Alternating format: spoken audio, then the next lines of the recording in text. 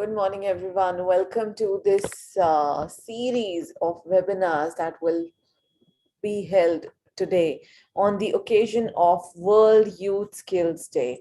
Yes, today is World Youth Skills Day. This day is specially celebrated every year on July 15th. The sole purpose of the day is to provide essential skills uh, to youngsters and help them with the employment and employability, or make them entrepreneur.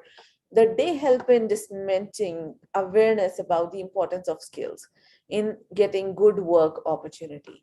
Yes, it if as nowadays we talk about Azadi Ka Amrit Mahotsav being celebrated, where we are aiming for India to be a skill capital of the world.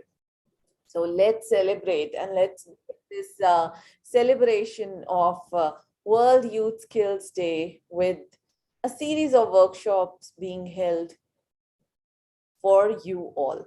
So I'll quickly brief you about the series. Here we are going to start at 10 a.m. with Miss Vishruti Manek on dance, Mr. Muthu Krishna on AR/VR, Mr. Vaibhav Kumresh on animation, Mr. R. Prasanna Venkatesh on photography. Mr. Dilip Suthar will be giving us information about gaming. Siddharth Prabhakar will be talking about career counseling, because that is the very important factor when you talk about employment. Mobile phone filmmaking by Mr. Ritesh Taksande, and at the end we'll chill with the DJ Navdeep Ahuja. So let me quickly introduce you all to today's special guest and today's first speaker, Miss Vishruti Manek.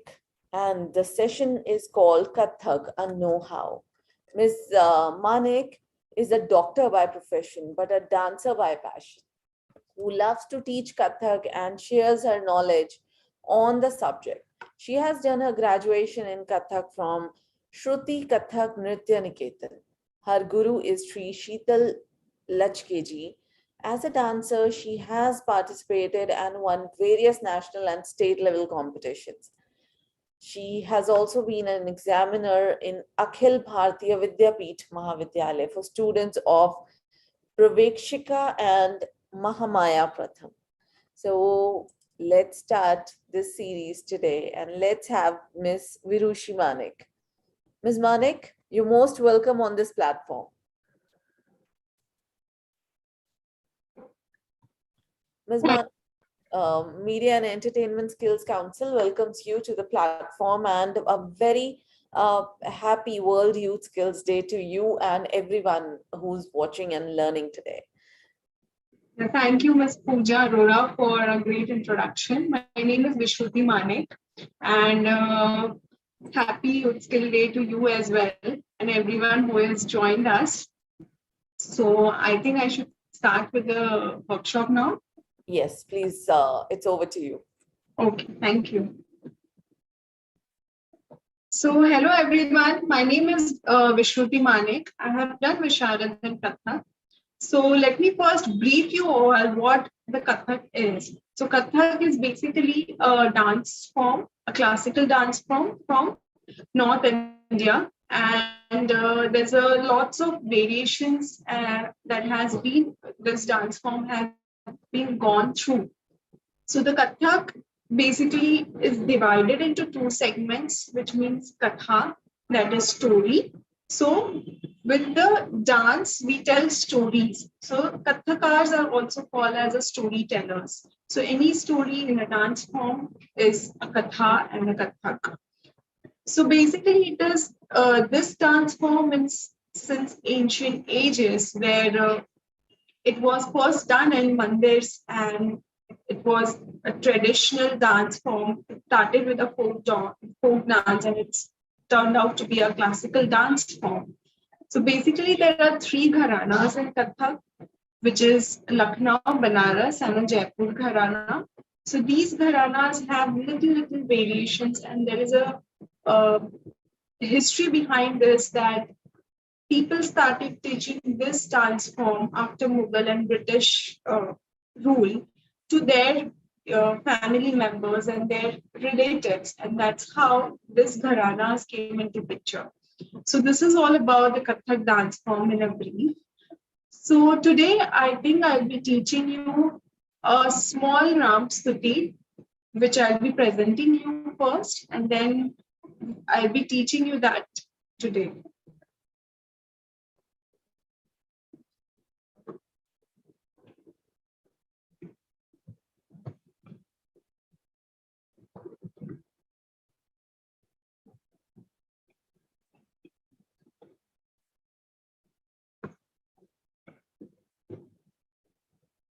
So this is an Ram Stuti, which is Sri Ramchandra Kripalu Bhajamana, which is being given by Tulsi Das. And it's a very beautiful Ram Stuti where we are describing Lord Rama through our dance.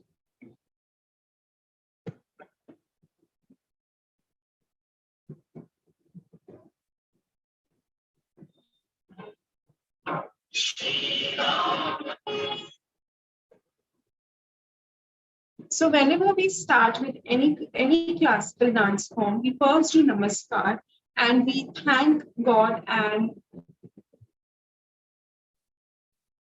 so before we start any classical dance form, we thank God and we pray to God, Nataraja, and we do naman to them and our guru as well before we start the dance. That is how the tradition has been in any classical dance form. So first I'll be doing a namaskar, will be performing on this small segment of song, and then I'll start teaching you.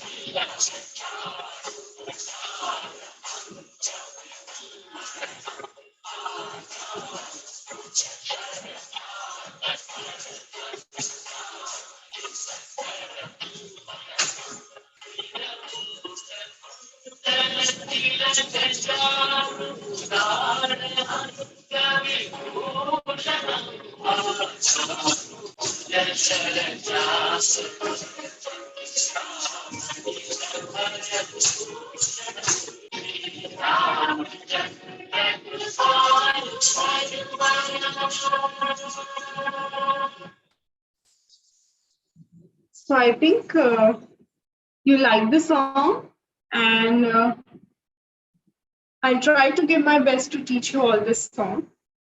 So let's start.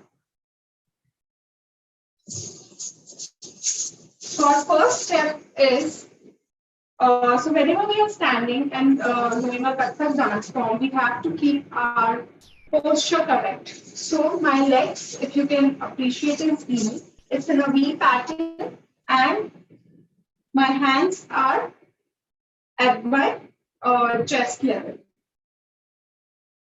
Okay, so now when I start, my right leg, I'm taking it back. So I'm taking my right leg back first, one, and simultaneously, this is the posture. So I'm taking my right leg back, one, and bending a little. Okay, so and your hand movements will be, you have to take out your left hand. So this is a band of Lord Rama. So this is, I'm taking out my hand like this. So this is the mudra. Okay.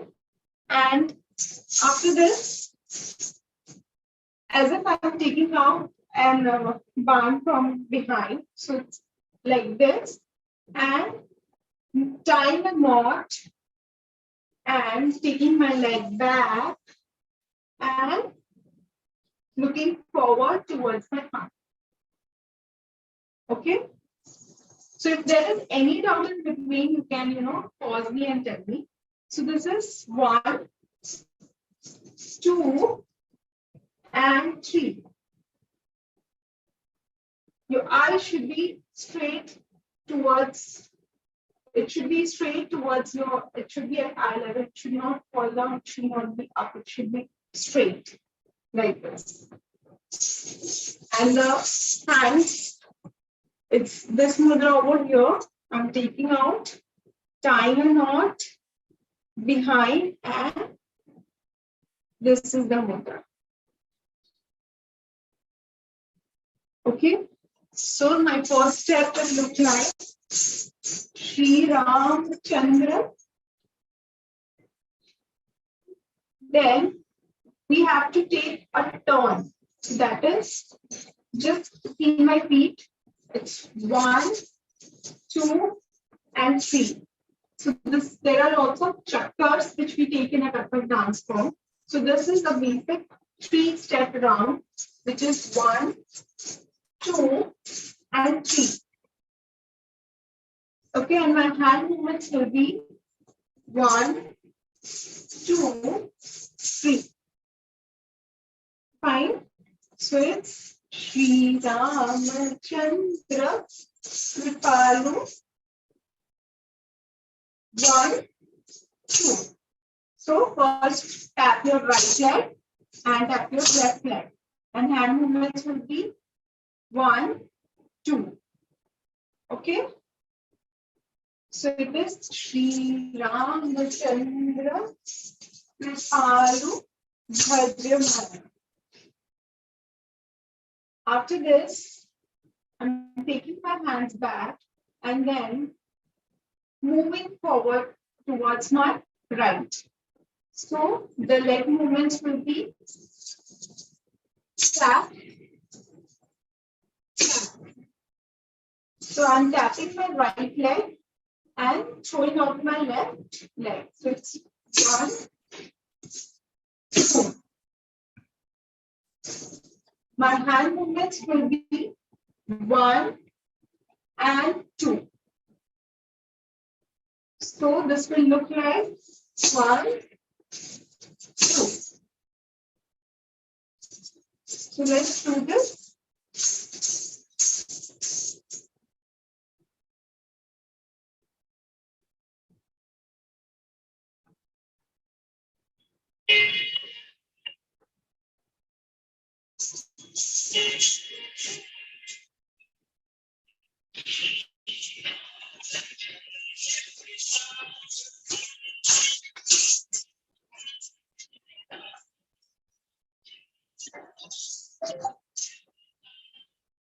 So this whole segment, we have to repeat it one more time. So once I'm ending here, after this,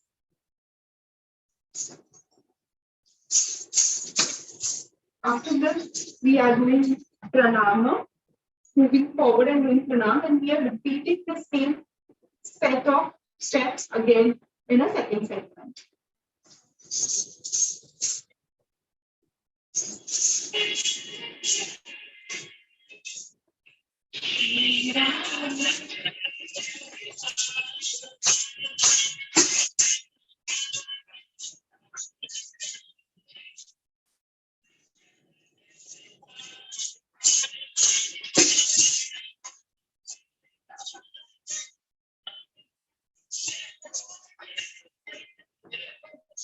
So the next segment is where they are describing the eyes of Lord Rama. They are saying the eyes of Lord Rama is just like a beautiful lotus flower.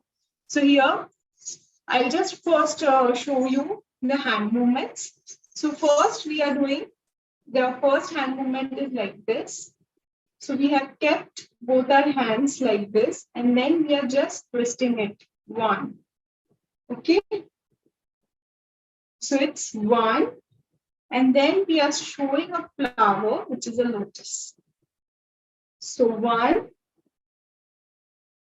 2, and then we are showing the eyes.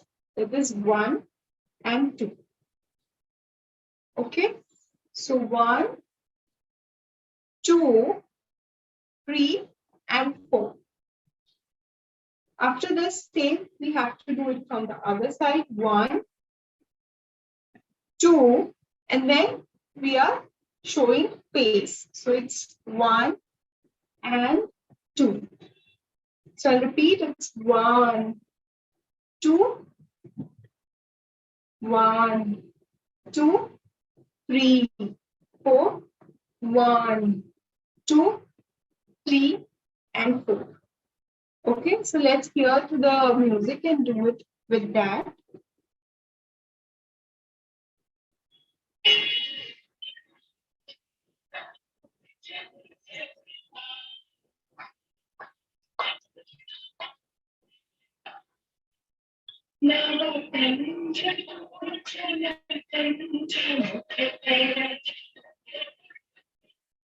Okay, and now how will be your leg movements with this? So when I'm doing this, my right leg, I'm just twisting it on the same side. So it's 1, 2, 3, 4. Right, left. 1, 2, 3, 4. Okay. I'll do this much with music.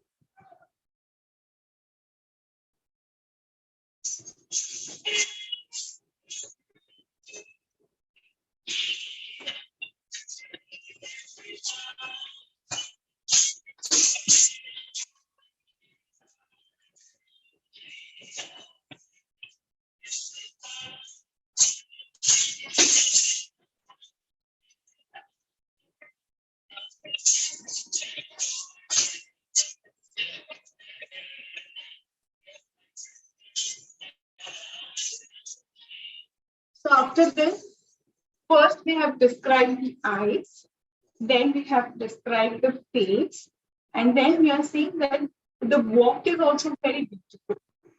Okay, so we'll listen to the lyrics.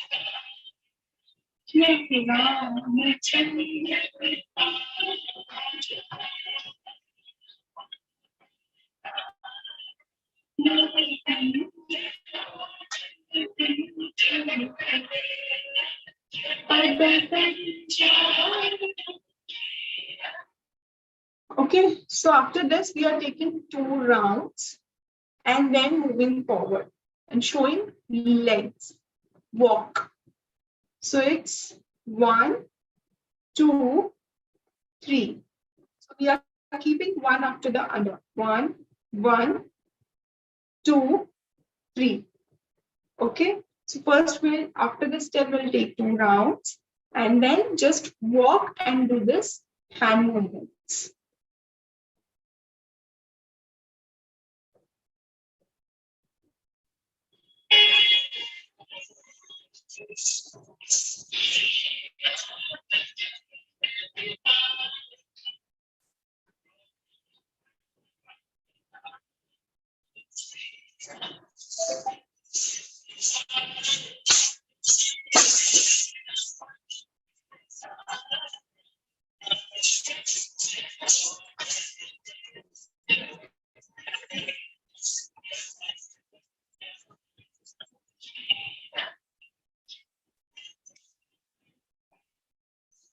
As I said, there are lots of rounds. So once you have taken the 1, 2 rounds, okay, so when I just sweep my legs, hips, round off to 1 and 2.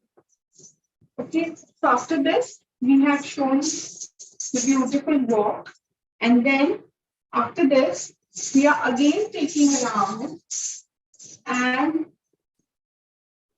My hand movements will go like this, from my chest towards arm, both the hands, and then pranam. Let's listen to music once.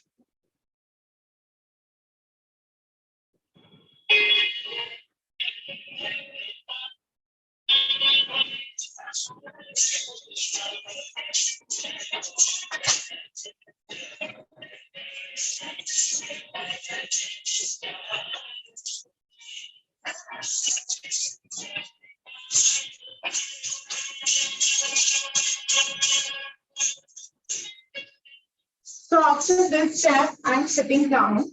So the hand movements are, I'm taking out my right hand straight, my palm is facing up and rotating it in the same way and coming back.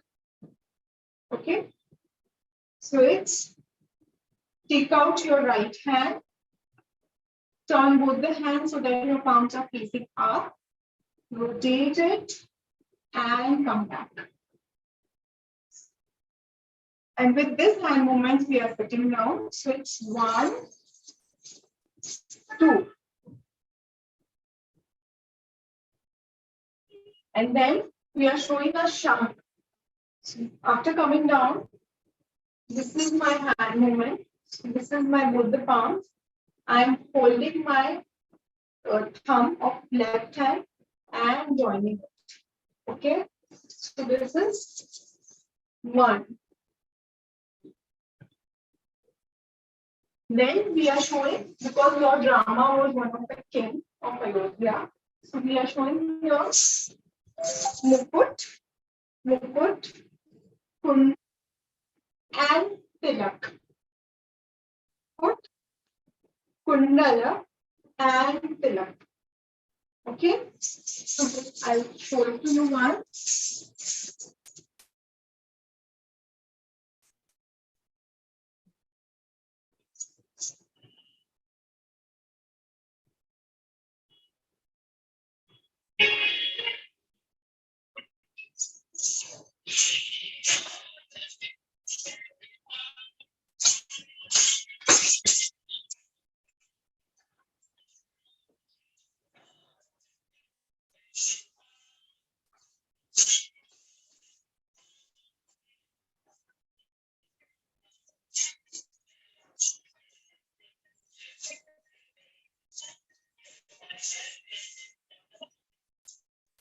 Down, up,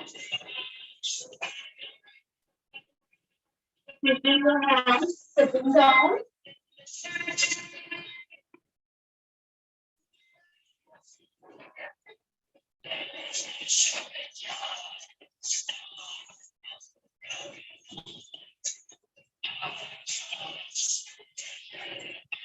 So at this point of time, we are describing Lord Rama's king face. So we have shown Mukut, Kundal, Tilak. So while doing Tilak, we are standing from down to up. Tilak. Okay. Then I'm taking out my right hand and turning from my right side. 1, 2. 1, 2. And then I'm showing the color of the hands. 1, 2. 1, 2. And then the entire body of Lord. 1, 2, 3, and 4. Okay. So I'm just taking 3 steps back. 1, 2, and 3. So while going back, I'm just doing 1, 2, 3, and look towards your right. Okay, so it should, your body should say that this is a posture of a king.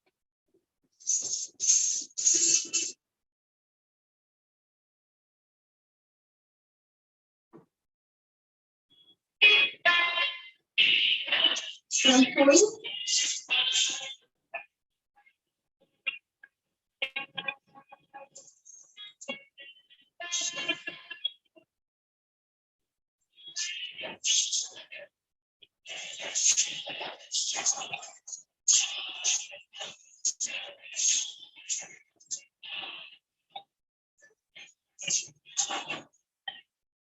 So after this, he is going for a war. Okay. So after showing this, we are showing this Lord Rama. He is well prepared and he is just walking. 1, 2, 3. And then stick out the band, tie it, and just see towards your left hand. The first, which we did, the first posture, same kind of that again. So we are walking 3 steps ahead with this posture. 1, 2, 3. 1, 2. Just look there. And then we are finding the target to shoot. So it's 1, 2, 3, 4, and 5. So you can see first my legs, how I'm moving. So I'm coming 3 steps forward, going back, looking straight, and then my feet are going 1, 2, 3, 4, 5. So I'm just taking one round, and my hands will be stable like this. So it's 1, 2, 1, 2, 3, 4, 5. So now I have found the spot. You just go back and tap. So I'm just tapping my left leg and moving my body a little forward.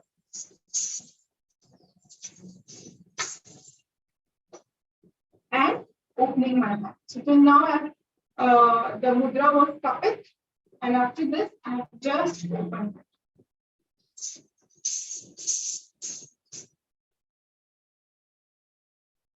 I hope everyone is with me. I'll just do it one more time from beginning till here.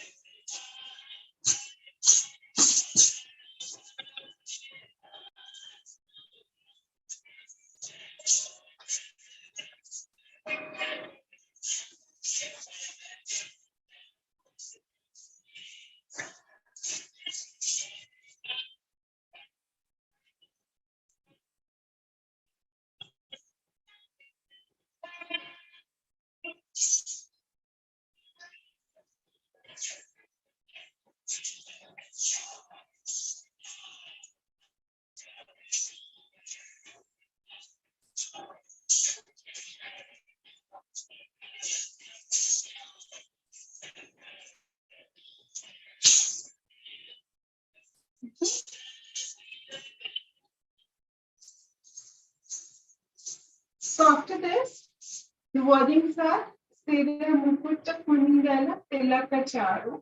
So again, we are showing it Mukut, Kundal, and Tilak in a standing posture. So once you finish it here, the aggressive movement, then we will do some mild movements where we are stepping forward and showing Mukutta Kundala Tilaka Charu. Then Udara Anga Vibhu Shara. Simple. After this, standing straight, taking my left hand up like this. So this is the mudra. So I'm taking my left hand up. Okay. So 1. So right hand inside 1 and then outside 2. And my leg movements will be 1, 2. That's 1, 2. Then again, I'm turning towards looking towards the left and raising my right hand. Again, the same mudra. In, out. Leg movements will be right, left. Okay, so 1, 2, 3, 4.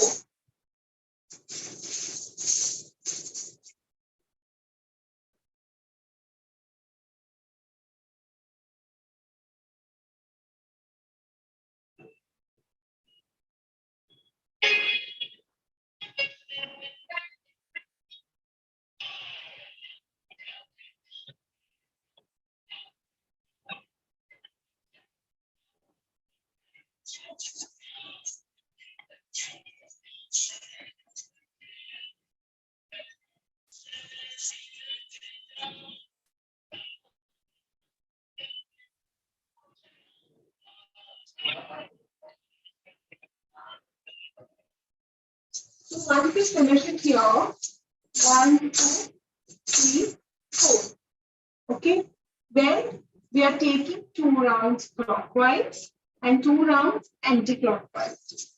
So, and the hand movements will be 1, 2, out to in, out to in.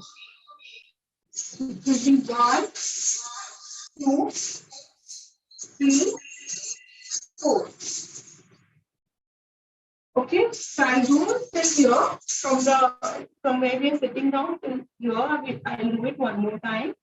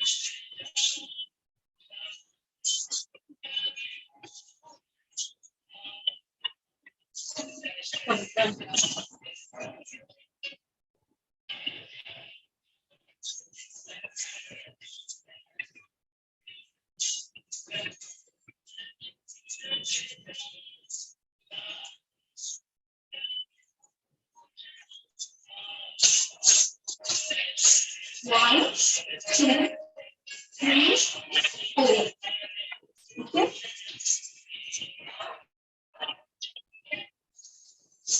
So after this, once we have taken 2 rounds clockwise, 2 rounds anti-clockwise, we are doing the footwork, which is right, left, right. So 1, 2, 3. So your hand movements will be 1, 2, 3. Okay. So my right hand, I'm just right hand is going slant 1. As if I'm cutting something, 1, then 2, and then 3. So my head will also be my eyes will be towards my hand only. So it will be 1, 2, 3. So 1, 2, 3. Okay.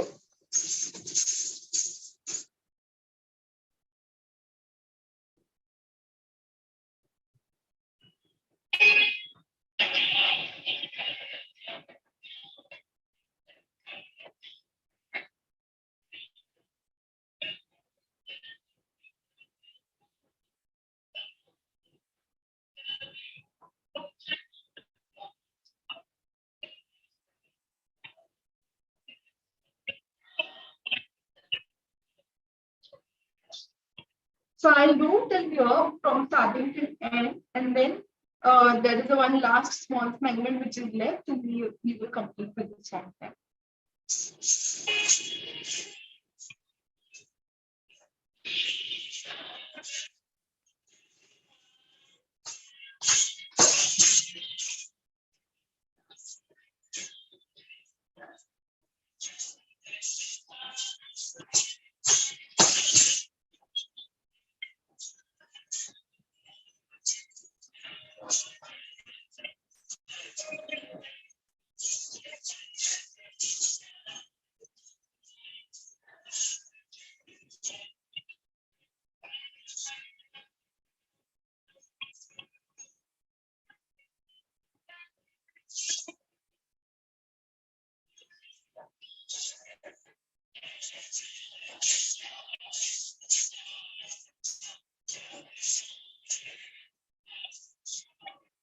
Okay.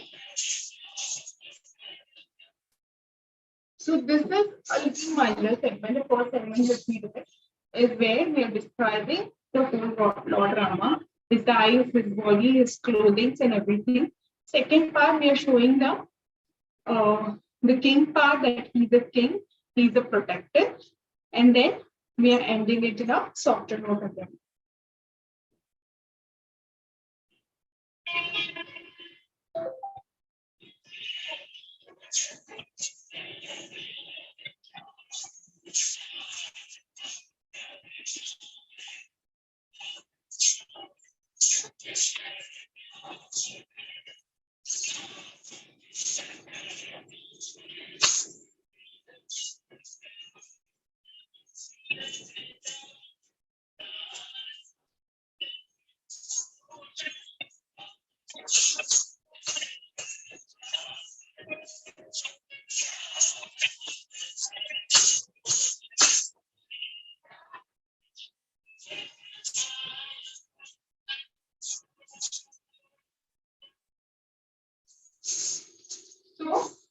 So after this, once we have finished here, we are showing wow, Lord Rama, okay, and then just doing a pranam.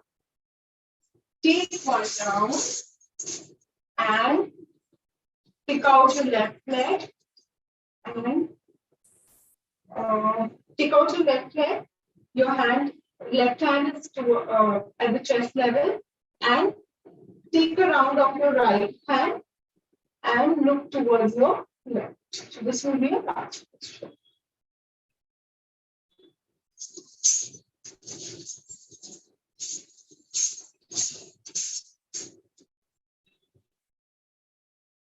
So I'll be showing you a last part once.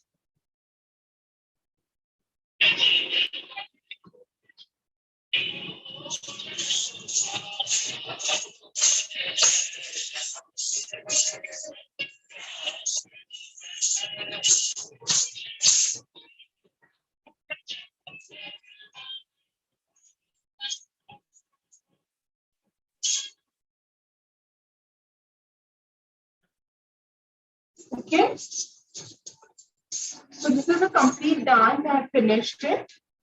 I think there's a time, so I'll do it one more time for you, the whole thing. And if there are any doubts, you can ask me after that, and then we can finish the session.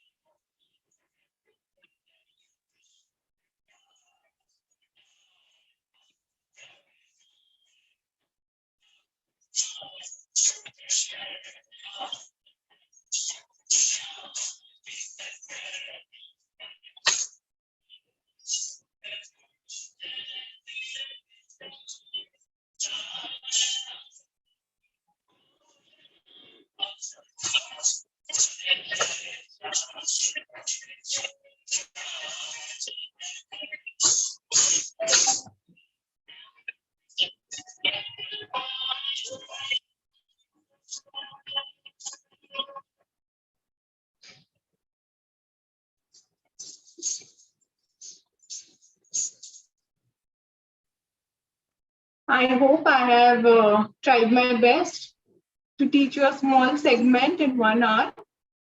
I know it's very less time, but I have tried my level best to teach to you the dance. I hope you liked it.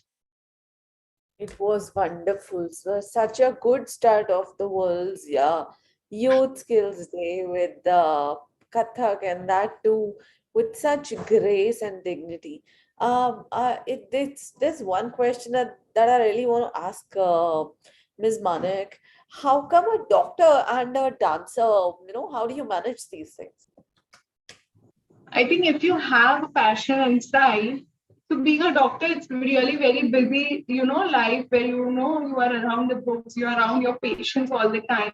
You need some time to breathe as well.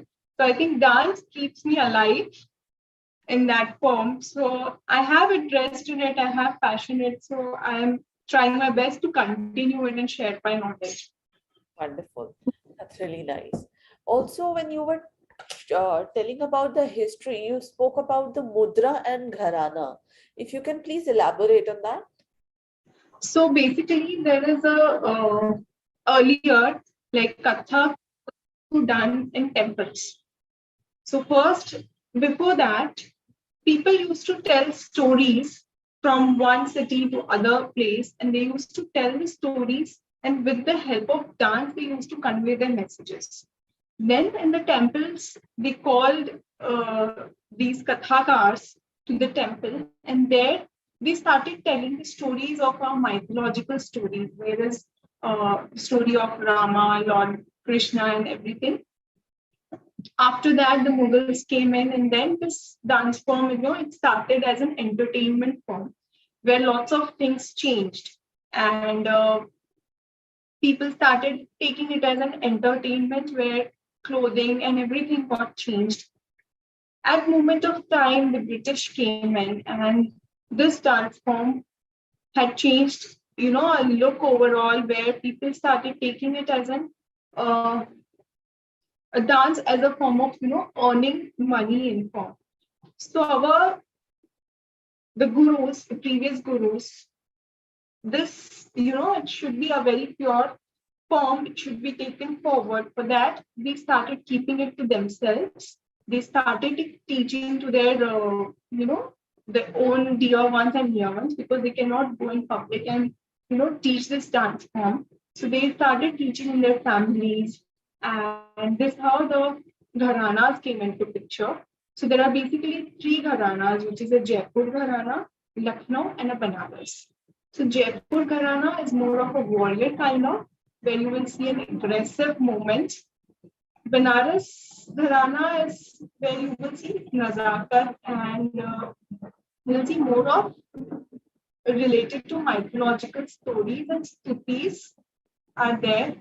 And if you go for the third Gharana, which is Lucknow Gharana, which is a very, there are smaller hand movements and gestures which are not as aggressive as you can see in a Jaipur Gharana. So there are minute differences. So after this, now once the rule has been gone and it's been spreaded in the Gharanas, it's now overall globally being taught. People thought, no, this should come out, and it's been now globally taught everywhere, where Guru and Shishya Parampara came. So I have my Guru from whom I have learned and will be learning further. So like that. So I will be under her only and will be learning whatsoever I am with my Guru itself. So there is a Guru Shishya Parampara which is still on now. So that is how the little bit history of Kathak and Gharanas is there. That forces me, or that gives me an opportunity to tell you all about our Vidyadan portal, which is also a Guru Shishya Parampara, where we are talking about education beyond the books, beyond the daira of walls. So we have been conducting webinars, and we have done over 500 webinars in past 2 years, especially during the pandemic when it started. And this Vidyadan portal started way before pandemic, and we were already conducting webinars and workshops with our Vidyadan portal. Really great, really nice job. Thank you. And Ms. Manik, I'll take a couple of more questions that I have received from different platforms. So there is Ria. Ria wants to know, is there an age to learn Kathak? See, there is no age as such to learn Kathak. I'm 30 right now and I'm still wanted to pursue further in Kathak after doing in Visharad.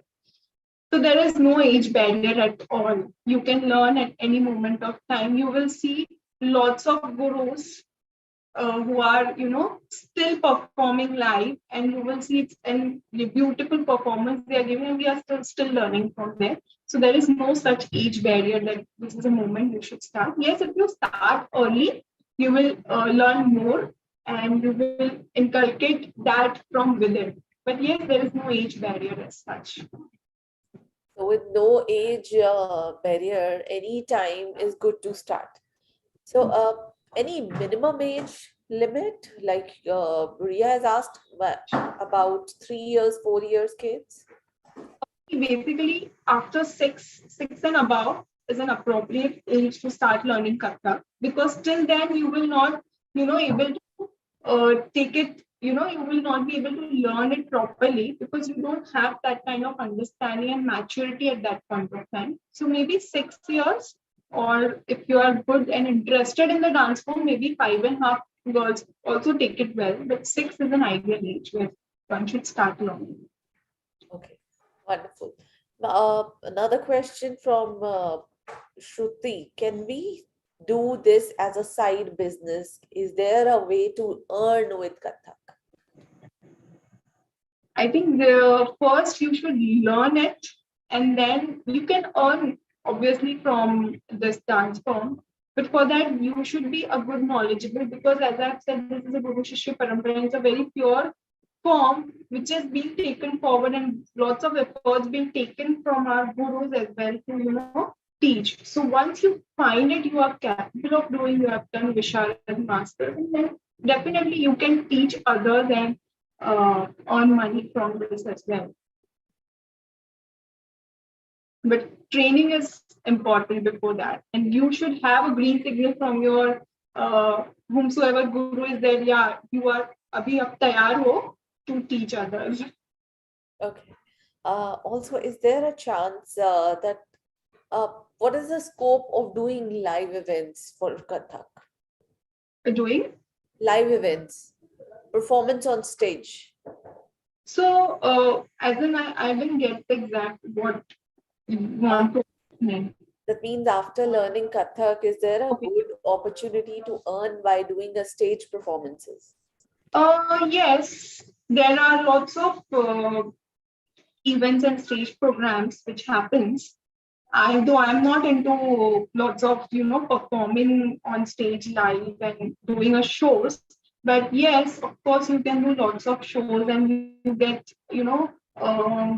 Delhi side and in, big cities where they conduct good shows of Kathak, Bharatanatyam and classical dance form, which you can do it live and you can perform as a performer.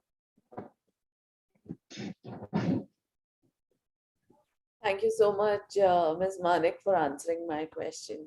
As today is the World Youth Skills Day, we are conducting 8 workshops back to back and will be including animation, gaming, VFX, dance.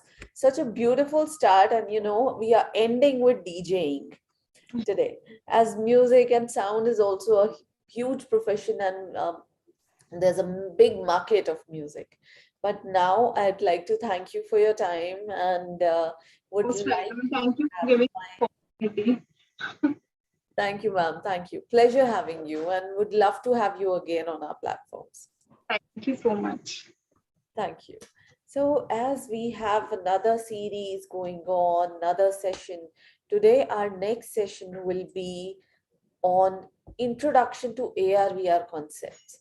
AR, VR, augmented reality, virtual reality, they are changing the world now, and they are coming up with metaverse. Metaverse is a new term, but soon, as per the experts, as they mentioned, soon metaverse is going to be a big thing, and we'll be having a similar world in our metaverse, like a universe around us, we'll have a metaverse where we'll be physically available and we can do anything, of course, positive in our metaverse as well. So to have it there for you, I would love to introduce you all to Mr. Muthu Krishna. He's a lecturer at Monolith Research and Training Labs, XR developer, uh, and he's a VFX artist. So would love to show his creative and share information about him. He is an amazing person. He, Mr. Krishna, in his over 6 years of experience, has played multiple roles as a lecturer, XR developer, and VFX artist. Now, XR, if you don't understand, it's mixed reality, or if I am incorrect, we'll have Mr. Krishna correct me. His passion for educating young minds had him clear the national eligibility for academicians twice in the year 2015 and 2017. In his 5 years of teaching in the VFX, animation, and XR domains, Mr. Krishna also had a brief stint lecturing engineering students in entrepreneurship and general management. As an XR developer, his specialization is in AR and VR development. Mr. Krishna is also a Guinness World Record holder for his involvement in the largest display of origami boards in the year 2014. So we need to learn about this as well, and we need to get the information about his world record as well. Mr. Krishna, can we have you on screen? We welcome you here on the portal.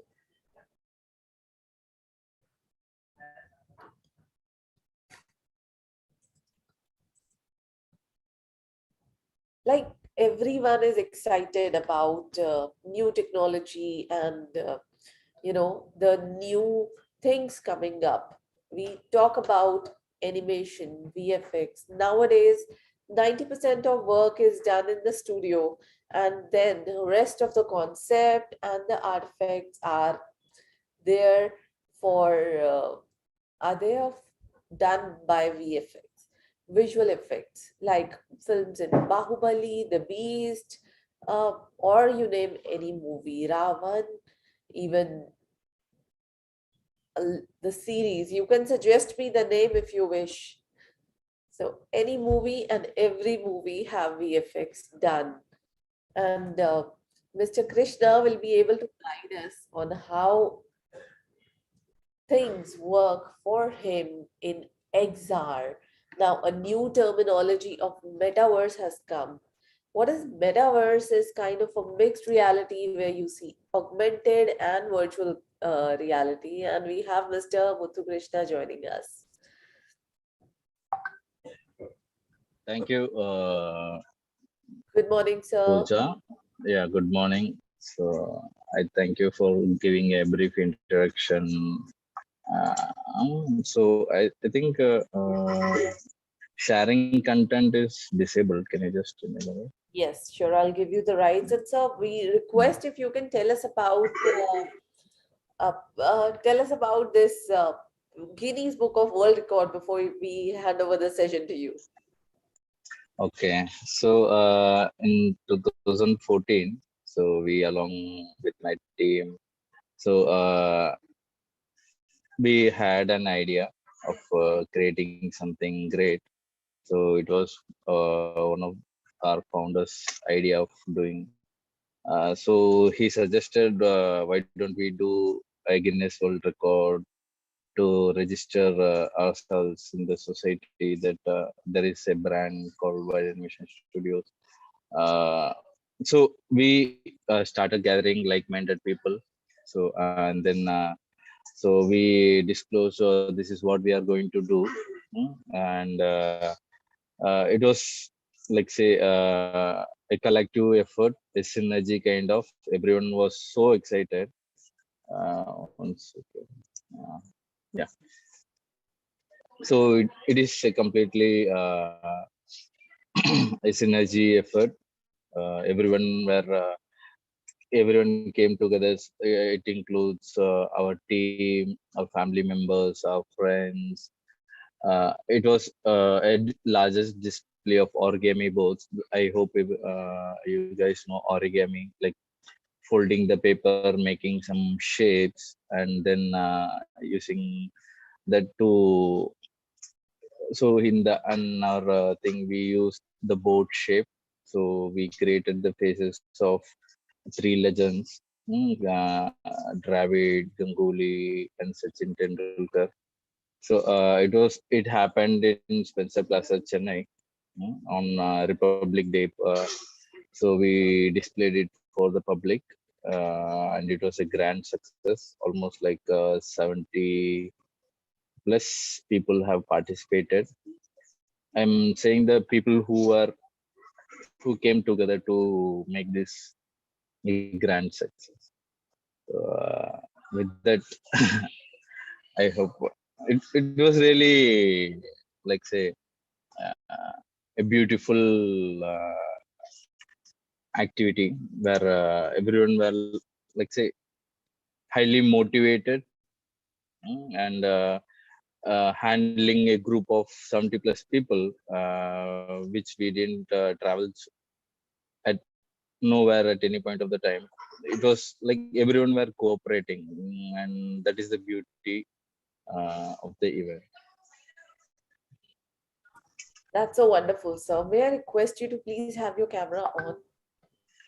Yeah, there is maybe, actually I'm trying to turn on the camera, but ah, okay, it seems accidentally something has happened. I didn't notice it. Fine. So let me share the screen. Um, so yes, here it is. Okay, so with this, I'll hand over the session to you. So we are talking about virtual reality concepts. Over to you, sir. Yeah, yeah. Is my screen visible? Yes, sir. Okay, fine. Is it full screen or let's see the halfway? Okay, no issues. No, it's So not. So you can make it full screen. yeah, no, actually I made it full screen. Okay, no issues. So today we'll see what is AR, what is VR, and MR. We are adding something additionally. So these topics are something like everyone are so interested in the recent time. When they hear these terminologies, virtual reality or augmented reality and mixed reality, they knowingly or unknowingly they get excited, and some of them have experienced it also. For the people who have missed it, so this is for them. Yeah. So as a human, so we always strive to improvise ourselves from time to time. So our way of thinking is like to create something new to help the society, the betterment of the society. So I see these technologies as one of the byproduct of it, where our dreams are made into reality. So these ideas have actually started in the 1800s. So from there, these concepts have traveled so far, and we are seeing the products which are really good, which are more realistic and makes us to believe. Mm. So the virtual reality, as the term goes, it says like creating something virtual and it looks real. So this is like say we'll be looking. I'll be giving some examples and the later on session. So we'll be looking into the VR, AR, augmented reality, and mixed reality.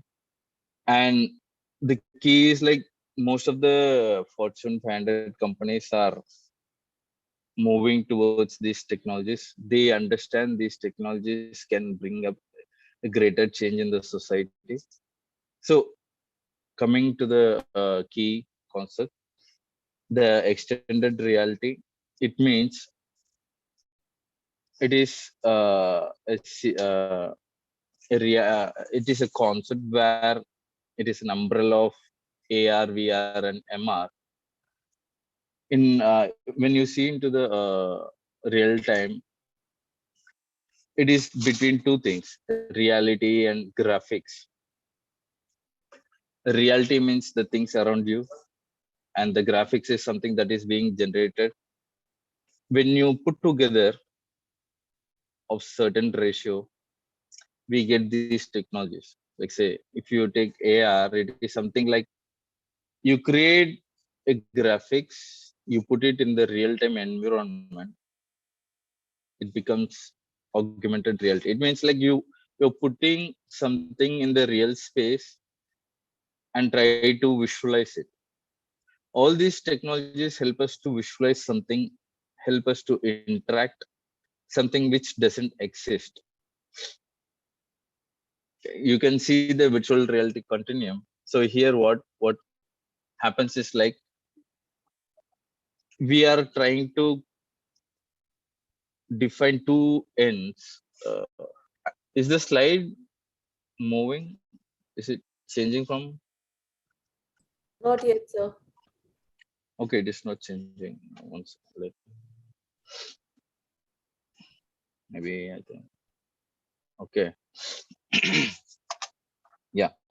So if you see uh, the virtual reality continuum, there are two extreme ends: the real environment and the virtual environment. The real environment is something that you see in your daily life, whereas the virtual is something that you create out of computer. So you use some hardware to generate graphics. So when we travel between the real and virtual, new technologies are emerging.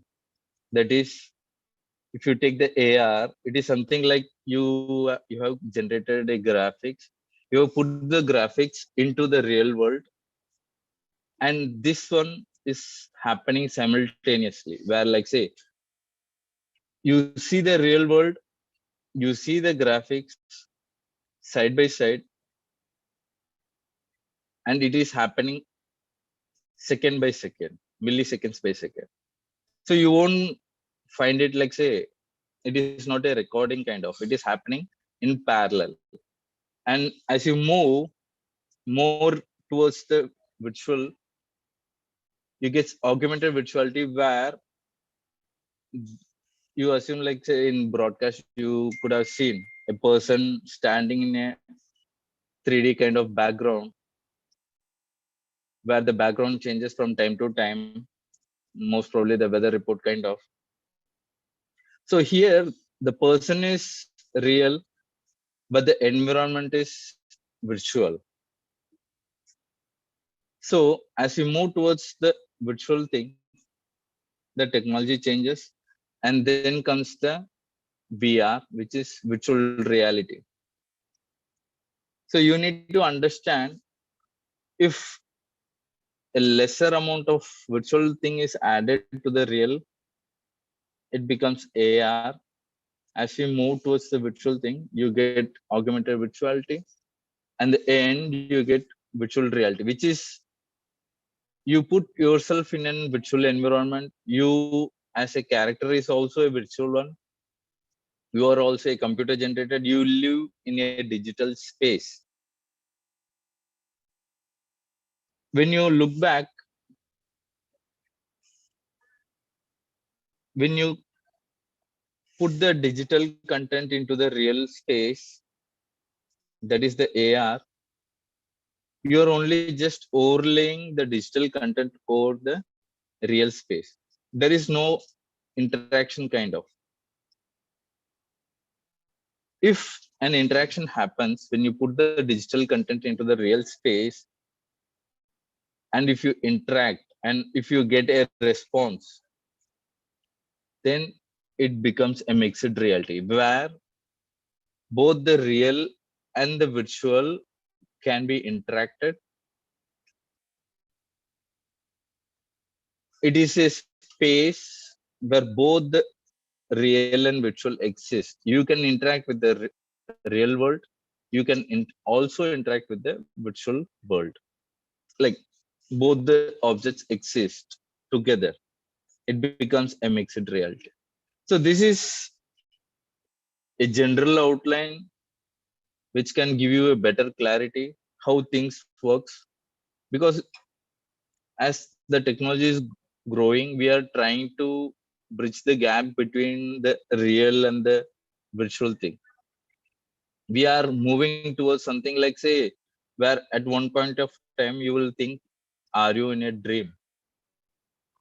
If some of you have seen the movie Inception, where they bring out the concept of dream, right?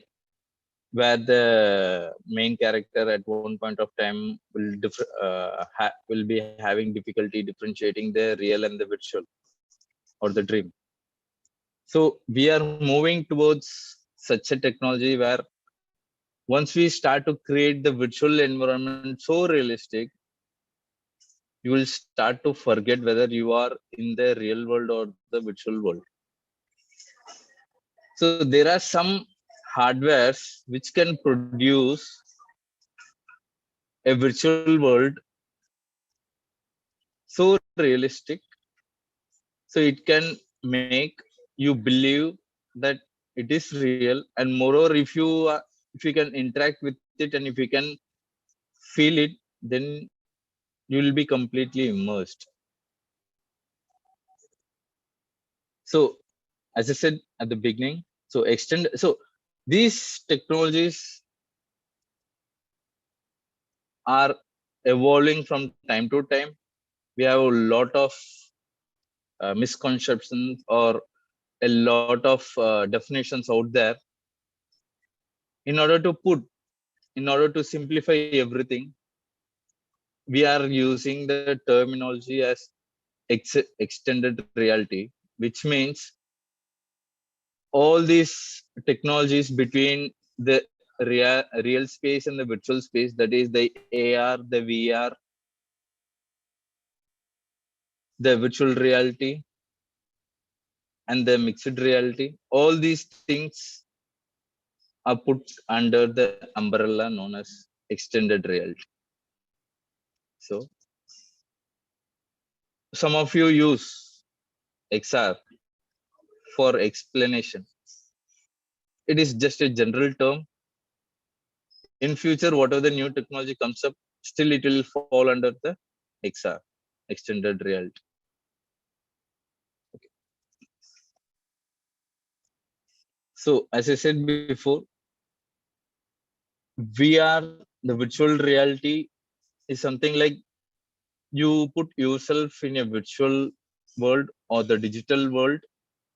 You try to experience the digital world as a digital character. And what is happening in VR is like you put yourself inside it, you get immersed.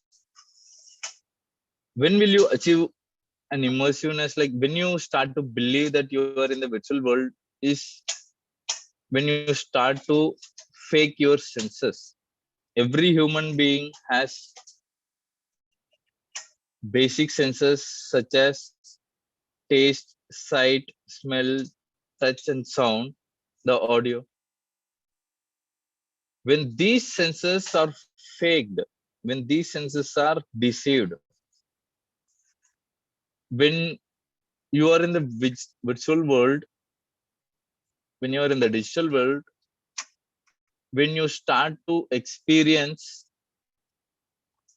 touch or hear sounds, audio, when you can see, when you can taste in some way or the other, when your senses are faked, like you're walking in a virtual world, playing around with kids, and if it is felt, if you touch the kids and if it is felt, or if you are in the digital world, you are sitting in a chair, and if the same is felt, like you are sitting in a chair, what will happen? You will start to forget that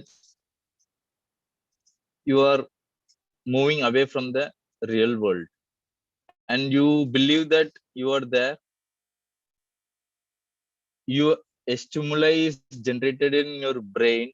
It says, or it makes you believe whatever you experience in the virtual world or the digital world are real.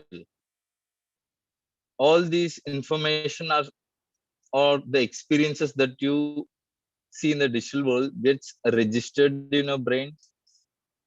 So that is why a lot of use cases for virtual reality are there in the industries, like from training and simulation, training military persons, or training pilots, where these things are quite expensive, risky. So what happens is, like, the person who are to be trained or put into a scenario, the digital space, where they will be driving a plane virtually, and they get the experience of driving a plane. And also, like, say, if someone is having some fear of driving a car,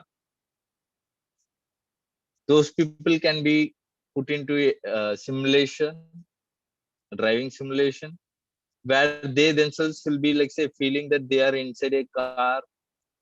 They can avoid the risk of driving the car in the real time, making some accidents. And these stimuli, whatever is generated, the experiences generated, are registered in our brain, and these information will be used by us subconsciously. So there are a lot of use cases in VR. Hmm.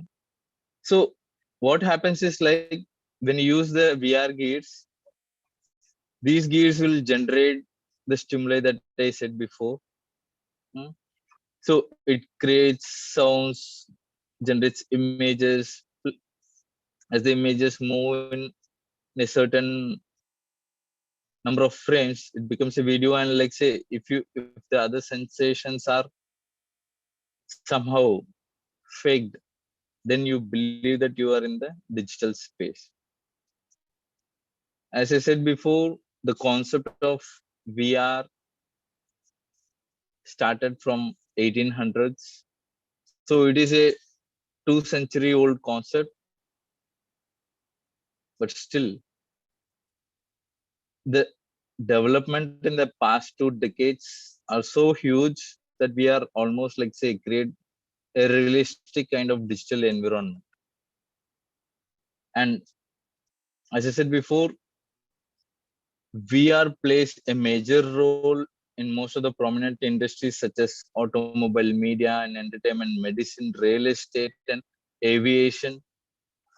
There are a lot of use cases for this technology, and they are more excited for the updates from time to time, and they are adopting these technologies.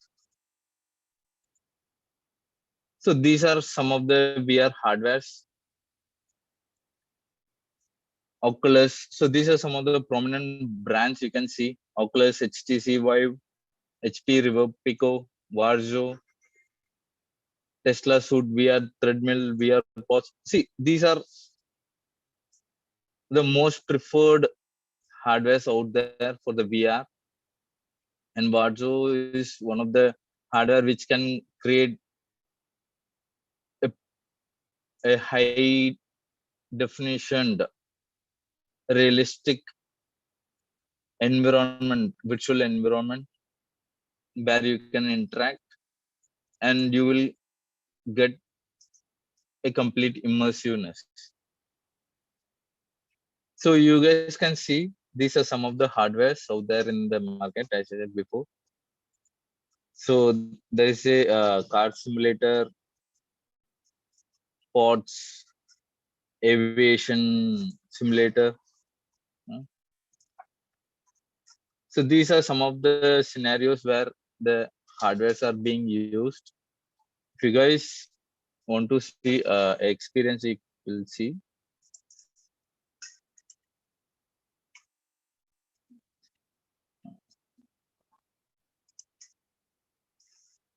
Uh, Once again,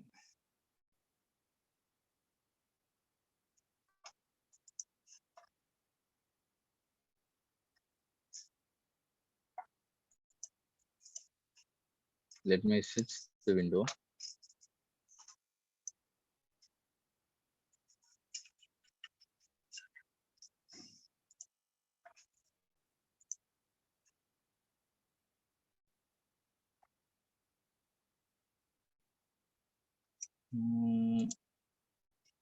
Okay. Uh, So here you guys can see.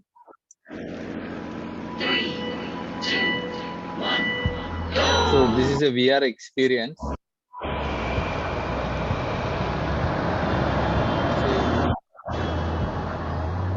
So I can move around the scene.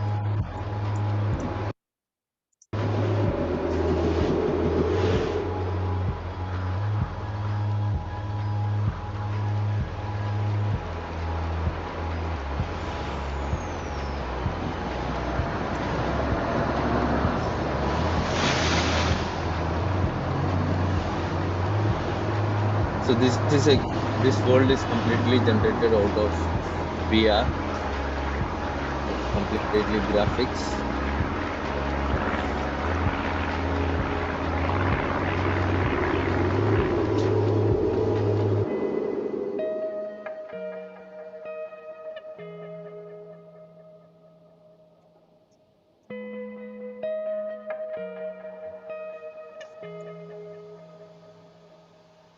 So I'm just interacting with the scene. You guys can see.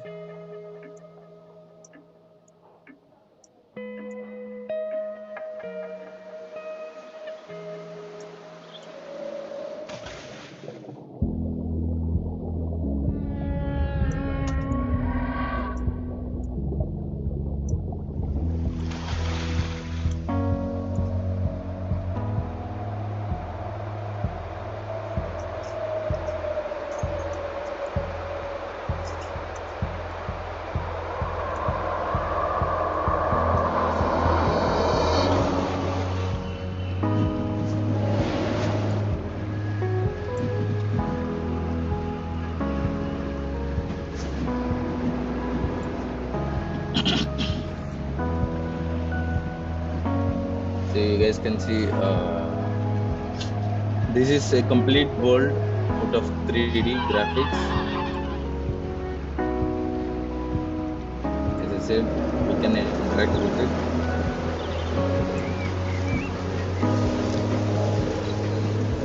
Okay, let me stop here. I hope everyone have experienced the virtual world. So let Yes, it's me continue wonderful. with the So, presentation. Okay. So, okay, I think I shared the wrong screen.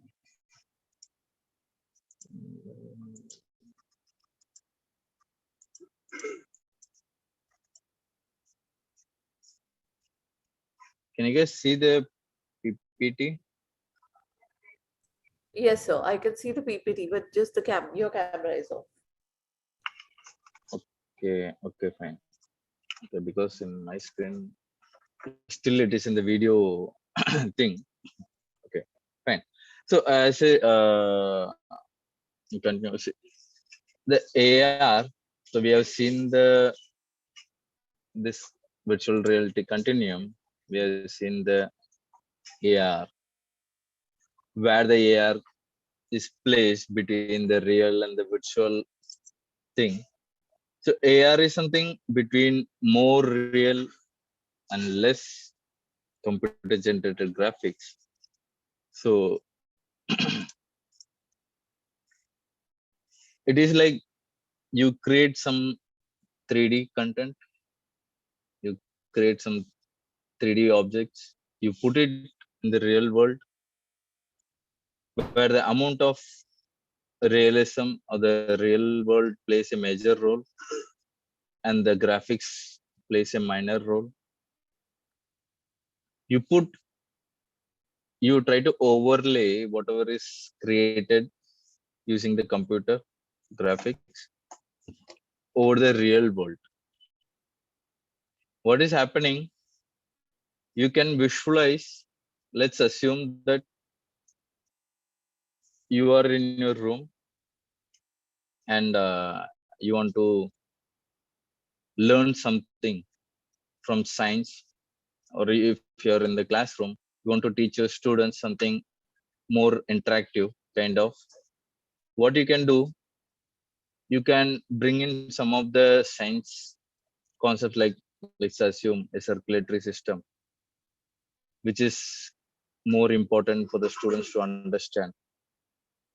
These things can be done like putting a circulatory system which is created out of computer graphics.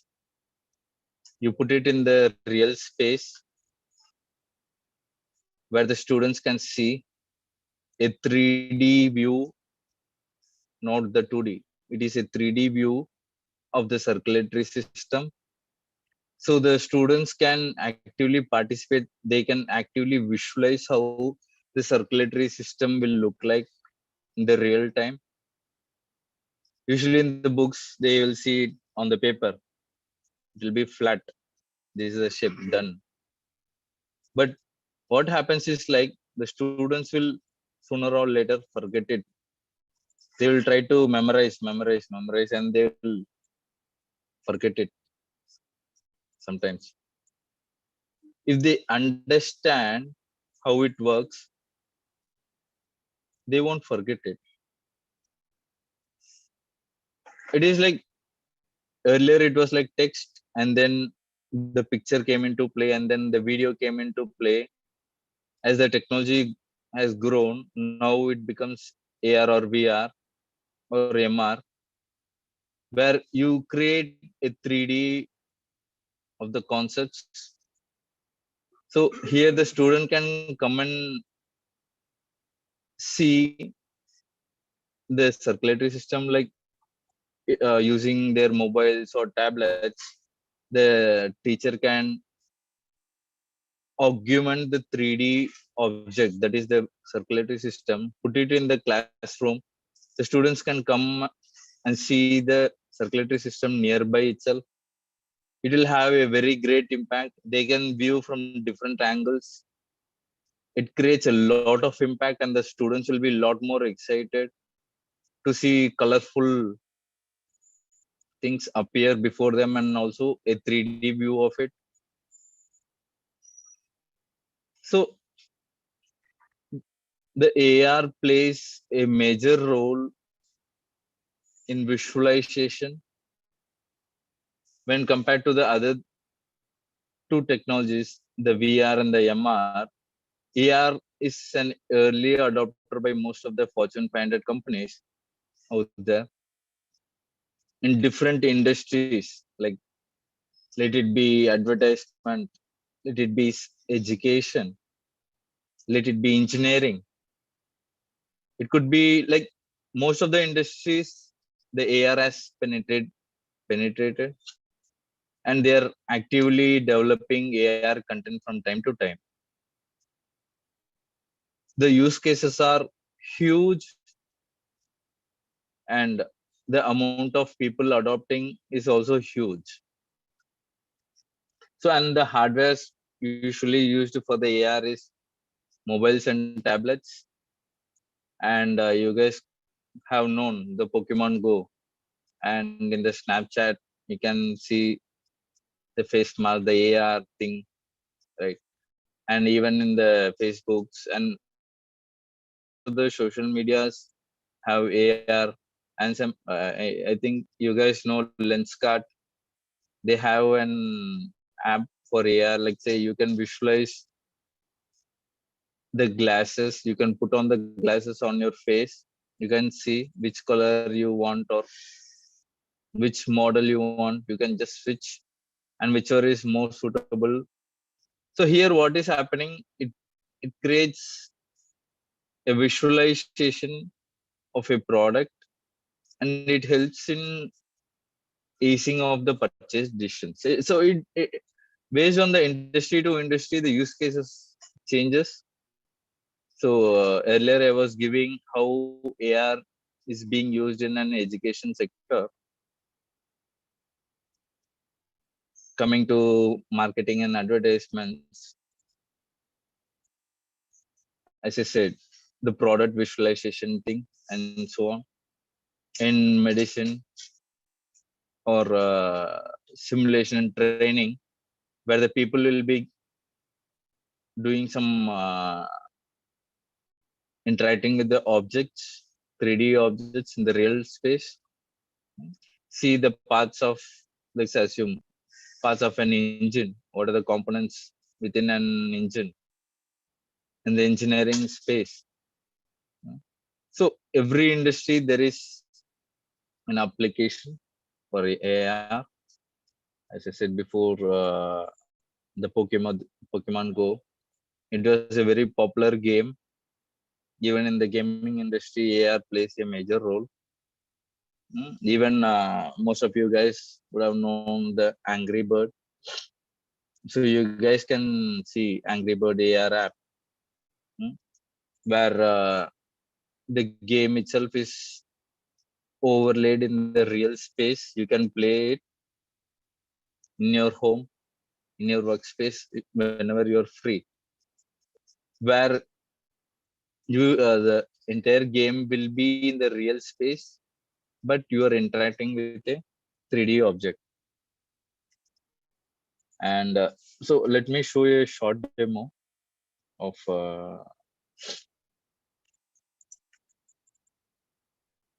AR. Here, let me switch the screen.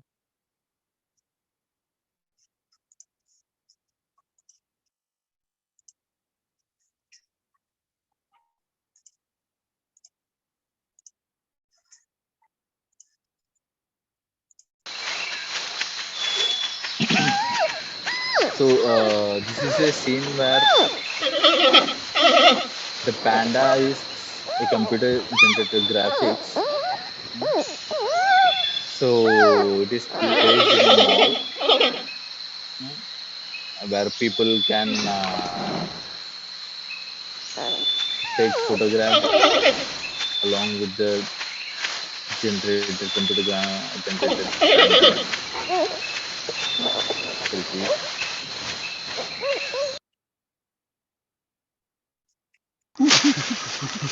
You guys can see some monkeys.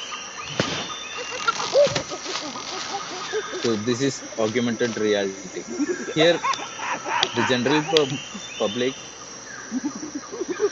won't be able to interact with the graphics.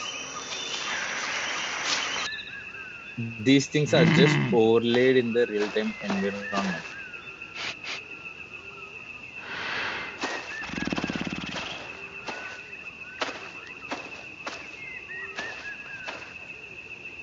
You guys can see, right?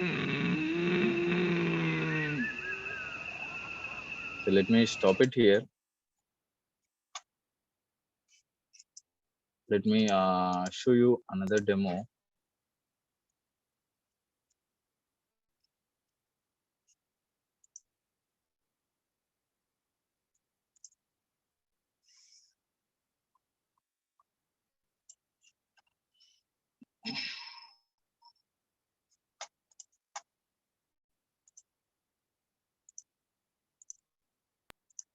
So you guys can see this. So this is, Not now, so. hello. Yes, now it's visible. So what I did is like I have searched the Eiffel Tower. So usually in map we'll be able to see only the 2D image, right? A top view of a landscape. So here you guys can see a 3D view of the same. So you guys can see the complete landscape. You can see the Eiffel Tower.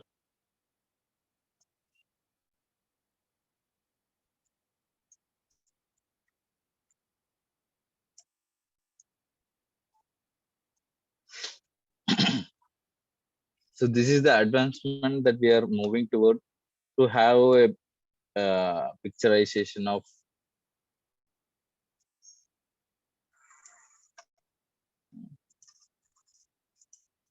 Fine. Let me continue with my presentation.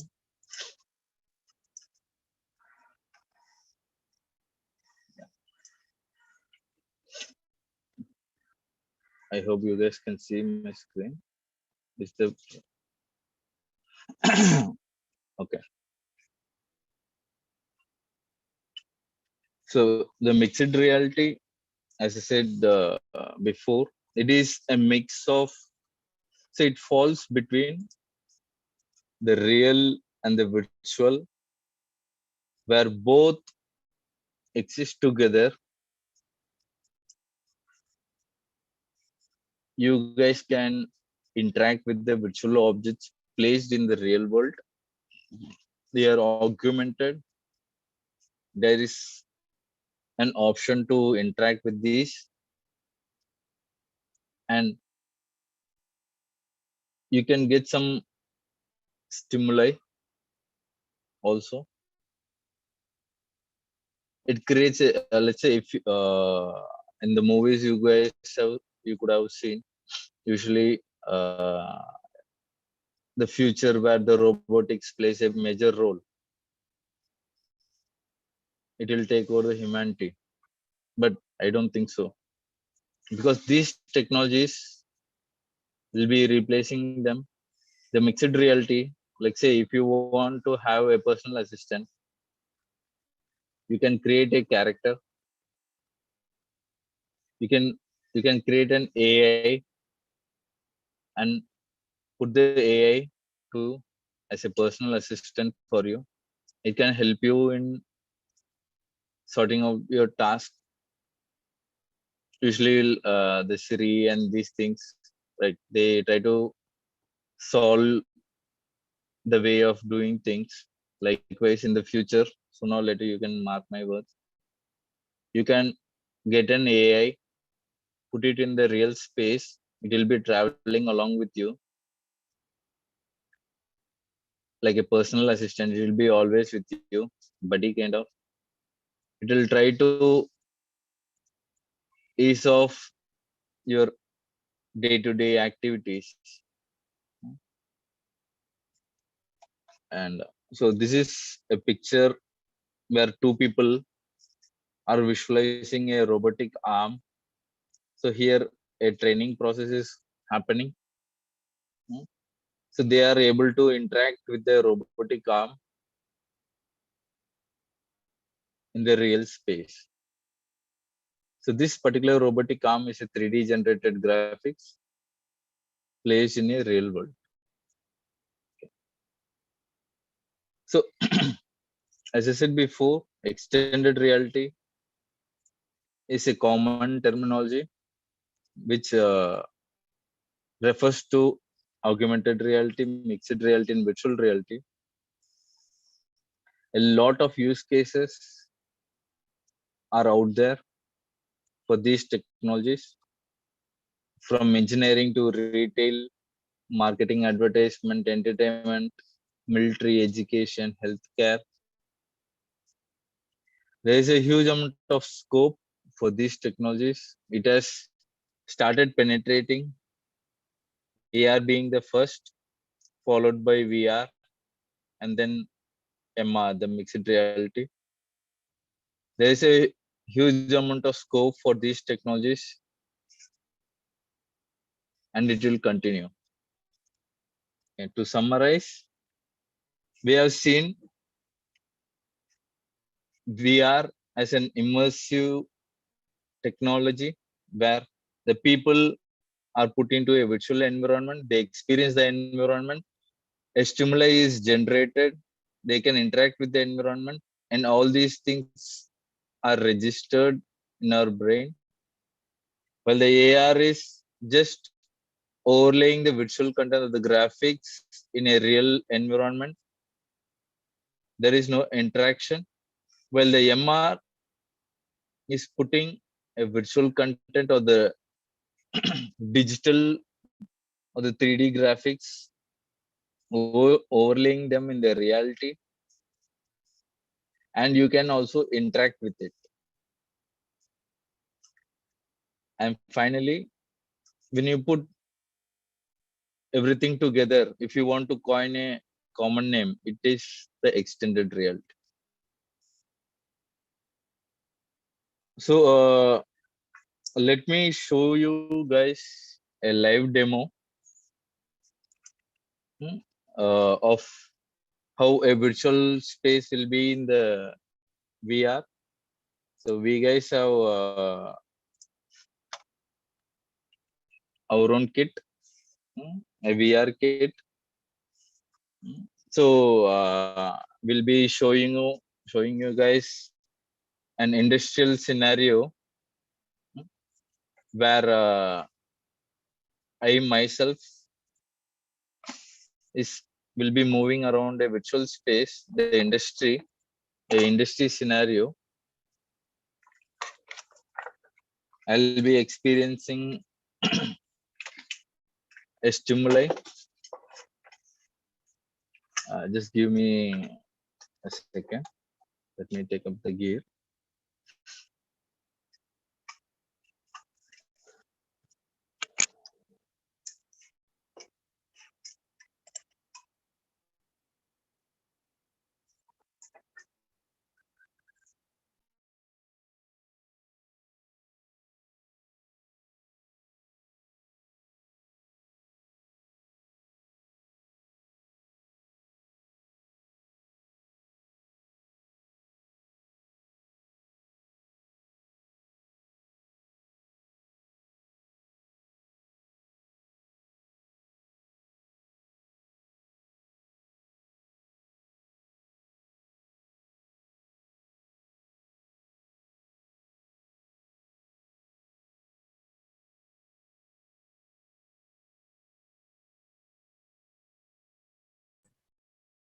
Mr. Krishna, can you hear me?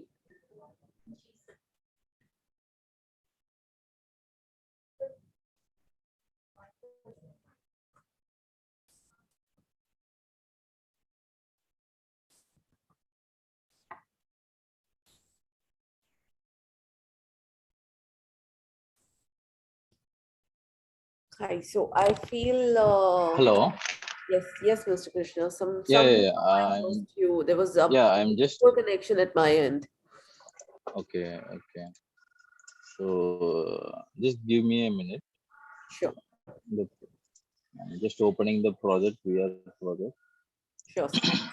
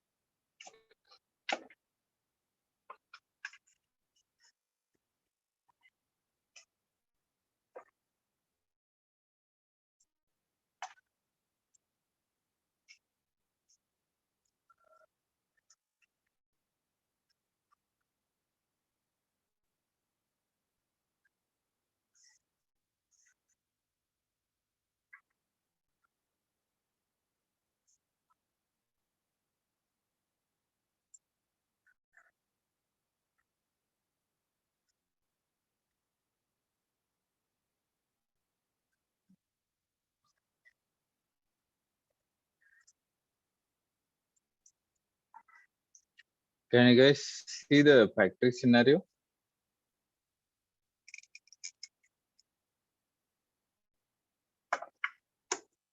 Hello.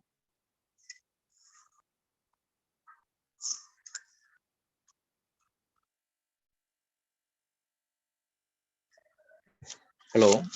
Can you guys hear me?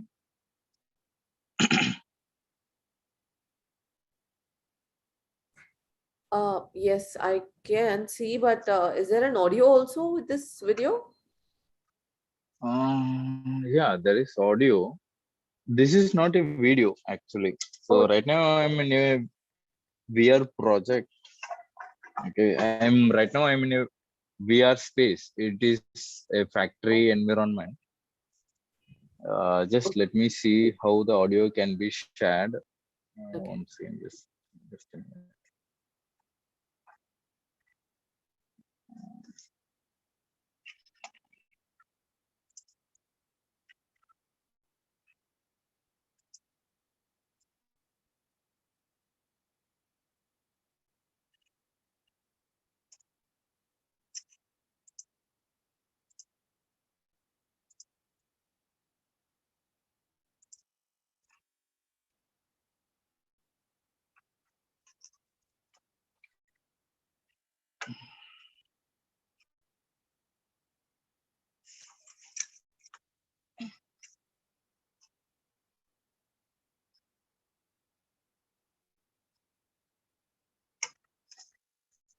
Can you guys hear the audio? No, only your voice No. is there or something else? Uh, just a second.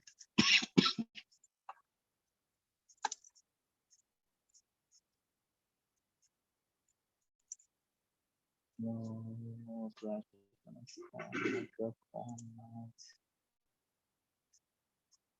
Hmm,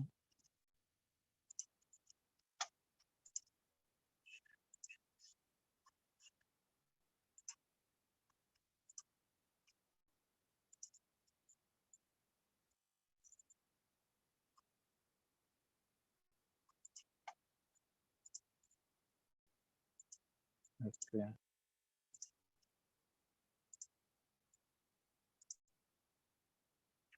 To access the microphone.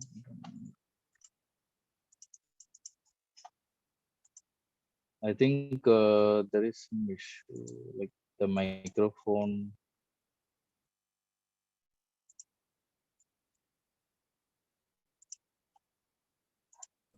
Okay, While if sharing, there is a checkbox to share audio. If you could try that,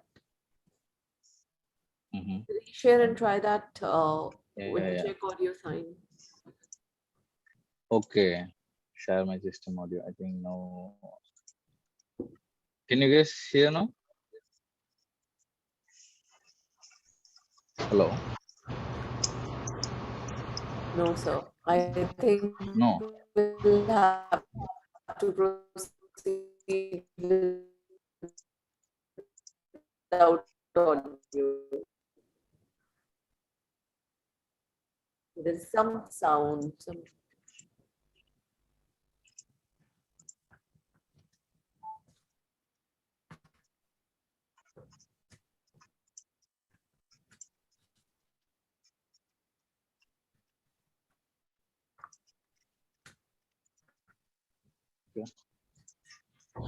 Okay. Let me move around this factory environment. Yes. Like this.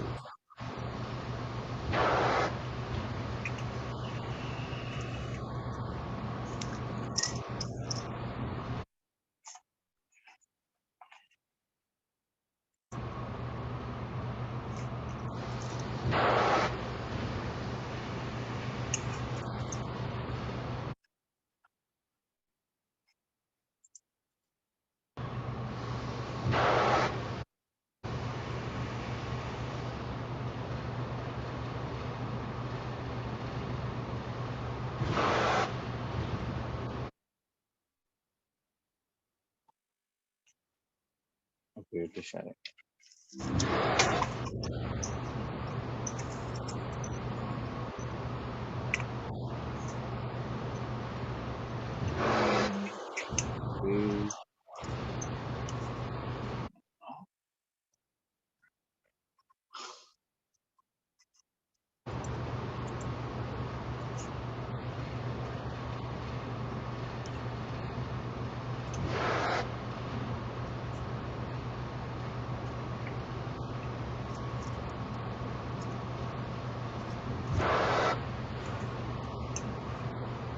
Okay.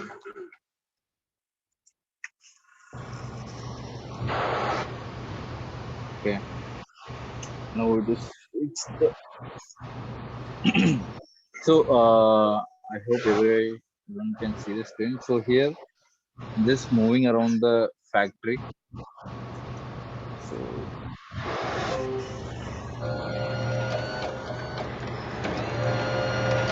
so this blue color circle is known as like it denotes where I'm going to move. The movement here it is known as teleportation. So where I switch from one point to another. So I can change this distance wherever is required. If I want to move very shortly, I can like put the blue circle near me. If I want to move farther, I can just do like this. And using the controller, I can just turn around without turning the real space. So you guys can see how realistic it is. So here I can see the manufacturing process, how it is being done. So this particular simulation will help in training the engineers or the laborers who are working in the factory of how the manufacturing is done, the do's and don'ts, in what path they should move. So here you can see a signage, danger, keep out of high voltage, right?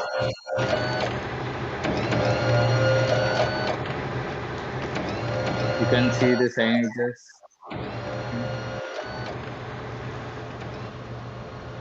So here it says keep the area clear. So it is like an industrial walkthrough. So for engineering students, usually they will be giving IV industrial visit to give an idea of how industry will be. So you guys can see the complete factory setup. See all these things. I'm seeing it in a 3D world. This complete space.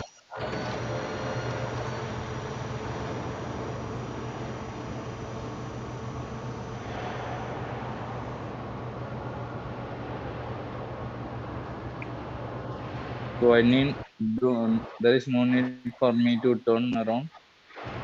Just using the joystick, I'm turning.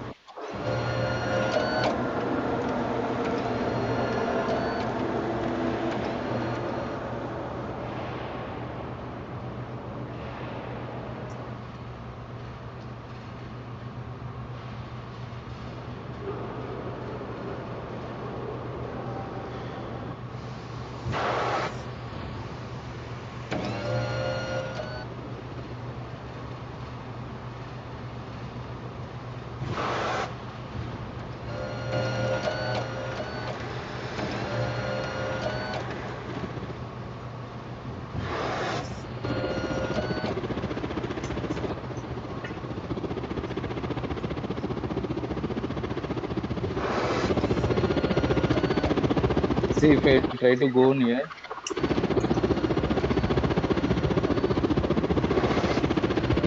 So I hope you guys have understood how the 3D world will be.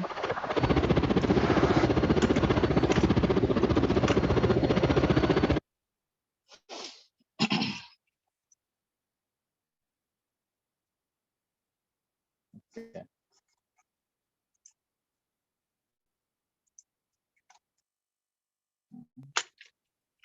So any questions?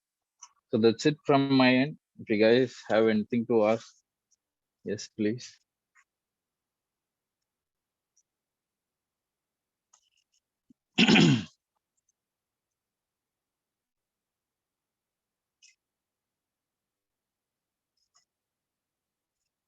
Hello.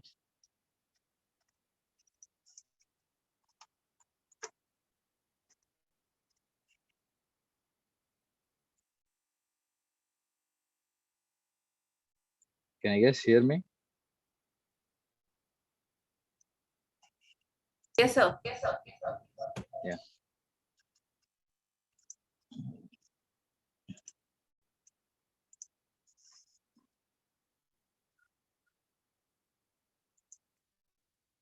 Uh, I hope everyone now understood the concepts of AR, VR, and MR.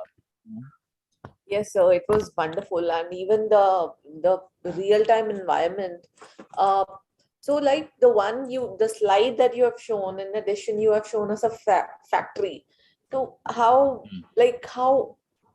easy or how difficult it is to create this environment? It's a work of animation VFX or some other technologies also added. See, it is like you need to build your own asset using the 3D tools.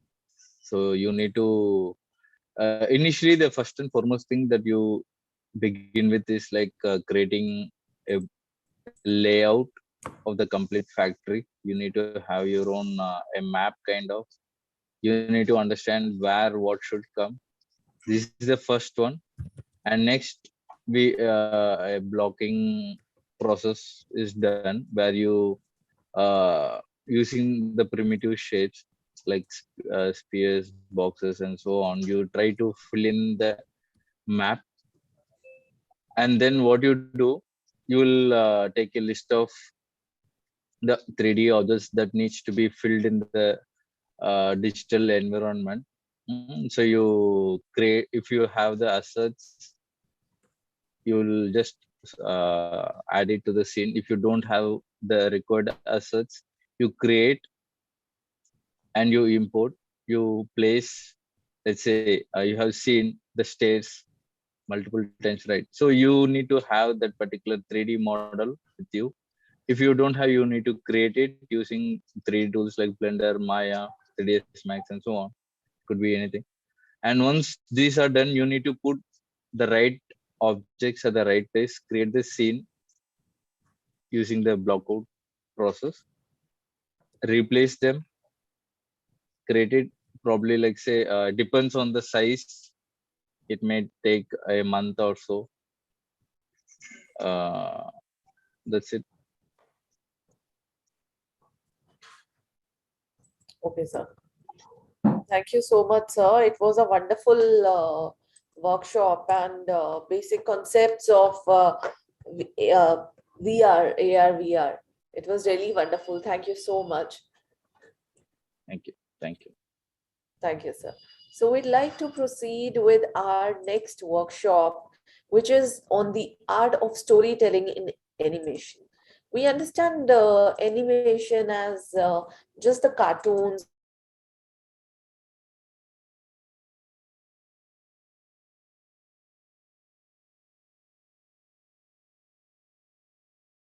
TV.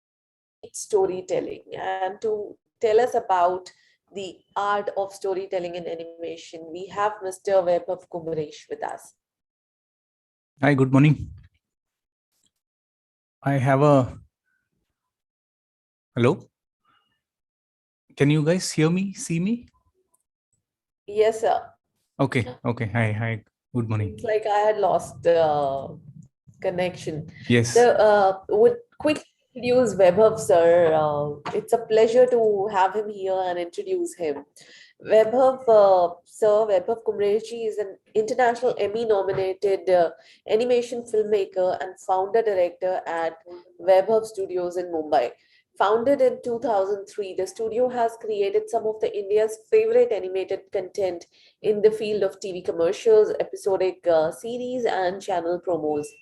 The Amaron Battery ad campaign, Chulbuli for Clinic Plus, Buladi AIDS awareness campaign for West Bengal government, the Vodafone Zoomies, Simpu, the Angry Sardar math teacher on Channel V, and Lamput, the globally acclaimed, internationally Emmy-nominated micro-short series of Cartoon Network, to name a few.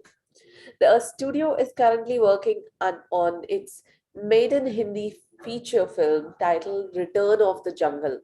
A fine art graduate, Vaibhav Kumresh ji studied animation filmmaking at National Institute of Design, Ahmedabad.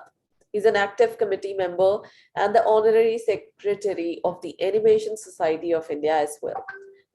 Vaibhav sir also teaches animation and is a visiting faculty at various animation and design schools in India. And trust me, I had a wonderful time when I heard him speaking on a panel discussion just a couple of days back in Pune. So, Vaibhav sir, you're most welcome on behalf of Media and Entertainment Skills Council. Thank you. Thank you so much, Pooja. And good morning to all the participants. Pooja, just one quick query. Would we have time for question answers with the audience after this? Like, I will try and wrap up my presentation sooner, because for me, the fun is when I get to interact, or, if they have any queries. So we'll open the forum for questions, and you can send your questions to me directly on vidyadan.net. And yes, we'll be happy to answer your question. Vaibhav sir has already informed that. So, sir, without wasting much of your time, I'll hand over the session to you. Thank you. Thank you. Thank you, sir. So good morning once again. See, my session today focuses, as Pooja mentioned, as the details also mention, it's storytelling. So I am basically a storyteller. I like to tell my stories in different mediums, and creating animation films is like my medium of my storytelling.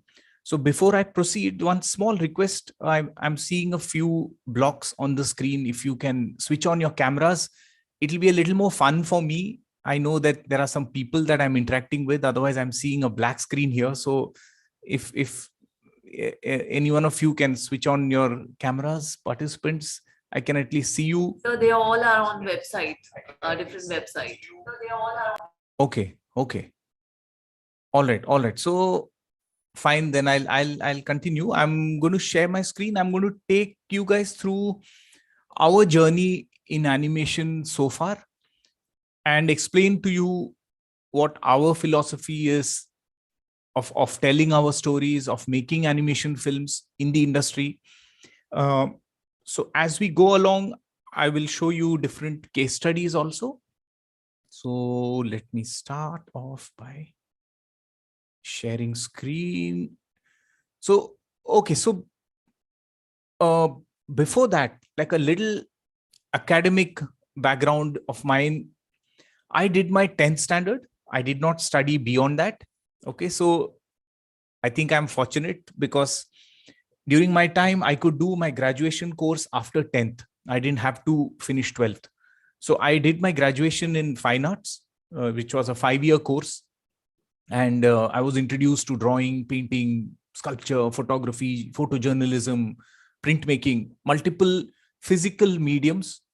And I feel that foundation was very, very useful for me going ahead. Because storytelling का ये जो कीड़ा है वो तो पहले से ही बचपन से था. I used to make a lot of drawings, lot of comics, lot of doodles. Even in my school diary, I would doodle certain things or ideas that would come in my head. So the urge to tell stories through visuals. I used to even participate in multiple co-curricular activities like, skits or dramas or elocution or different social science exhibitions, sports. So I feel animation is a very, very beautiful medium. It is an art form, first of all, and it fuses technology very beautifully. And the fusion of filmmaking, storytelling, every art form is captured within that, I feel, whether it is a visual art or a performing art. You as an animation filmmaker have so many resources, so many departments, whether it is audio, whether it's music, whether it's choreography, whether it's editing, whether it's script, whether it's within the production itself today, you have so many different ways. Like I think even the session before us was touching upon a certain specialized area of production and a new form of experience for the audiences. So everybody is going to take storytelling in their own way, use various tools that they like and tell their stories. So I'm going to very quickly take you through our journey. We are a small animation studio based in Mumbai, and we produce animation films of various formats. Some are very quick, Like some are 15-seconders, micro shots, some are 30-second TV commercials, some are music videos, some are slightly longer, some are episodic, where you tell, I'm sure we've all seen so many episodic series. So we produce episodic shows as well. Then we are also producing a feature length animation film. And what we love doing is creating our own content. In terms of our business, we probably have 25% of our revenue coming from commissioned work. 75% of our revenue comes from the IP that we create for our clients. So we are very happy doing that. Okay, so I'll continue. Just let me know if you can see my screen, and then I'll proceed. Yes, sir, we can see yours. Okay. So this is a very, very old character called Simpu. We had created this character, I think in 98, 99. This was for a channel called Channel V. That channel is no more. It was like a music youth channel. So maybe some of you, like some of the very old seniors here may have seen the channel or the character. So this was a hand-drawn character on paper. So Simpu was very popular for Channel V. He was a very popular brand mascot. Even today online, there are many films where you can watch the Simpu films. So it's all hand-drawn. The channel had a special show for Simpu as well. Then this is a stop motion TV commercial for a battery brand called Amaron. Again, it's a very old campaign. Like you can see, these are puppets, miniature puppets that we had created using like thermocol, clay, armature, cloth, physical materials, and physical miniature set. And it is again lit. So if as we go ahead, I will share some behind the scenes with you guys. Now what you're seeing on your screens is another Amaron battery commercial, but this was digital 3D. And we had collaborated with Rhythm and Hues, which was a VFX studio, a huge studio based in Mumbai. And their team had helped us with the production on this TV commercial. So there were a lot of scenes, lots of various situations in this film. It was almost like creating 7 different films in one. Like there's a DJ's New Year night. This is again another very popular TV commercial for Clinic Plus. There was a character called Chulbuli whose hair was very dirty, and then she used the shampoo. And then Electrons is a music video we created for a client in the US. It fused live action with hand-drawn 2D animation. So this was like a mixed medium project. This is another film for, I think, Kotak Mutual Funds, where we probably had to create this in 3 days. And the design style also is extremely simple. So there are various parameters in which we are working every day in the real world, in the commercial world.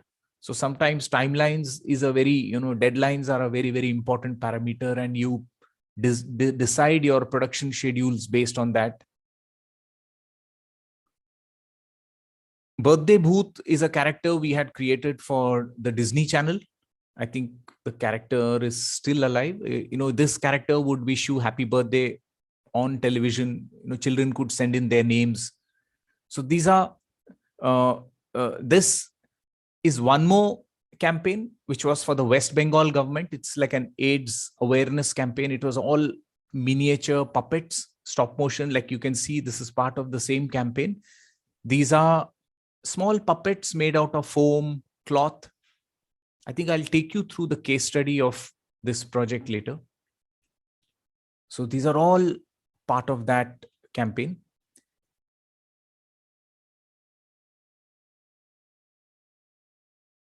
So again, it is stop motion, miniature set.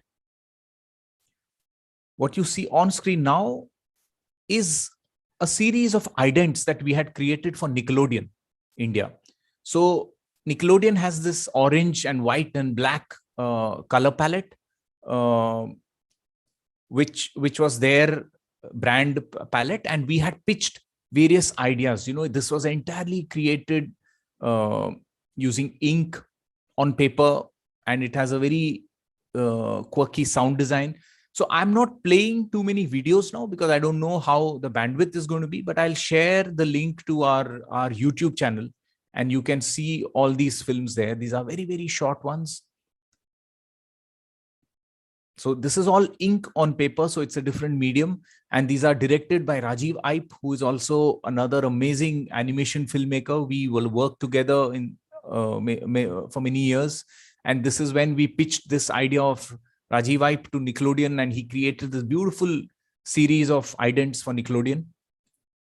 So these are all hand-drawn on paper. So different styles. Then this was digital 3D. It is a Telugu ad for a cement company. It's like a music video where the whole thing happens in the cement factory, and we showcase the client's strengths in terms of producing cement. This is a small sequence from Tare Zameen Par. I think many of you may have seen the film. So it's a sequence where the character is trying to solve a maths test. So there's a Calvin and Hobbes kind of a imaginary sequence in the classroom where he has to do 3 into 9. So, and then this, you guys would know, it's the Zuzus, Vodafone Zuzus. It was a very, very popular campaign.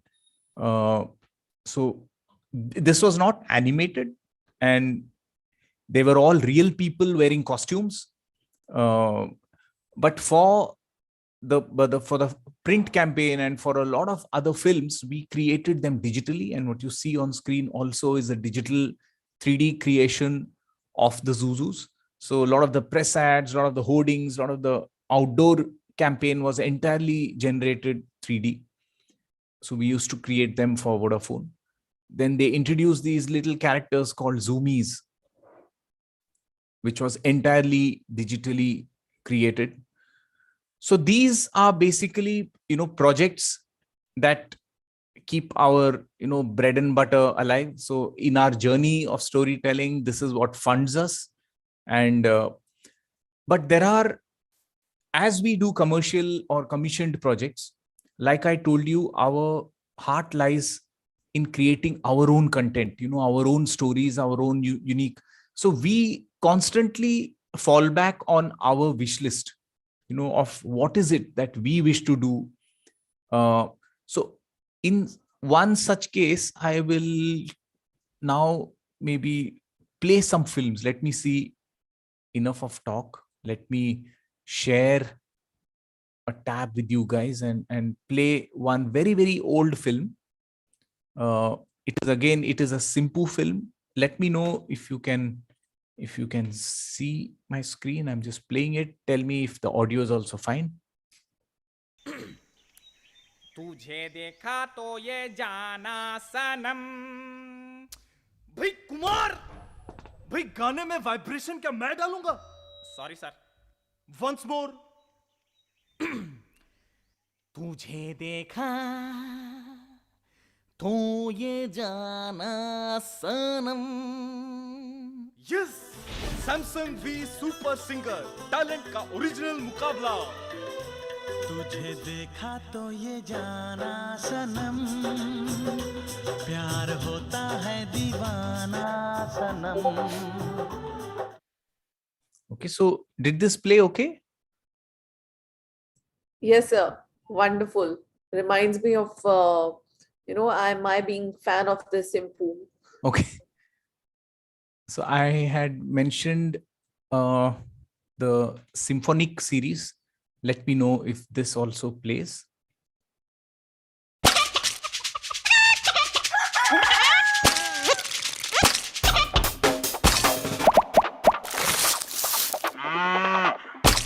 Wait.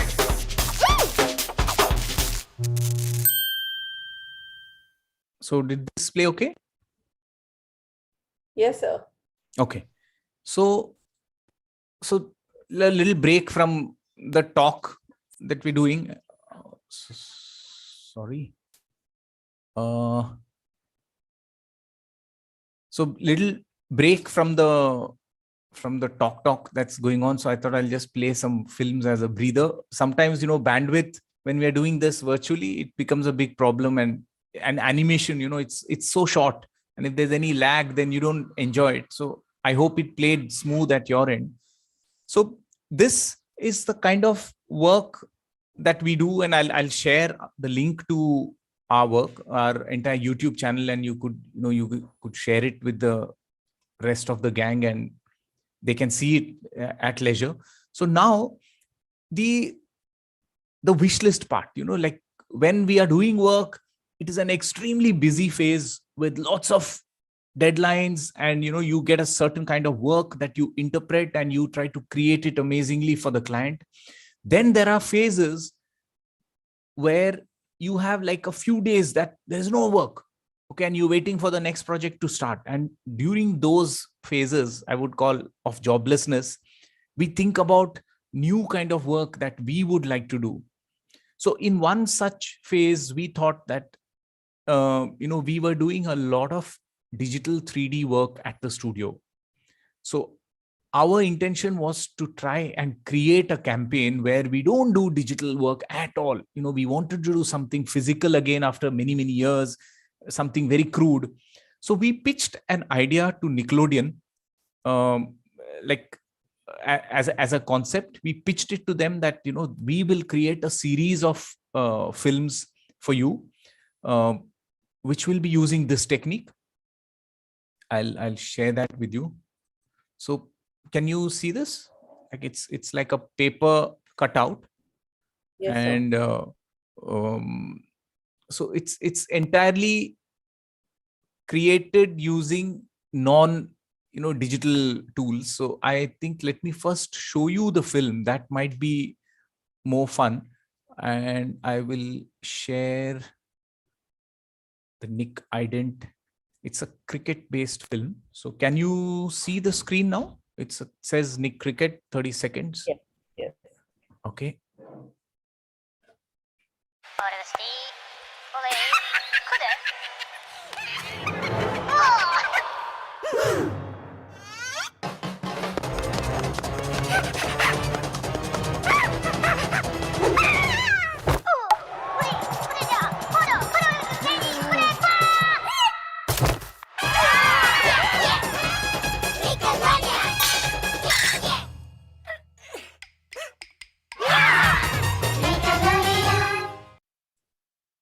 Okay, so stop this. Did it play okay, Pooja? Like, was the audio, and I hope there Yes, was no lag or something? No lag. It was good. Okay, so now I'll take you behind the scenes of this project, where what we wanted to do was use a lot of the physical mediums. So these are simple paper cutouts. So you see an example of how we told a story of a cricket match, and we arrive at the brand at the end. So these are all paper cutout pieces, kept on location. This is a small amphitheater near our studio, so we shot it on location. You can see the stumps are also very simple twigs.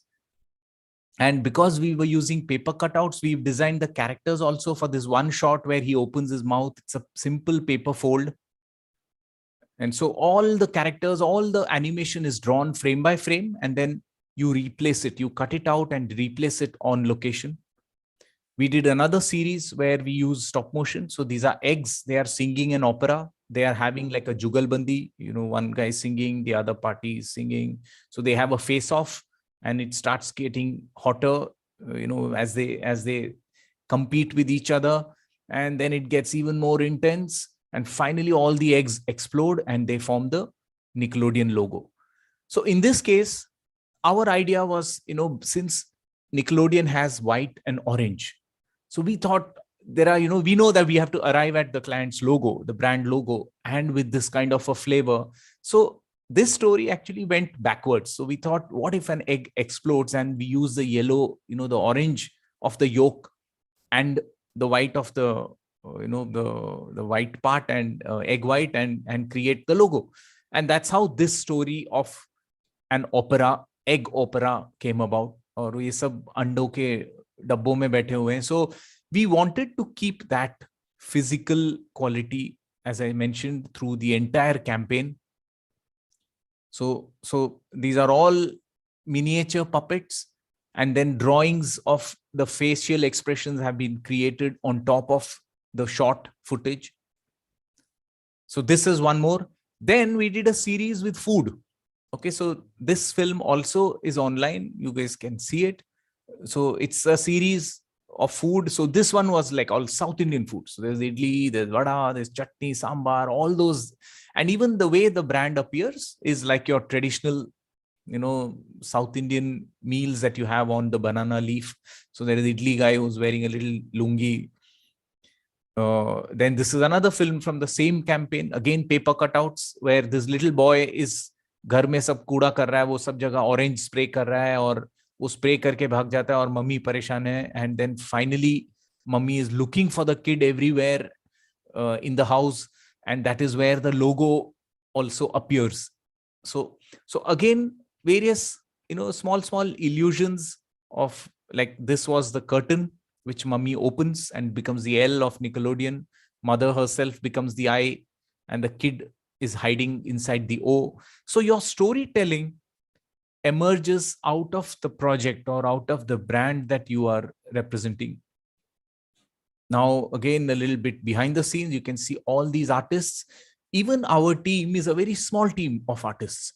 They do multiple, they are not specialists. Even though they may have certain specialized interests, they are interested in doing multiple things. And in fact, we want it to be like that. So if you see, this is Bhavesh is our technical director. Avinash does the texturing, digital 3D texturing. Rajiv does the texturing, lighting and fur as well. Tapas also is a model maker, and he does additional animation also, and he's a stop motion filmmaker too. So we are seeing that for this campaign, all the main animation was hand drawn first. Like, those who've done 2D animation will know that this is an animation ladder which indicates in betweens. So once the 2D animation is done, you can see there is a number also behind the under the drawing. Every drawing is cut out manually. Again, you see this number here, and each cutout has a little stand so that it can stand on the set. And you can see that this entire action is made out of multiple drawings. So we keep replacing each image for the animation to happen.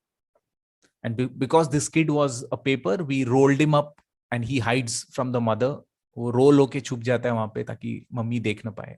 तो ये सब physical set, and just the happiness of having to use your hands and rub the pencil or the charcoal on the character. It's a very beautiful feeling. Now the next film in the same series is called Rock Band. As you can see, they're all rocks and they are playing a band. So ये सब छोटे छोटे पत्थर हैं. ये character भी एक छोटा सा पत्थर है, और ये एल्यूमिनियम वायर है जिससे पीछे फेंस बनी हुई है, और ये जो सॉफ्ट ड्रिंक्स के जो ढक्कन होते हैं उससे उसको फ्लैट करके ये ड्रम्स के जो सिंबल्स हैं वो बनाए हैं. ये एक रुद्राक्ष है जो उसका माइक है. And they're all rocks, okay, and they are the singers, and even the crowd is all rocks. So it's again a fun film which ends with the Nickelodeon logo, like it's lit up as if it's a live concert. And like I said, it is a rock concert. And like here, one small trivia, like this old lady who is a rock concert fan, she's come with a wheelchair and the drips. And if you can see, the drips is nothing but a Fevikwik ka tube. जो Fevikwik का tube होता है, because these are all miniatures. We need to think of multiple props and arrive at a solution for the films. So this is like an entire set where the concert is happening. And there was this shot where there is a fan who is crying in the rock concert and the tears are coming out. So how do you make a rock cry? So, in this, we created a thermocol model. It's not an actual rock, it's a fake rock, and अंदर से सब tubes हैं, pipes हैं, ऊपर में एक छोटा पानी का bottle है. And when we were shooting, the water flows out live. So let me see if I can I can show you this film, then you will probably enjoy it better. So just give me a second. I'll show this film, which is Rock Concert.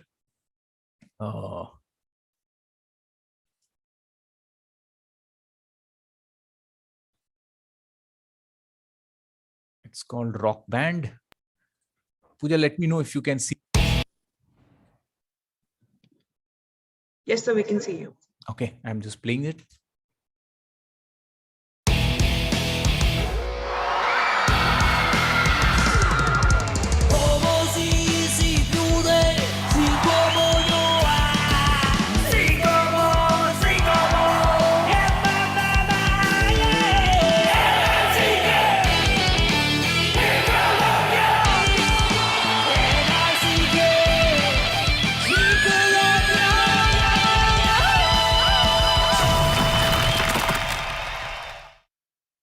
Okay, so that was a rock concert.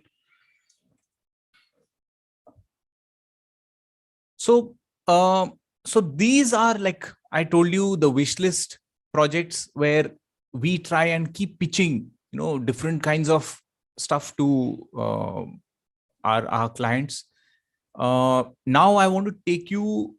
Okay, we have what, half an hour more. Okay, I will share another pitch, which is a very, very interesting pitch, which I feel we should share today. It's another show called Lamput that we had created for Cartoon Network. Again, it is a pitch that was born out of joblessness. So can you see this, Pooja? Can you see this image? Yes, yes. So this says 2014, but we created this, I think, in 2012 or something. And so Lamput is a gooey orange nutcase who has ran away, escaped from the asylum. And there are these two medical cops who are trying to get him. But the problem is they can never get him. Why? Because Lamput is a master of disguise. तो अगर वो वहां पे है तो भी आपको पता नहीं चलेगा कि वहां पे लंपुट है. So every time, these guys get to him, he will innovate like a unique way to just escape right under their noses. So ये इस शो का बेसिक प्रेमाइस है. कहानी का जो बेसिक ढांचा है वो ये है कि लंपुट हर बार भागता है, इन लोग का काम है कि उसको पकड़ के लाए. तो उसके साथ we had written these 3 rough stories की पान शॉप में क्या होता है, मैनहोल में क्या होता है, ऑरेंज स्ट्रीट में क्या होता है. तो यही चीज है एग्जैक्टली दीज 1 2 3 4 5 6 7 8 9 10 11 12, ये जो 10-12 इमेजेस हैं, यही हमने कार्टून नेटवर्क को पिच किया था. So let me, maybe I will share some films with you. When we shared this with Cartoon Network, when they saw the idea, the pitch doc, they were very excited and they wanted to test it out कि यार ये ठीक है, ये idea तो आप pitch कर रहे हो, बट ये फिल्म में कैसे बनेगी. तो उन्होंने कुछ एक पायलट कमीशन किया, like a pilot is a test project. So we made 15 seconders. Okay, these are very, very short fillers. So I'm just showing you some of the very early set of Lamput films that we had created for Cartoon Network. I'm playing them.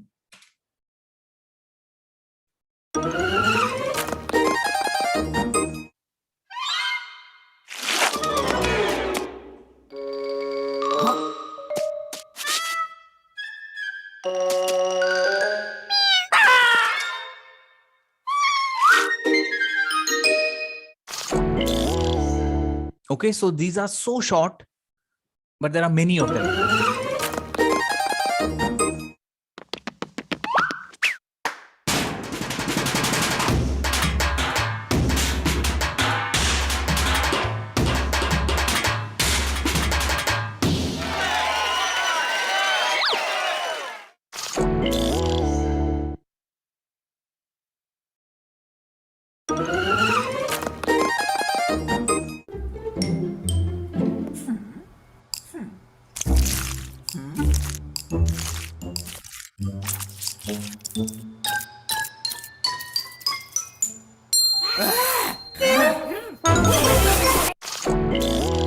So that little pitch of these guys trying to catch them, it continues in all the stories.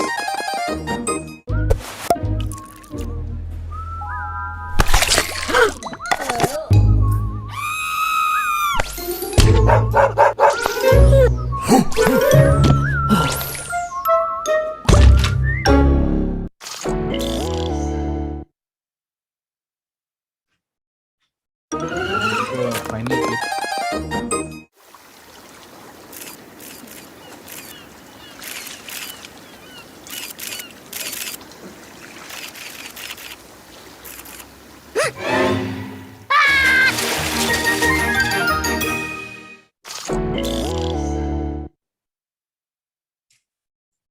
Okay, so I will stop this here. Pooja, did they all play okay? All the films?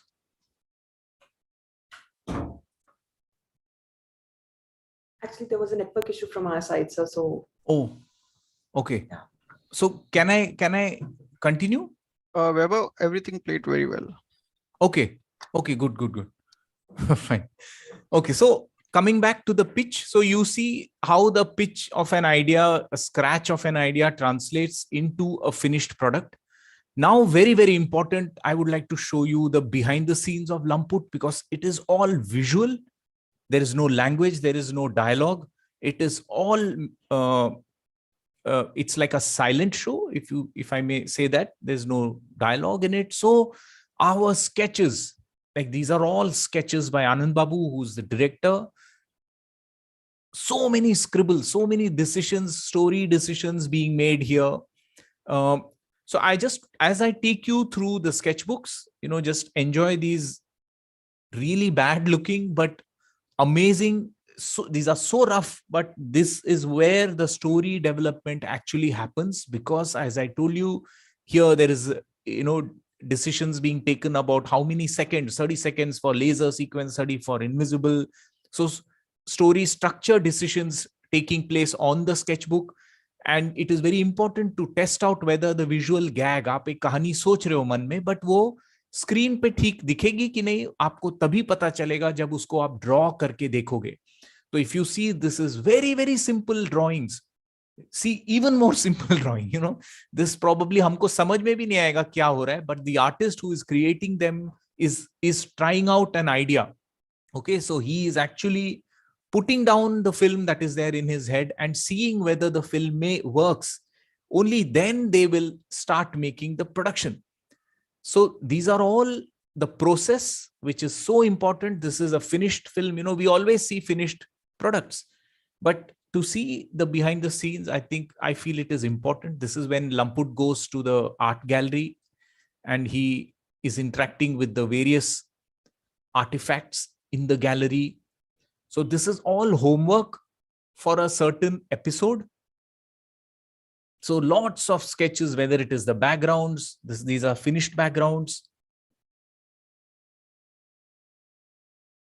This is where the thief is running away with the jewels and Lamput has to stop him. So what you saw here is a rough sketch, and this is like the finished version in the final film. So various ways in which Lamput tries to stop the thief. तो ये सब explorations, brainstorming हो रही है. तो सब कहानी जो है वो images और doodles और sketches के जरिए बन रही है. बहुत बार हम लोग टेक्स्ट में कहानी, स्क्रिप्ट हम लोग टेक्स्ट के जरिए नहीं लिखते हैं. हम लोग लंपुट में काफी हद तक जो कहानी का एक्सप्लोरेशन है वो इमेजेस के जरिए होता है.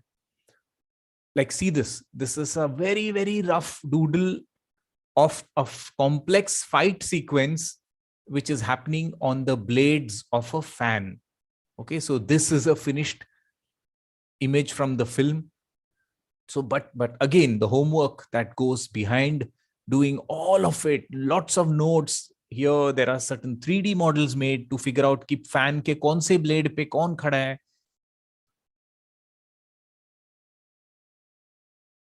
Okay, so now this is Anand Babu, who is directing Lamput, who works on the, we are all like the core team that, the people behind it, the process and the people, most important are the people for us. So like, as I mentioned, Anand Babu is the genius that's creating Lamput now. It's in the 4th season. I would like to add that very, very happily. Like right now we are producing the 4th season. So it's all hand-drawn in the traditional way with keyframes and then in-betweens. This is Ganesh Kotale. He's a fine arts graduate from Kolhapur, and he paints some of the beautiful handmade backgrounds. And along with Ganesh, there is Abhilash Narayan also, another very senior artist. This person is Rotosha, the guy on the right. He composes music, creates the voices, does the sound design. Then we also have Advait Nemlekar, who is another amazing music composer who has been creating music right from the beginning for Lamput. I'll introduce him later in the images. So this is all of us sitting and brainstorming concepts, because एक season में मान लो हमने 50 फिल्में बनाई है, तो 50 कहानियां आपको क्रिएट करनी है. So it's all of us hanging together. So Advait, as I mentioned, has been handling all the past 3 seasons. Advait and his team of, they are doing the sound design, music, voicing. There is Inspidia in Malaysia, which is a studio that does a lot of the animation production, like the ink and paint, the in-betweens, the compositing is all done in the studio in Malaysia. And these are the guardians of Lamput at Cartoon Network Asia Pacific. जिनके नाम fade हो गए, वो अभी फिलहाल cartoon network में नहीं है, but these are the very, very important artists who supported Lamput in the initial years and who are guiding Lamput. And I want to add Carleen, who is currently, the chief guardian of Lamput at Asia Pacific. So Lamput is a very short series. तो उसमें and credits का कोई chance नहीं होता है, तो हम लोग फिल्मों में ही लोगों के नाम लिख देते हैं. लाइक आप देख रहे हैं यहाँ पे कि रोटो शाह ने म्यूजिक बनाया, तो उसके नाम का पोस्टर है. यहाँ पे पुनीत और गोकुल ने काम किया है, तो उनके नाम यहाँ पे डब्बों पे लिख दिए हैं. दिखा बरुआ ने काम किया है, तो उसका नाम है यहाँ पे. और जो पासवर्ड है वो है गोकुल एंड दिखा, तभी वो दरवाजा खुलेगा. और ये नीचे जमीन के अंदर दीपांजन है. और न्यूज में भी इन लोगों की तस्वीरें हैं. बैग में अपर्णा का नाम है. और सक्षम और ईशा जो इंटर्न्स थे हमारे साथ, उनके सम्मान में एक पोस्टर है. तो ये खुद सक्षम है जो एक फिल्म में ऑडियंस की तरह बैठा हुआ है. तो ये जो है, this is the background amazing artist Abhilash Narayan that I mentioned. This is actually Abhilash Narayan. Okay, so एक इजिप्शियन म्यूजियम की कहानी में उसने अपने आप को ही एज अ किंग डाला है, and he is using this Wacom का stylus. He is the pharaoh. So this kind of fun, there's lots and lots of images that I can share here. It will go on and on. Important information also we keep adding here. Like this image is is a lot of fun for me, because this is the entire Inspidia team. If you zoom in, this is Chris, there is Ikmal, there is Faisal. So these are all our teammates. Andrew Ui, CJC. So दीवारों पे उनके नाम है. So wherever possible, we give credits. When Tapas and Monimala got married, उनके नाम का एक symbol था दीवार पे. जब भावेश पिताजी बन गया, तो वो लंपुट के न्यूज़पेपर में अनाउंस हुआ था डेट के साथ. So this kind of fun we have a lot during work. So this is like, let me see, we have a little more time. I want to keep time for the questions also. So I will quickly go to the a final stage. So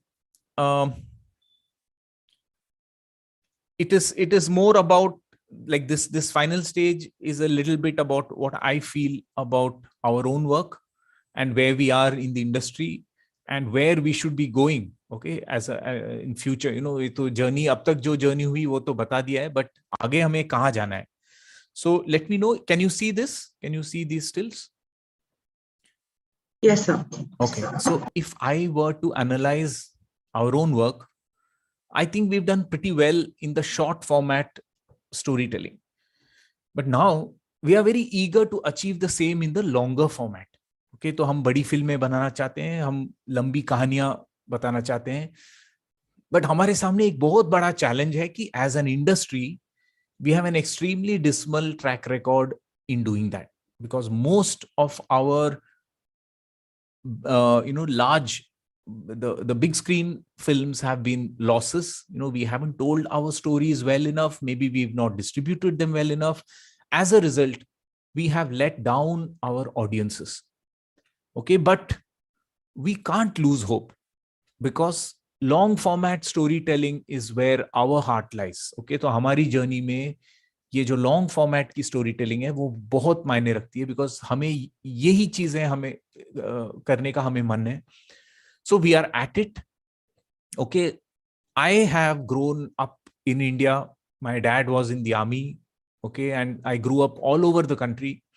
So like how a plant absorbs minerals, nutrients, sunlight, water, whatever is around it. Okay. उसके आसपास जो रहता है उसको absorb करके एक पौधा, एक यूनिक पौधा या यूनिक फ्लावर बनता है.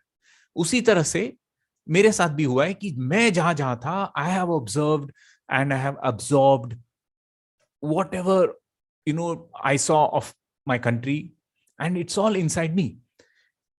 But and as a child I was exposed to some beautiful films, stories that I grew up on, and I don't see that today on the mass medium. Indian original content, I see very little, whether it is television or OTT. And in the industry, it is very important for me to make this point in this platform, because I feel 90% of our industry is engaged with outsourced work. We are bringing in foreign exchange, which is good. For the last 2 decades, we've been doing that. But I feel we are not making films for these guys. We are making films for the entire world. But we are ignoring them. And I feel that this audience is so huge. Our Asian Indian audience is a very huge market, in my opinion, because they are all over the globe. आप south Africa जाओ, आप Latin America में जाओ, आप Canada में जाओ, US में जाओ, यूरोप में हो, गल्फ कंट्रीज में हो, साउथ ईस्ट एशियन कंट्रीज में हो, ऑस्ट्रेलिया में हो. We are all over the globe. Then if I don't make films for my audience first, then who will? So that is something which drives us very strongly. So local is what I know. Okay, मैं local फिल्में बनाना मुझे पसंद है, और हमें as a studio, there are multiple directors in our studio. We all have our own wish lists, our own visions. So local is what I know personally, and I would like to tell my stories for my audiences first. And if a global audience loves it, that is a bonus for me. Today we talk a lot about going global or local or glocal. ये सब बोलना बहुत आसान है, but till we prove that we make a financially profitable, successful product, it is very difficult even for me to, say that this is what we should be doing. But on this platform, I want to say that this is what I like to do, and this is what I know. So we are producing a Hindi feature film, which is called Return of the Jungle. Or that motivation behind creating the film is this, that it is primarily meant for our audience. And if a local audience, a global audience also enjoys it, that's a bonus for me. But I will sincerely hope that that film connects with our local audience first. So that is what our entire team, it's a small team of 17 log hain. And on this note, I will end the presentation and I'm open to question answers. So this is where our journey is. I think 5 months from now, I'm very happy to say that we will be able to screen our film, our feature film. We have again produced the whole film ourselves, entirely funded it. And these 17 people have produced an entire feature film. It's a Hindi feature film. And hopefully in our next meet, or maybe sometime in future, once the film is done, I'll be very happy to screen it, with all of you. Because like I said, it's meant for the local audience to consume first. So on that note, Pooja, like I will end my journey. And if there are any questions, I have a lot to show. We can go on and on, but I am equally keen to hear from you guys. If there are any queries, let it be interactive. So I think we have about 15 minutes. Yes, sir. So first, I must appreciate and I was mesmerized with the work. You've taken me to the era of Nickelodeon and Simpu. It was like wonderful looking at Thank your you. videos. Thank It you, was Pooja. really good. Uh, Coming to your upcoming feature film, I'm sure like it will be a wonderful movie and we all are going to watch it.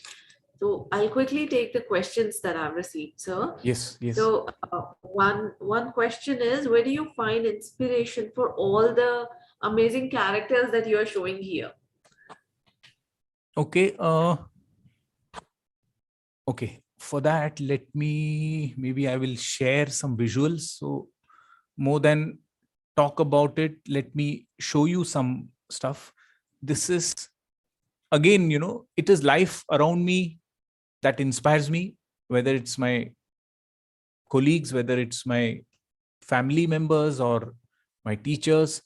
This is my sketchbook. In our fine arts, our teachers used to encourage us to sketch from life, which means you observe real people, whether you are traveling in a train or in a bus stand or at the fool market or at the airport or wherever you are. Like you can see that this is 2003.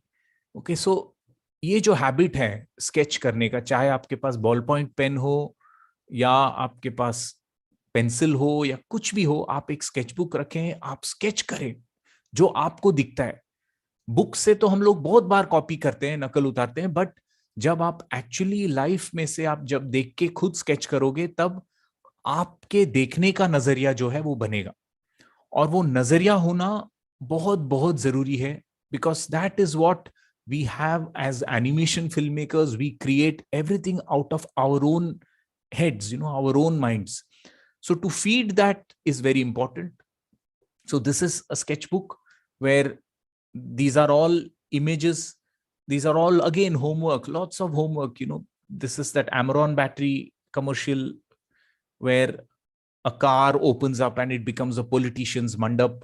So we are figuring out कि car को कैसे हम लोग एक politician के मंडप में convert कर सकते हैं.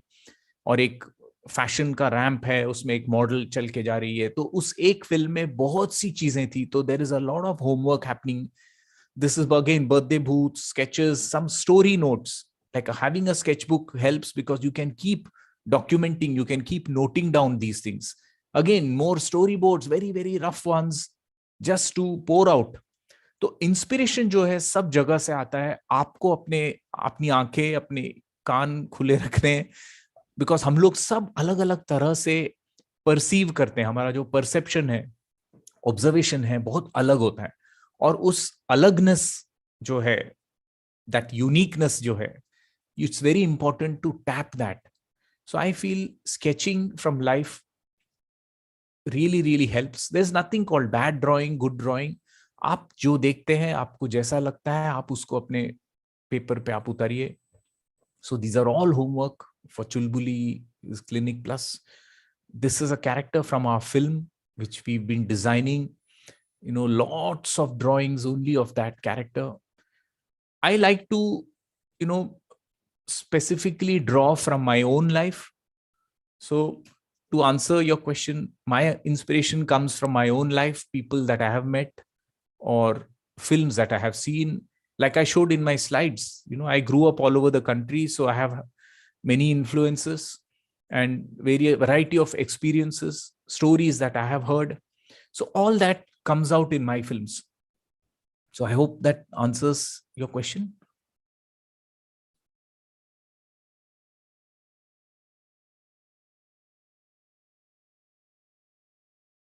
Pooja, are you there? Yes, sir. Yes. So your sketchbook is also wonderful, and the characters that you've been making. Your point was absolutely, and I completely agree to the point that everybody has a different vision and different way of looking at things. So I'm sure the question is answered, and we'll take last one question. What are the major story elements a student must take while creating memorable characters and the character design, the character and the designing, concept design? Okay. So the first part, like of creating a story, I would say for a student or for any storyteller, the first step is, what is that thought that you want to tell through your film? What is it that excites you, or what is it that is urging you to make a film? Why do you want to make the film? Your clarity is very important, where it could be that the story is very engaging, or it is something that is very close to your heart, or it's a music that inspired you, or a particular character, or the way the character has certain traits, that inspired you. So the inspiration could come from anywhere, but it's very important as a first step to identify that inspiration. You should be aware why you are making that film, or why is it that you want to make that film. That is number one. Now, coming to characters, see, characters are not independent characters.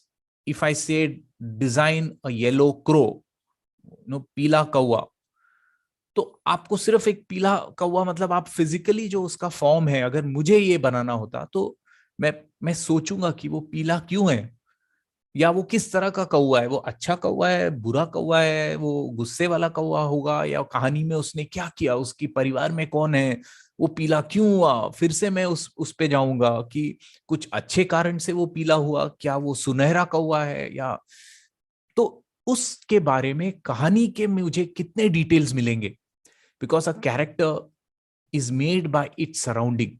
So even a situation or a story moment influences a character, and the character also influences the story. So many times, like always the character and the story go hand in hand. Both inspire and change each other. So when you're designing characters, I always draw from my own experience. If I base a character on somebody I know, then I can build the character better, because मुझे उस character के बारे में मालूम है. So I would recommend that you do the same thing. Like if you are aware of the character, if you're not aware, then study or make yourself aware. We do research, or we do little R&D primarily to do that. Like when there are certain subjects that we are not aware of, पहले हम उसके बारे में जानकारी लेते हैं, and then we base the story on that. So that would be my approach to characters. So I hope it's of help to you guys also.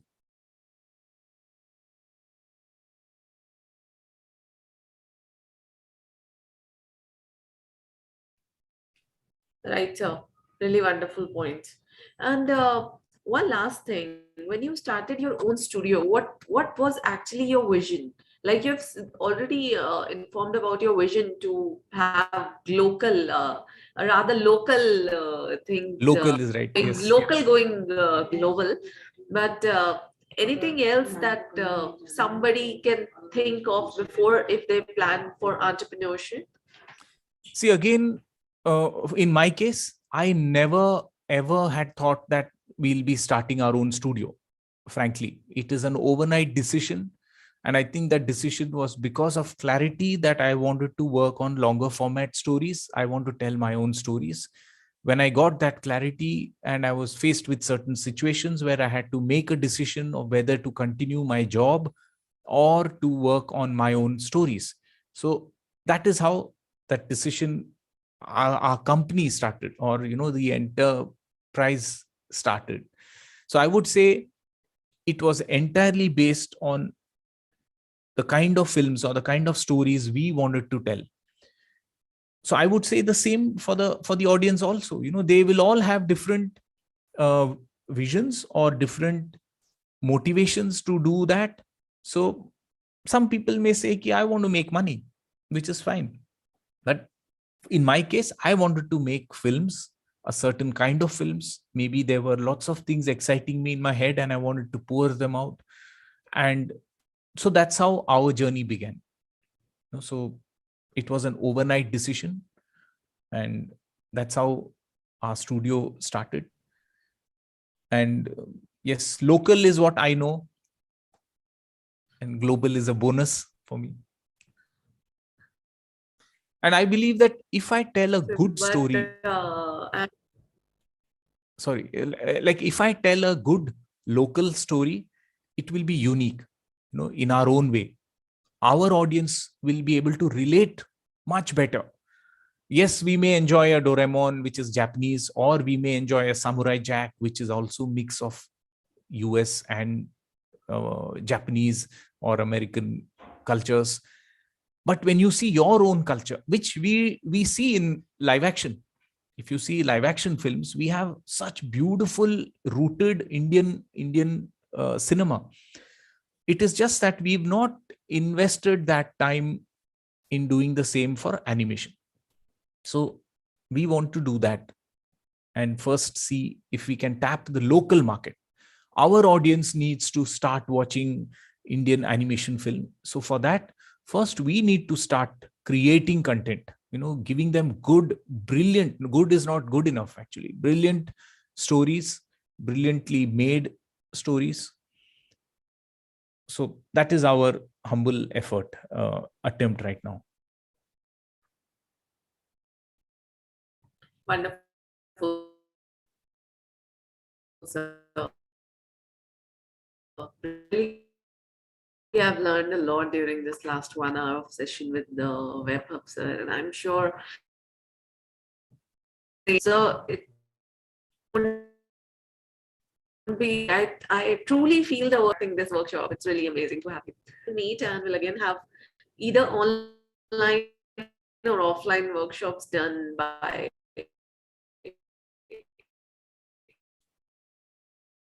web.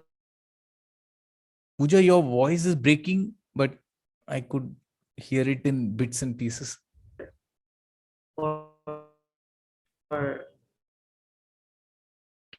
candidates, for students.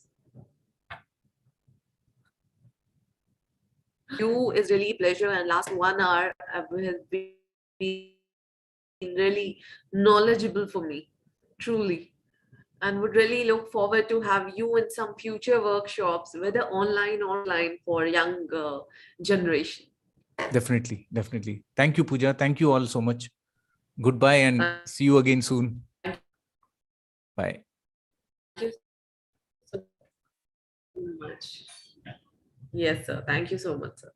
Beautiful content, having Simpu, having Zuzus, having Nickelodeon, which has taken us to the other era that we have crossed. Now we'll move ahead with the photography. Yes, nowadays everybody's using camera, everybody's using mobile, social media is looking for good photographs, and there is a man who has a magic in his hands. The moment he captures a picture, the character or the place or the artist, they become beautiful. And that is none other than Mr. R. Prasanna,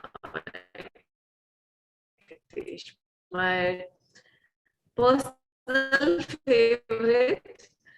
And I can first, and then we'll give most welcome. So happy to have you again. Prasanna sir, can you hear me? Okay, so by the time Prasanna sir responds to me, I'd like to tell you Mr. R. Prasanna Venkatesh is a certified master trainer and certified master assessor from NSDC Entrepreneurship and Professional Skill Council and 50 photography workshops, specializing in people and photography. R. Prasanna, photographer in South India. His clients include Sony India, Phoenix Market City, Swatma, Swasa, Velmamal Hospital, SSVM School, Priya Gold Sunflower Oil, Jayachandran Gold Cows, Jayachandran Textiles, Adyar Ananda Bhavan, and there's a huge list. He's been a photo mentor as well, and he has been our Vidyadan guru for quite some time, and he's been conducting workshops for all of us. So good to have Prasanna sir with me today. There's some connectivity issue, I guess. That's why he has dropped. So Prasanna sir is one artist. When we actually invite him, he never refuses. He He's always willing to guide, and he's a very good mentor. You must check out his previous sessions on vidyadan.net, and they are also available on our YouTube channels. Plus, he is an influencer as well. So having Prasanna ji here on this workshop is a great pleasure for me today. He sent a message. He got some technical issue. He's joining back. So, talking about upcoming workshops after Prasanna sir's photography workshop, we will have Mr. Dilip Suthar with us talking about gaming pipeline. Gaming industry is booming, and there's a lot to do and a lot to learn and a lot of progress which is there in the gaming industry, which that we'll learn at 2 o'clock. By the time Prasanna ji joins, I'll also like to inform about World's Youth Skills Day today. This is the day when actually the youth is celebrated with the skills. The skilling and its combination to youth is simply marvelous. A younger generation now, they get to know that skilling is the key to success in future. So he's joining. He has got some network issue. And in the meantime, I'll share the information about our upcoming webinars. So as I've mentioned about upcoming session with Mr. Dilip Suthar on game art creation pipeline.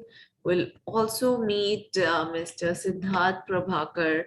He'll discuss about skill development for professional success. It is indeed a need of an hour today to be skilled. तो like हमने पहले भी बात की है, हुनर है तो कदर है. तो उस हुनर को दिखाने के लिए we all are getting skilled, and of course the government is supporting skill development in a different way altogether. There is a huge demand in the industry, and there is a huge support that everybody is getting from industry and academia. Plus, we'll be having another photography workshop from 4 to 5, which is with Mr. Ritesh Taksandeji. He is going to show us skills to do photography and filmmaking using our mobile phones. So they will be doing mobile phone filmmaking from 4 to 5, and 5 to 6. The closing of the session will have DJ Navdeep Ahuja. He's with Patsav, and he is going to join us for the DJing. Let me try and help Mr. Prasanna to join the session. So we'll take like a couple of minutes for that.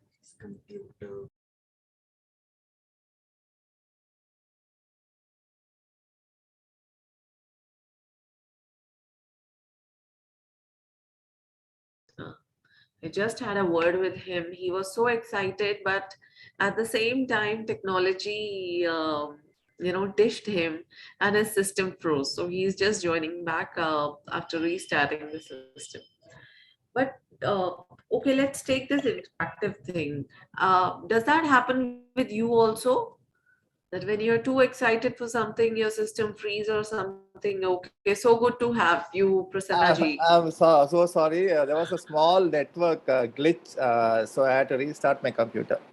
So I think no worries. But in the meantime, I have spoken about you. I have spoken about the upcoming sessions, and of course, I've spoken about how helpful, supported you have been always. Plus, yes, the magic you have in your hands to make make people look more beautiful when you click their picture. Thank you so much, ma'am, and thanks for the opportunity, and happy World Youth Skills Day to everyone out there.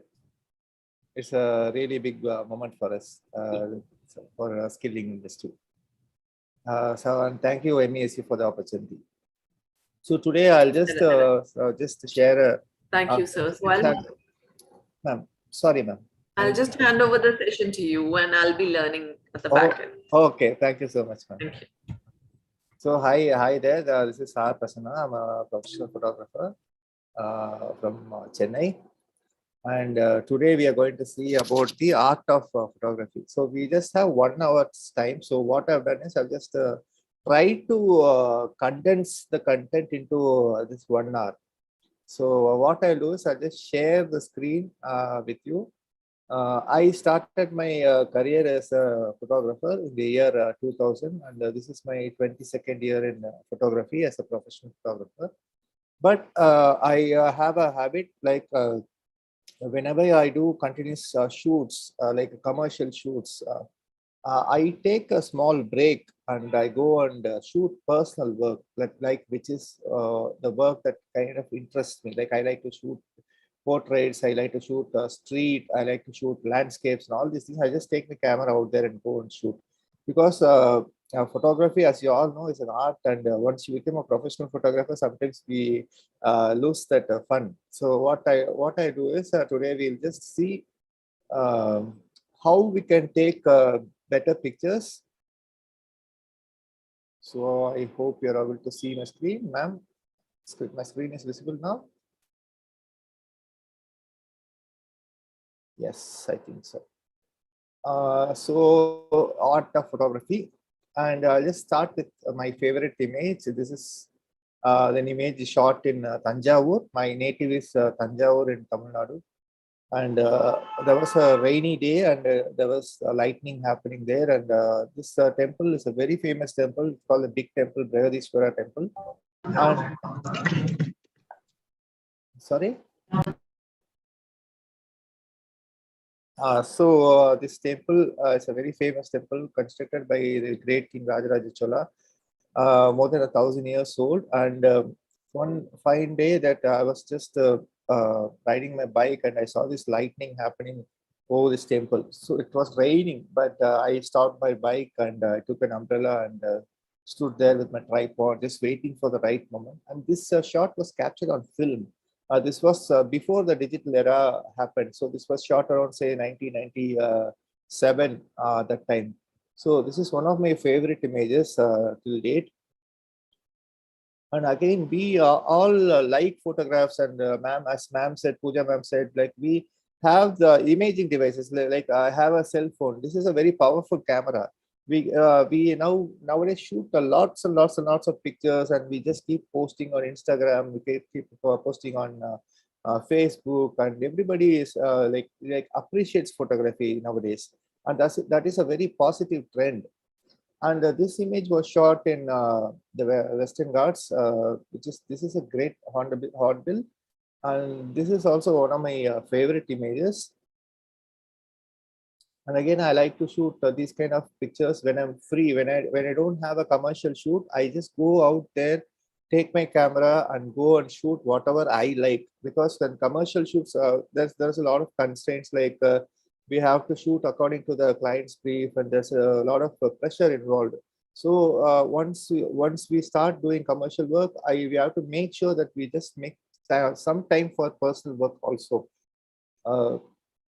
So these are all some of my images which I've shot. This is a waterfall. It's a very unexplored area of Valparai. This, of course, is Hogenakkal. This is in Tamil Nadu, Karnataka border. And this is like the great migration of the salmon fish in US. The same thing, the same phenomenon happens in India also, in Tamil Nadu, when there is a place called Kallanai or Grand Anikat, where these fish jump against the tide and they shoot. They keep on jumping against the tide, and that's a very exciting sight to watch. Like you see, like thousands of fish doing the same thing again and again. So that's a very exciting thing.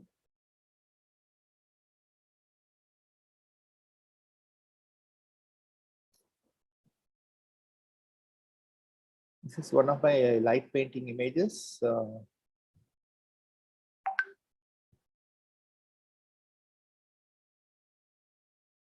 So photography, as we all know, is an art as well as a craft. It's not only art. I come across as a trainer, we come across lots and lots of people every day during our training sessions. Some of them are extremely creative, like they know the entire composition rules, they know the entire with the composition rules, the entire lighting, the entire the creative part. They're very, very strong in the creative part.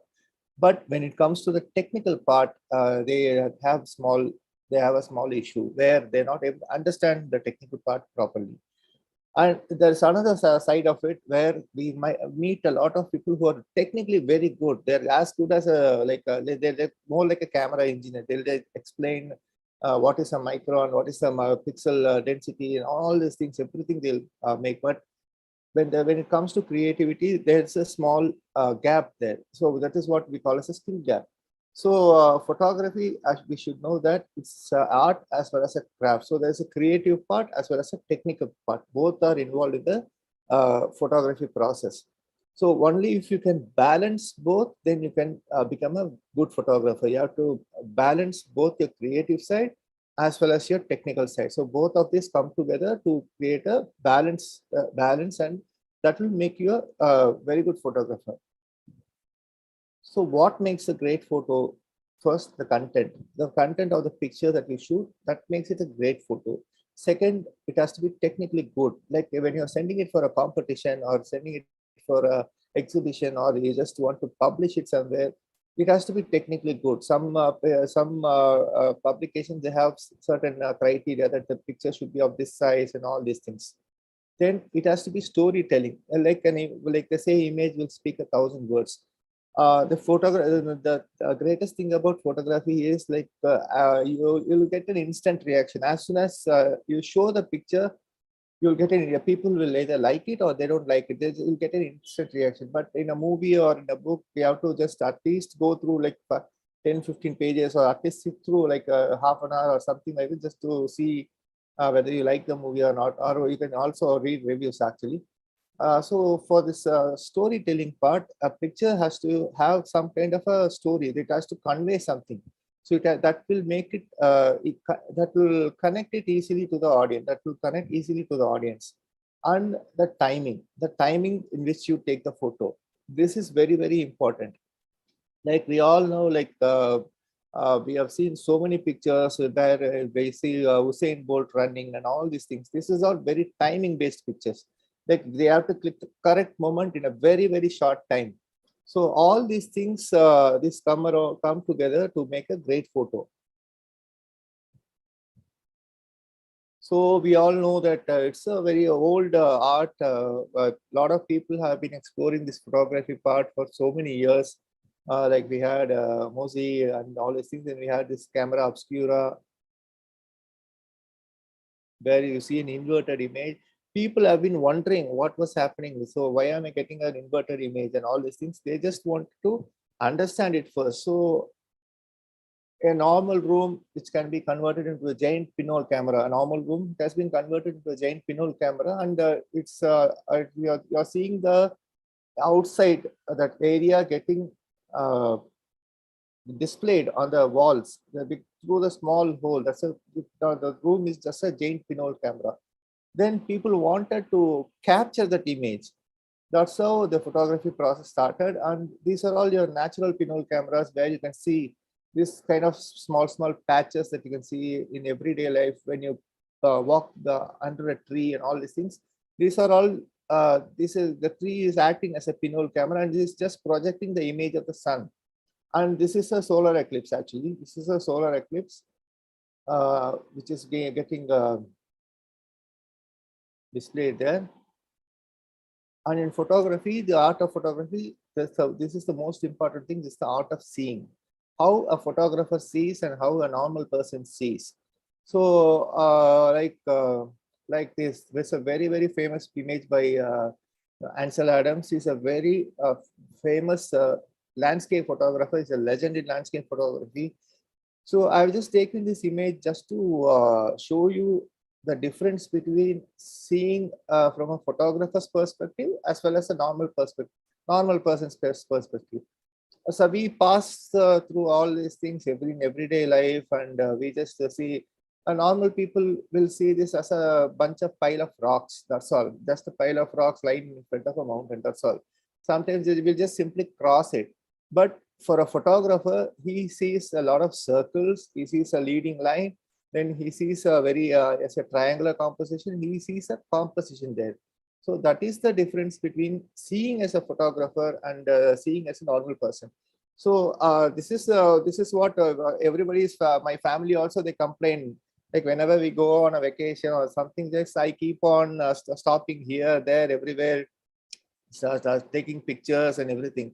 So they just ask, what is so special? What is that? You're just taking a picture of a plant. What is so, what's happening there? What is so special about it? And all these things, everybody will have these kind of doubts. But thing is, like, we have to see as a photographer. This is another famous image by a very famous photographer, Edward West. It's just a capsicum. If you just walk through a supermarket, you just find all these capsicums lying around. We just cross them just like that.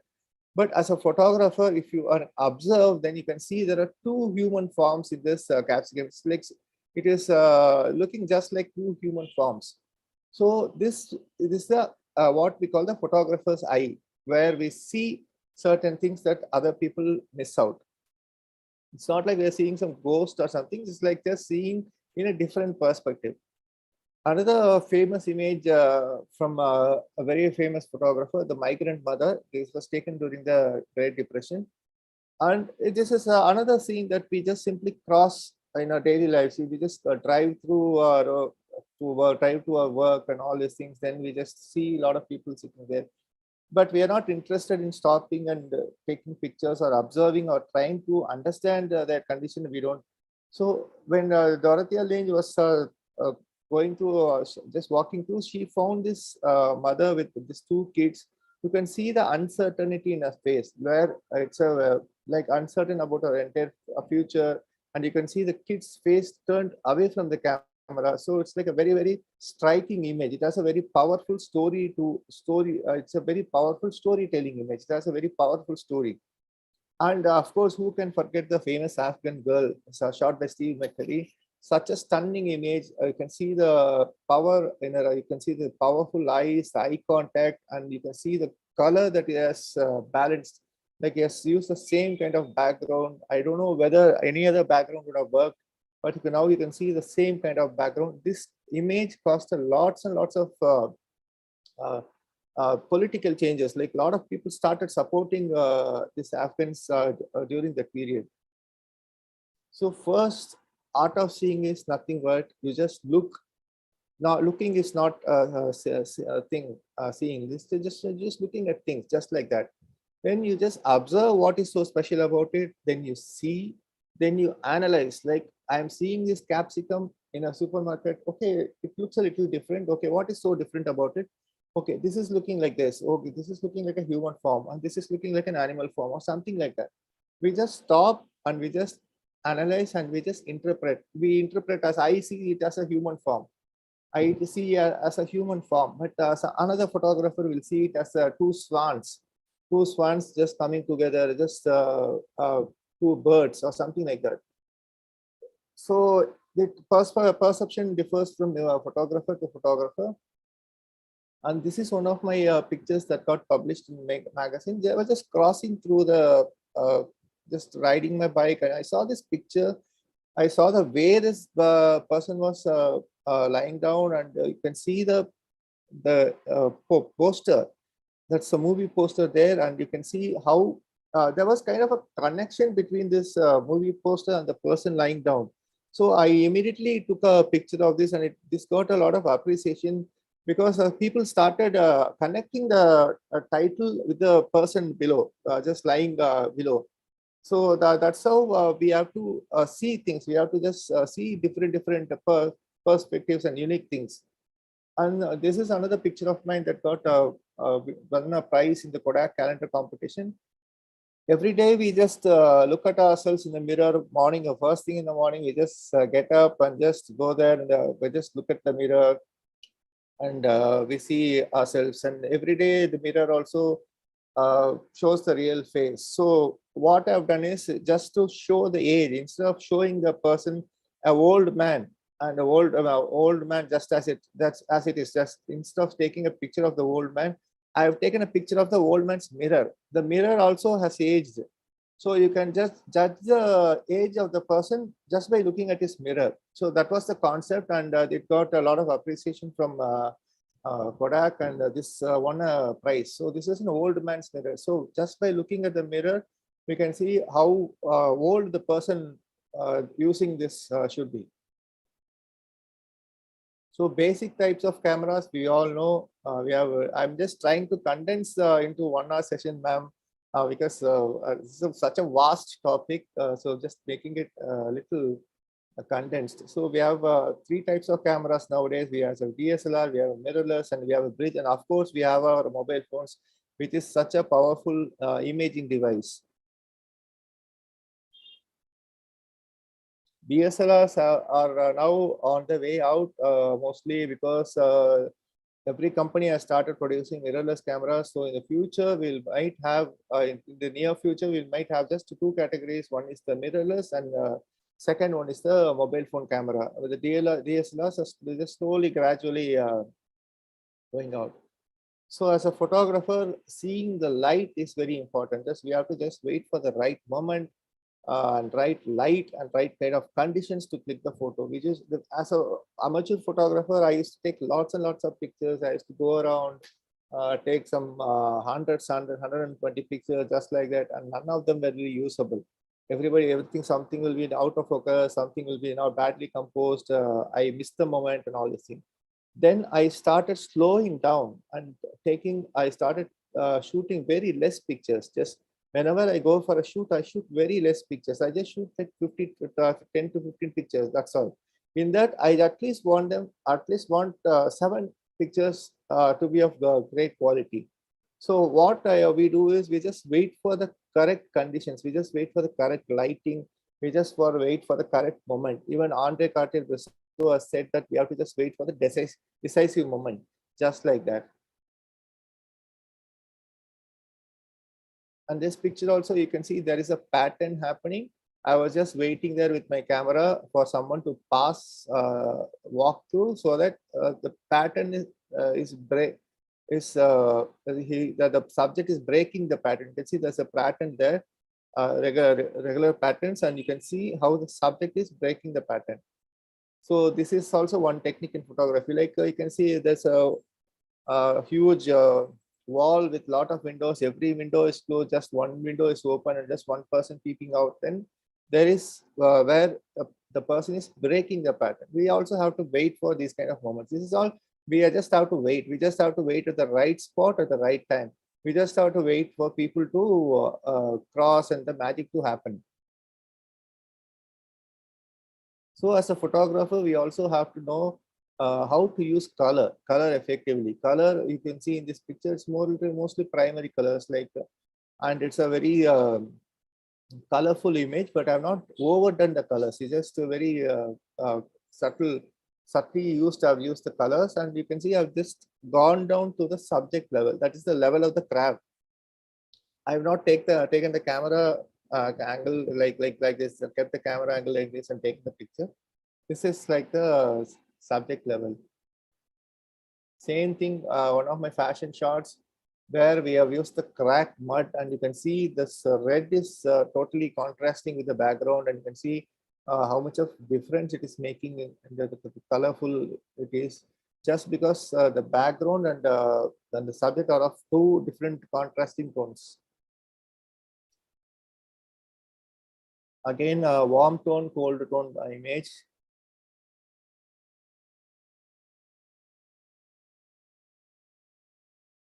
We just have to wait, and we just have to wait for the correct light. And whenever you want to go out on shoot, you can go early in the morning or late in the evening. I normally go early in the morning so that we get a lot of interesting. The light is very good, and get a lot of interesting things.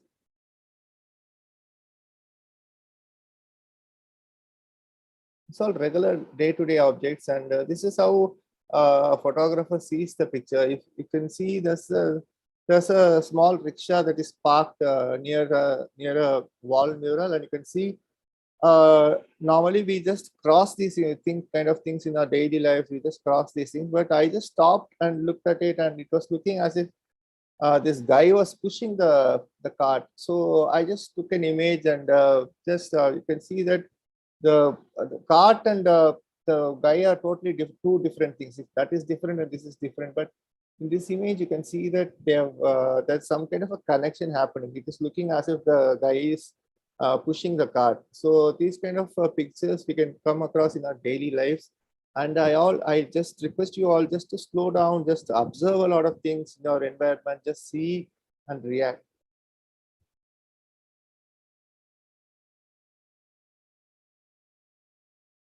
I've used monochrome. This was shot during the 2004 tsunami, I think. This temple got totally toppled, and this is in Trancobar, that is in South India, in Tamil Nadu. This entire thing had fallen off, the entire temple had fallen off, it crashed into the ocean because of the tsunami. And the reason why I wanted this in black and white is I just wanted the viewers' attention only on the subject. Okay, why? Because we had a green color algae on the rocks, then the water color of the sea, everything that was bluish, and then we had in this area we had houses which were painted in brighter colors. So all these things we had they were distracting from the main subject. So what I've done is I've just used the black and white, and I've just made sure that the attention is only there on the subject. The horizon is a little tilted because I was standing on a very unsteady ground. But again, this is one of my favorite images. This is a very common rule in photography. Nowadays, most of us don't even follow this actually. But just anyways, you just have to just learn this, just know about it. It is called the rule of thirds, where you place the subject in one of these intersections.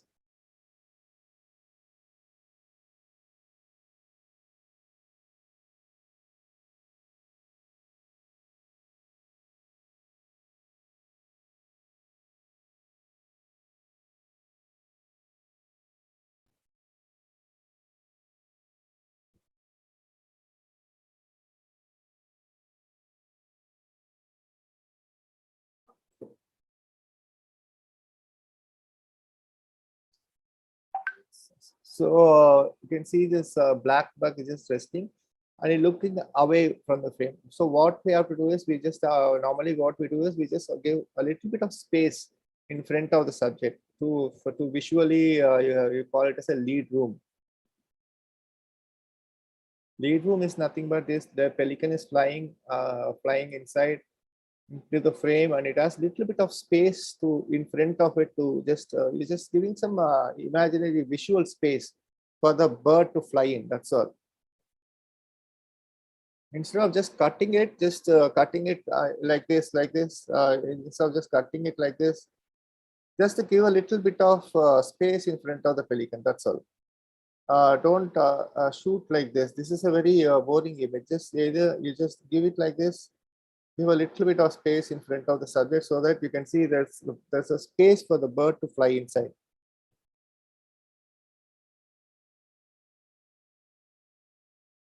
So another picture shot in Wayanad, you can see there's a little bit of space for the jeep to come into the frame. So all these things we call it as lead room. Another image of mine, this got published in National Geographic Daily Dozen.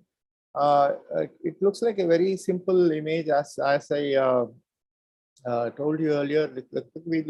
We regularly come across these kind of things, people selling in traffic signals, and we see kids selling toys in traffic signals, all these things.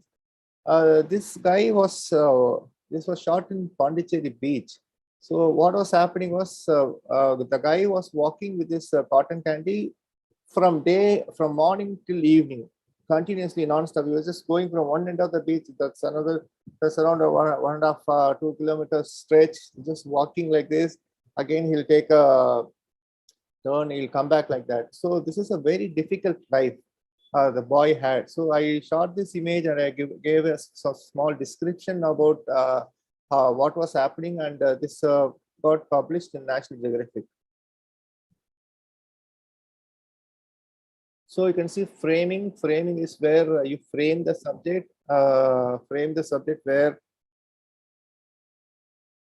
I will just use the walls to frame the subject, just as a frame, just to uh, uh, frame the subject. I'll just use the walls instead of using this shooting this elephant just stand alone, just like this, just like this. Uh, just like this. I've just given little bit of space and just use the frame. Again, I've used black and white because the walls were of a brighter color. So what was happening was the walls were painted. Some of the parts of the walls were painted in a bright blue, and that was distracting the entire image. So I converted the entire thing into black and white, and I think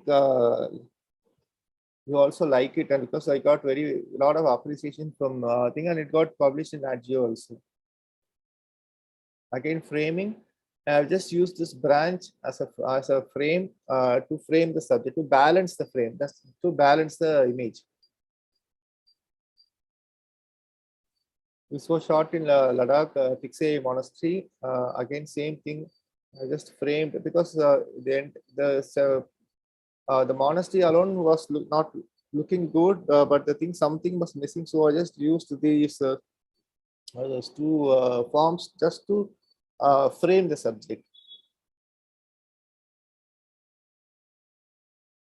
Using lines and curves, you can see there's a S kind of a line going towards the thing, and it is taking our eye inside the picture towards the waterfall.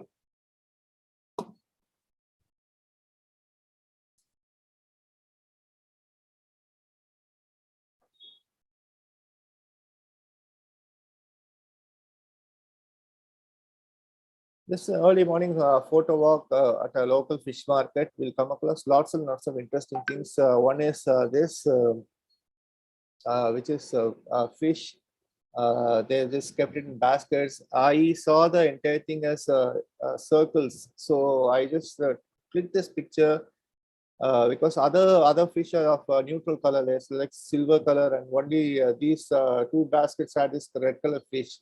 So these kind of things we can easily it's very common to see all these kind of things.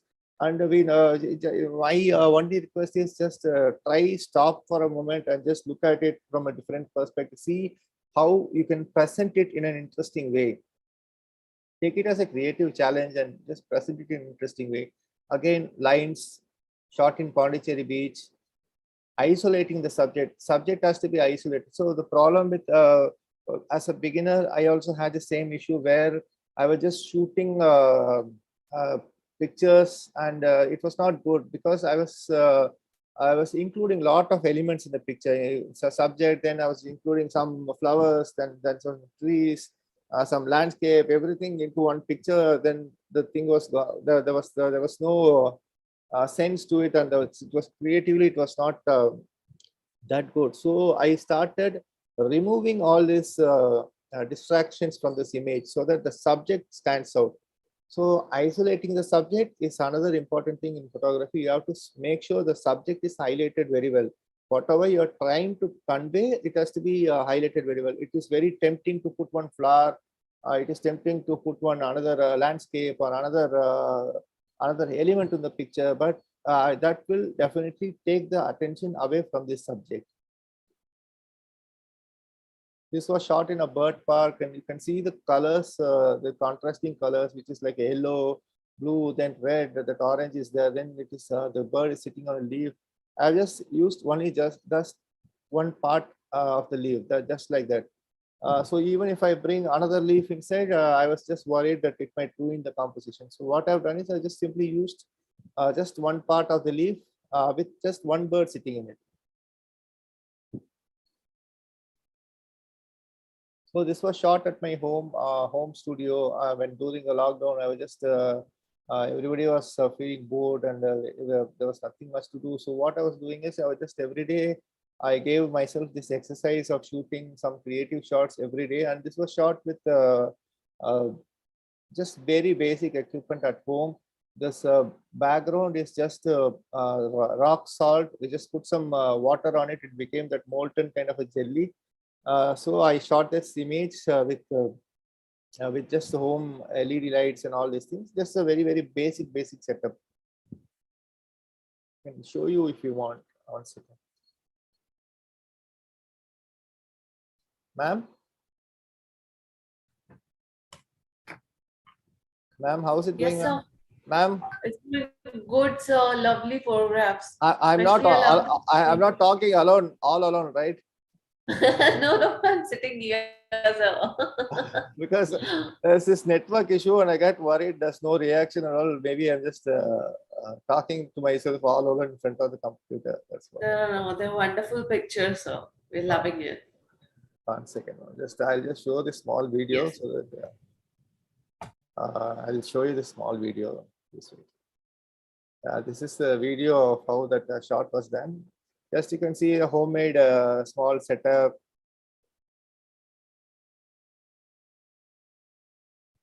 Just putting some aluminum foil, one LED light.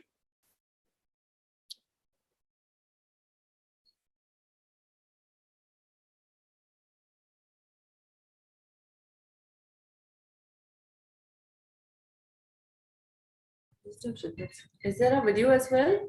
Oh, I mean the audio as well in the video? Ma'am, audio is not good, ma'am. It's just like, that's me and my daughter talking to each other. Okay. That's why I just kept it on mute. This was shot during the lockdown. That's what. That's myself and my daughter just talking about what we are doing and all these things. That's all. And our pet was barking also. So yeah, that's why I put it on mute.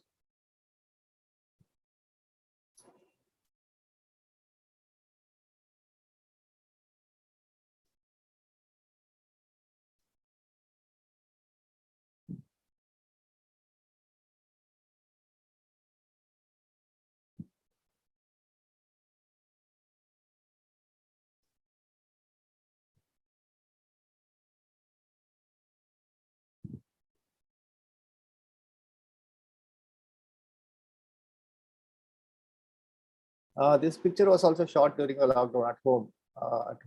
During the lockdown, I can play the video also for you. Just a second.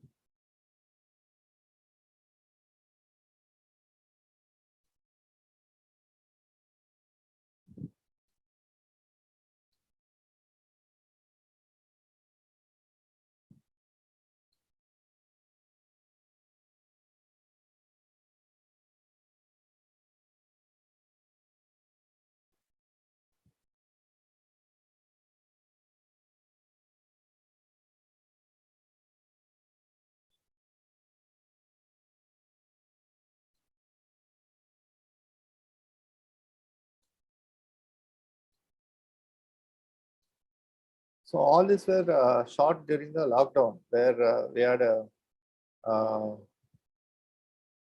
nothing to do and lots of time in our hands. No, but the video is closed now. Ma'am, There's no video. video is over, ma'am.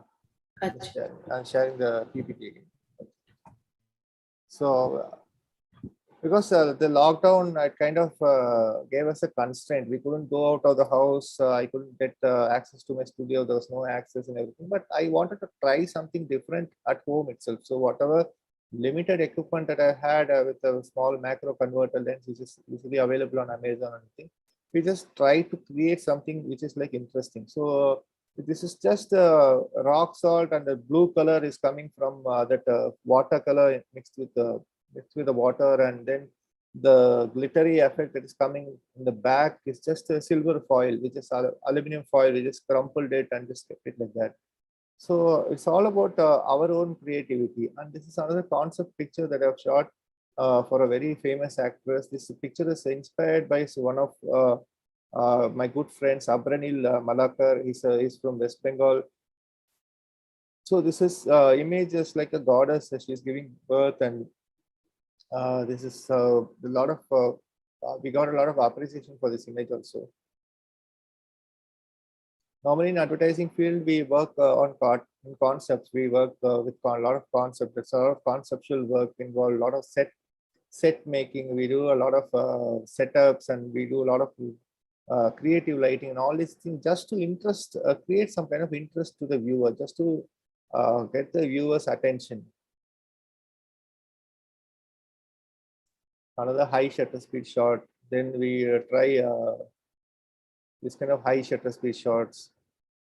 All this I'm just showing pictures because I just want people to know that there are many ways of shooting. Some people will like shooting a Ferris wheel, just stopping the action, but I like to blur the action, so I just used a very slow shutter speed for this.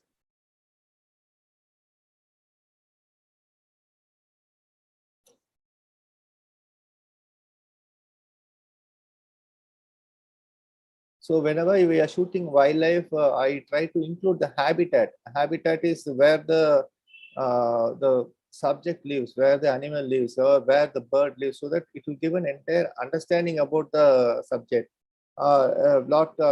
Many times what we do is we just take close-ups of the image, like just the face of the subject. But instead of that, what we have done here is we have just included the habitat. Habitat is where the animal lives, and this is a jackal, and you can see how perfectly it is blending with the environment. That is how it hunts. It is perfectly camouflaged, and it's perfectly blending with the environment, and this is the habitat where it hunts. So that's why I've just used it.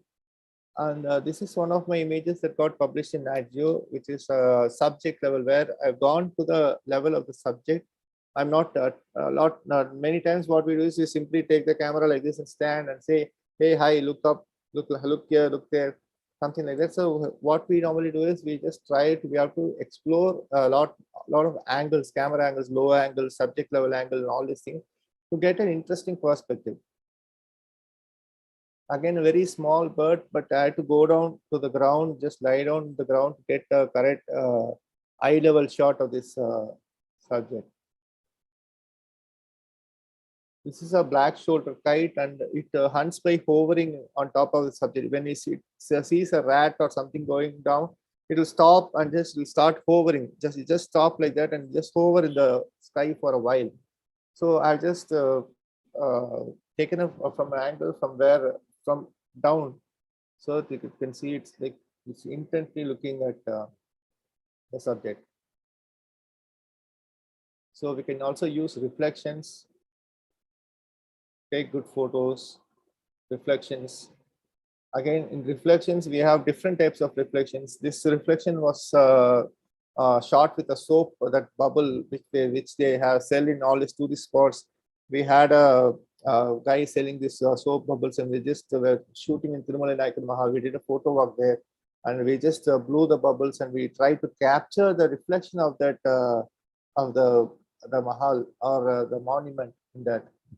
You can see like the entire reflection has been captured, like a 360-degree view. We just try to capture. So we just have to push ourselves to capture good images. And this is scale. Scale is something like where we see two pictures. One is with the bus and without the bus. With the bus, you can see you can normally see the size of the subject, size of the place. Without the bus, you can't judge the size of the place because it's a photo. So what we normally do is we just place a familiar object in the frame, just familiar object in the sense, in this we know the size of a bus. So if the bus is looking so small, then you can see how huge the area is.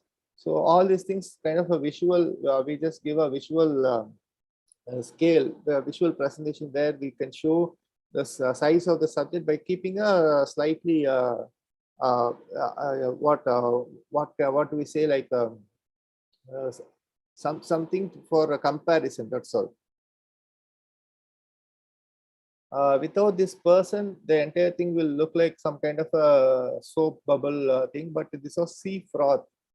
This was in Vedaranyam. This was sea froth. There was this guy, I just made him stand there just to show the size of the froth. Otherwise, people won't understand the size. They'll just look very small.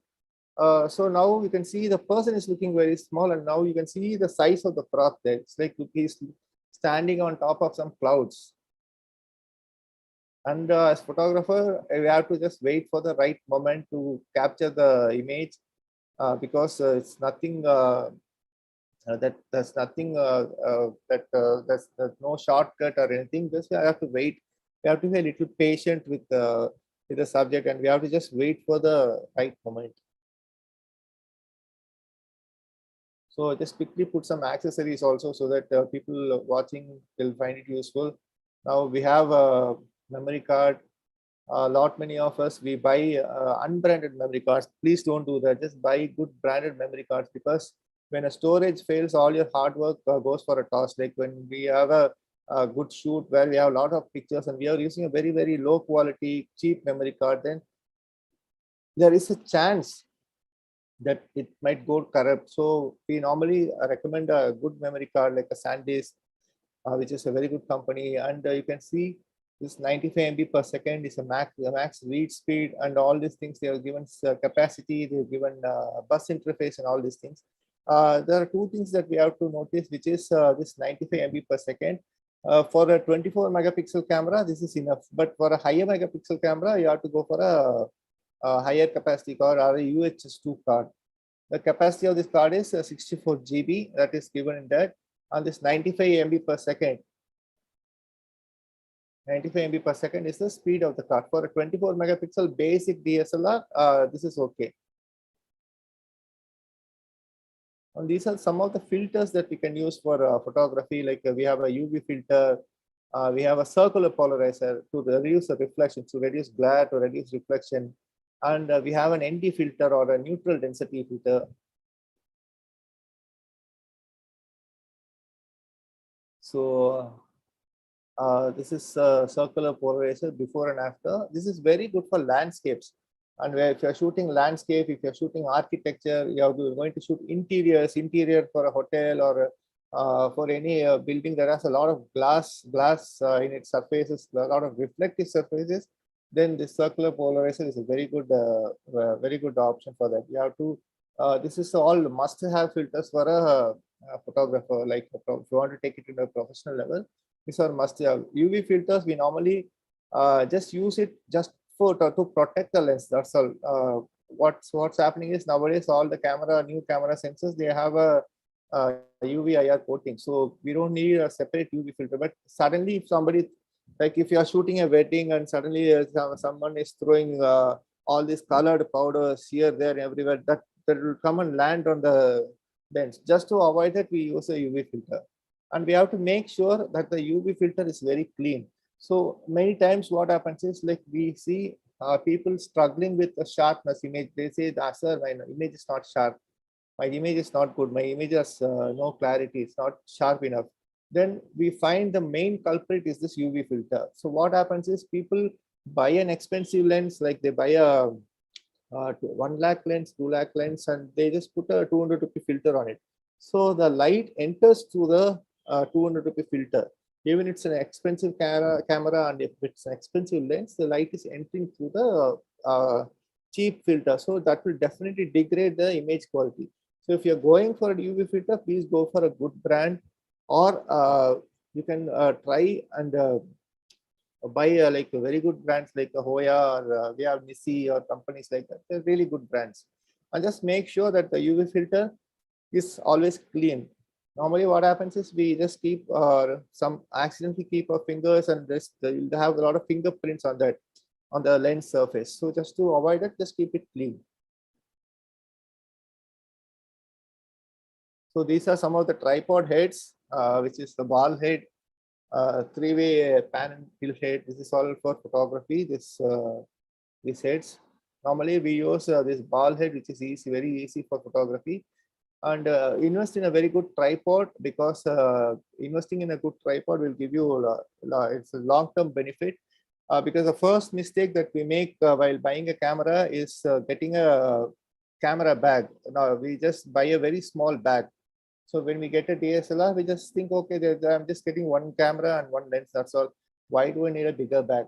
Then after 6 months, you start investing in another lens. Then you start investing in one flash.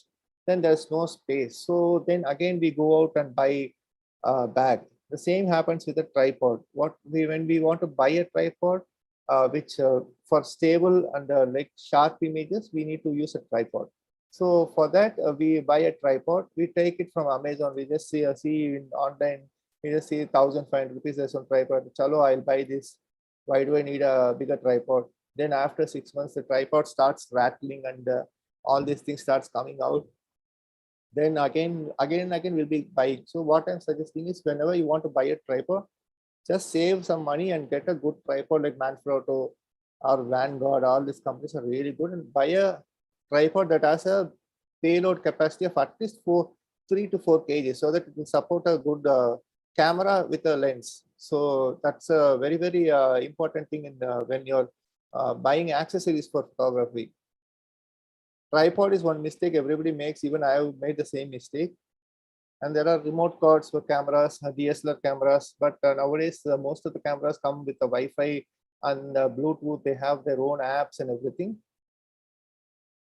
And this is another must-have thing in a camera photographer's bag, which is a lens cleaning kit. This has to be like every day. You have to water use every day. Once I come from the shoot, every day I clean the camera. I keep on cleaning the camera every day. I clean the camera, charge the batteries. I do it as regularly. Even if it's 3 o'clock in the morning, if I reach also, I do the same thing.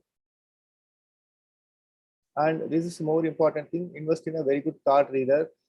Please don't buy all these cheap card readers which they sell for like 100 rupees, 200 rupees. Just to buy a good card reader, because this is where your data is getting transferred to the computer. So investing in a good card reader is a must for a photographer. And just a small request: this is my YouTube channel. We have like around 86,000 subscribers now, and it is constantly growing. And we have lots and lots of videos on photography in Tamil, and have a lot of behind the scenes videos also. So please do subscribe, and thank you so much, and wishing you all the very best. I think I've finished on time, ma'am.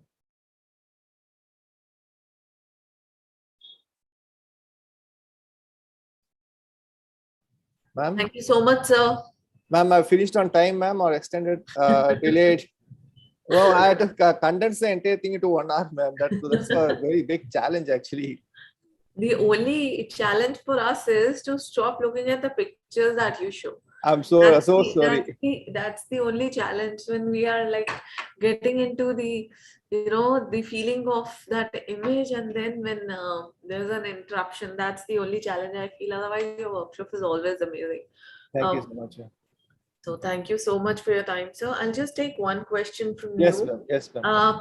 What is the opportunity? What opportunities lies in the field of photography? In the field of what photography? As wedding photography Still photography. Still photography. So if previously there used to be like just one genre. Everybody I was shooting, thinking that there's no scope in this field. But now there's plenty of scope, ma'am. Like wedding photography. Wedding photography is gone it's like really, really big time. Like there are a lot of opportunities in wedding photography, advertising photography. They can shoot product photography, and they can also shoot newborn babies. Newborn baby photography is like it's very a lot of. I know a lot of photographers who do a lot regularly do newborn baby shoots, and they're extremely busy the whole month. There are plenty of opportunities. Only thing, you have to be ready and you have to be consistent. You should.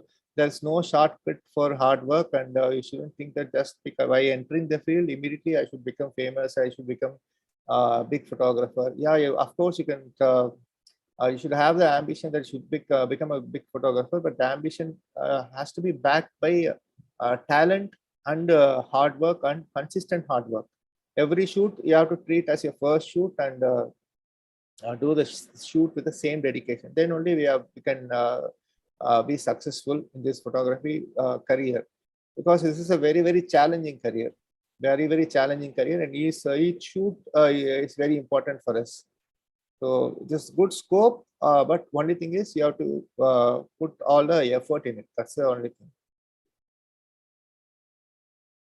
No shortcut to hard work is what you Yes, have ma'am. said, and Yes, we truly believe in that. And today on the World Youth Skills Day, would really love to inform everybody that yes, skills are really important the for skills are you to learn. yes, ma'am. Yes, ma'am. And because we the same question people ask us everywhere.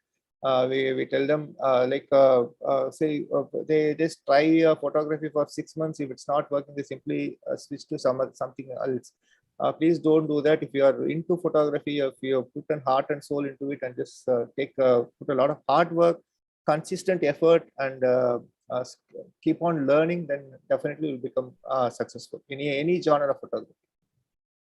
Right, sir. Very well said. And with this note, I'd say thank you so much for the Thank you workshop so much. today. It was a pleasure having you and the pictures, and especially that, I'm a pet lover, so I love that those images of fishes and especially those orange ones. Okay, thank you so much. Thank you so much, ma'am. Thanks for the opportunity. I hope it was good because I know it's a rushed session. It's just 1 hour's time. That hope I did justice to Thank your you, sir. time. Thank you. Absolutely, sir. Thank you. Absolutely. Thank you so much. So now here's time to move to gaming. Like photography is a skill, or I'll say a very good hobby, way people are using it. Similarly, gaming is also a hobby. And the gaming, Yes, ma'am. Yes. if we talk about gaming, what I personally feel is it's a stress buster for me. So before going to bed, I have to play some games to relieve my mind from the entire day's stress, and then we sleep well. But And gaming is let also giving a lot of opportunities to youngsters these days. A lot of AR, VR, and all the growth. yes, There's lots and lots of job opportunities also. lot of them. So to guide us on the same, we have Mr. Dilip Suthar. Dilip Sutharji is Associate Art Director at Lakshya Digital, Oh, and Lakshya is the biggest gaming industry in the country. So let me quickly give a brief of Dilip Sutharji. He has experience of 15 years, and he started his career back in 2007 when he was actually. I would really like to know how he decided to come in this business of gaming, because if we talk about 15 years back, it was a different story altogether. Yes, definitely. Thanks, Pooja, for bringing me over here. And I thought Prasanna was taking my seat and explaining the gaming. So that was big of surprise for me. But thanks, Prasanna, for giving such a wonderful session for photography. I learned a lot of things in this session. Thank you so much. And hi, guys. Myself, Dilip Suthar, working as an associate art director at Lakshya. Let me share my screen.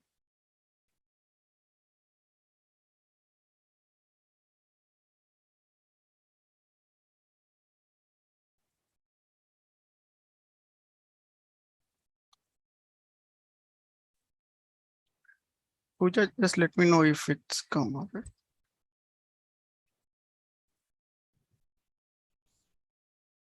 Is it visible? Yes, it's visible. Okay, so here I will be just because I'm not very famous as Weber and Prasanna. I'm very new to this.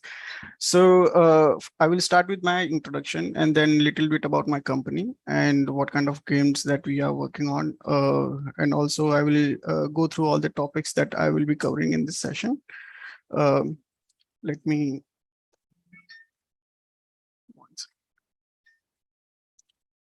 So myself, Dilip Suthar, working as a associate director over Lakshya. I have a total 15 years of experience. Till now, worked on 20 plus titles, game titles. I just try to collect all the game titles that I can show you.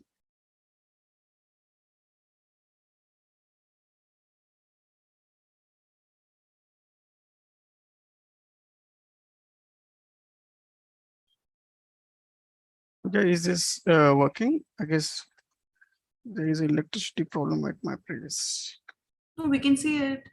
Oh, no, no. There is an electricity issue at my place. So I will just shift my presentation to my iPad. So it will be easy for you guys Okay, to see. sure. Okay. Just give me 5 minutes.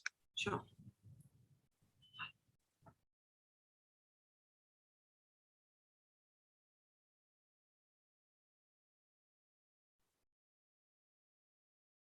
So in the meantime, when you are actually switching it, I would like to take this opportunity to introduce you well.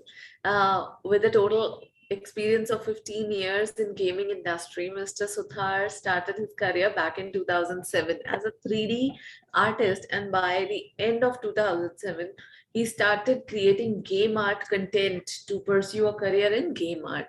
Uh, as we'll move ahead, so I'll definitely ask how you move to gaming, but that can be done later. Till now, as per your profile, you have Mr. Suthar has worked in varied art styles and stylized to hyper realistic titles as well, like AAA titles. Currently, as we all know, you're with Laksha Digital as an associate art director and located in Pune.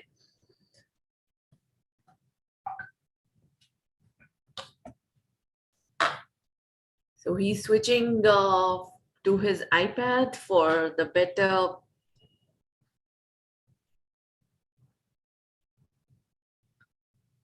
So when we talk about gaming, and when Prasanna sir was mentioning about gaming, I am sure, like a photographer, a photography is also a good hobby. And if a photographer is passionate about gaming and he can talk about it, then I can relate to the youngster who's watching us today, how well they can relate to the gaming. Even if we go by example of any known person around you, there are not even a single mobile device without a game installed in it. So be it a youngster, be it a middle-aged person, or be it an old person, they would always have one or the other game installed in their mobile phones, which is actually bringing a paradigm shift. And now when we talk about gaming, it's a thing of stress, it's a thing of love, it's a thing of your passion and your realistically evolving from one phase to the other phase. At the same time, when we talk about gaming, there are many career opportunities coming up which were not earlier there in which were not there like 10, 15 years back. Now a game tester is earning a good amount. So I think sir is back.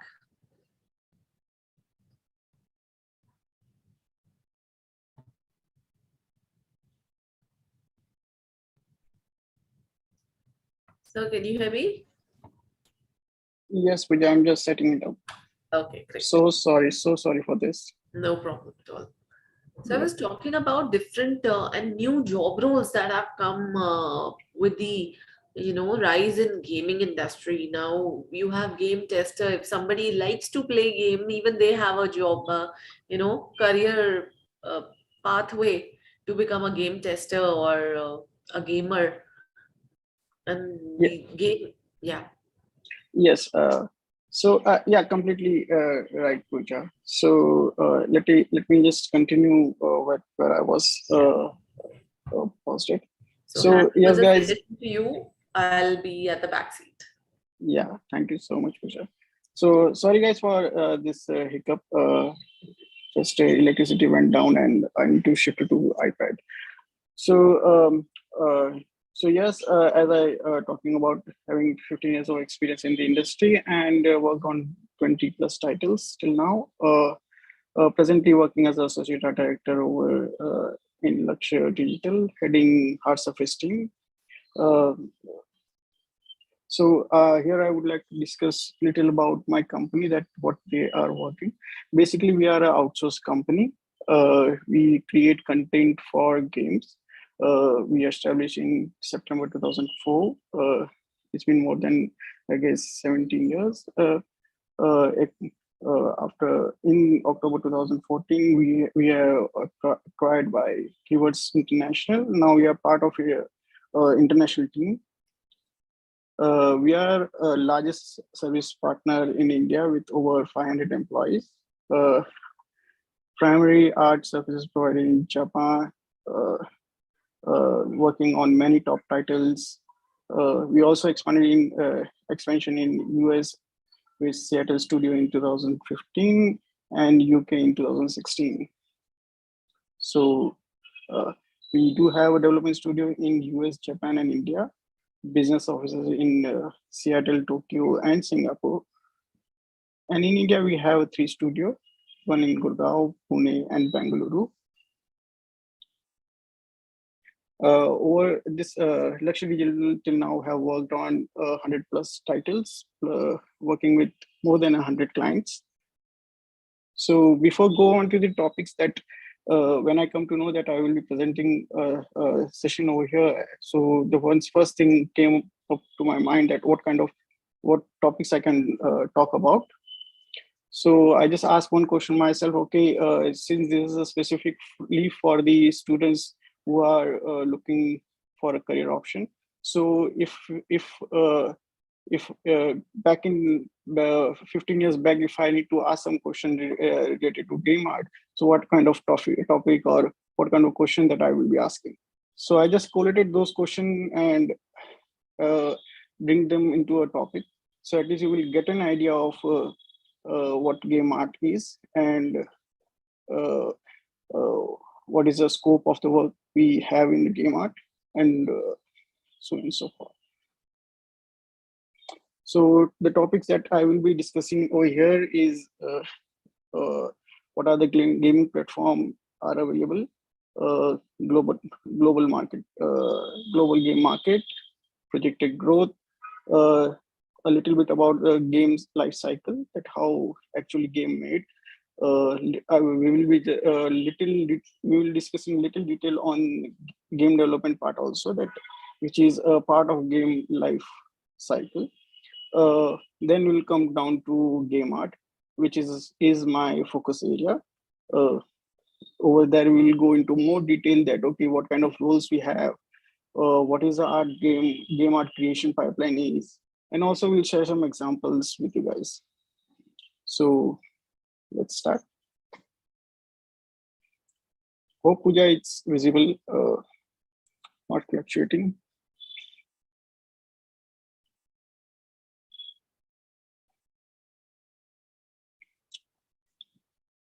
Pooja, can you just give me a response that, okay, is it working or not?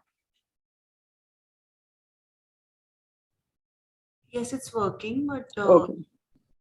there's an issue with the screen at your end. Is it stuck?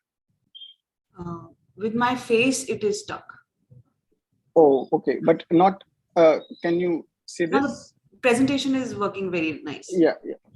Okay, you're just worried about your face then. Sorry about that, because I'm taking this from iPad. Maybe this is how you see in iPad. Oh, okay, no worries. No, yeah, sure. So let's talk about the gaming platforms that we have. For here are the gaming platform that we usually see. We have Xbox, PlayStation, Nintendo, and some handhelds, some like PS Vita, and also AR and VR consoles. Then we have mobiles, tablet surfaces, then we have computer games. So this whole gaming industry is divided into 3 major pieces as of now: the mobile gaming, PC gaming, and the console gaming. And VR and AR is now sharing a very little part, but they are increasing year after year. So let's just jump down to global market share that each platform has.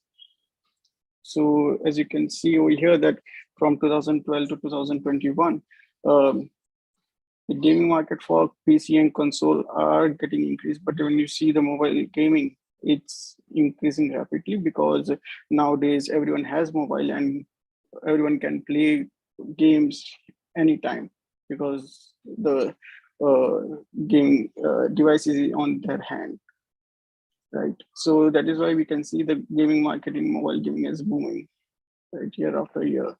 So as you can see in 2021, it's going almost around $180 billion.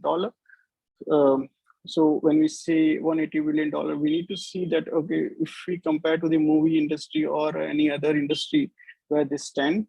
So in the next slide, I would like to talk about little about the projected growth in is about $180 billion this year. So when we compare to the movie industry, it's 3 times of the movie industry.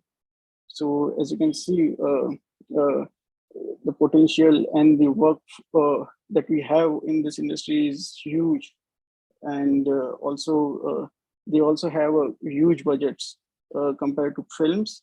So I last night only that I was just searching that, okay, when we just compare a one game budget to another versus a film budget, so I come to know that so if I just take an example, the top 10 budgeted films, the first one, if you see in Wikipedia, it will come, I guess, Pirates of Caribbean, where somewhere around $379 million was spent. But when you compare to a latest game that which is in pipeline, Star Citizen, which has a budget of $400 billion. So yeah, so if we just convert that into a crore, so it will be somewhere around 3,500,000 crore. It's a huge budget if we compare with the movie industry.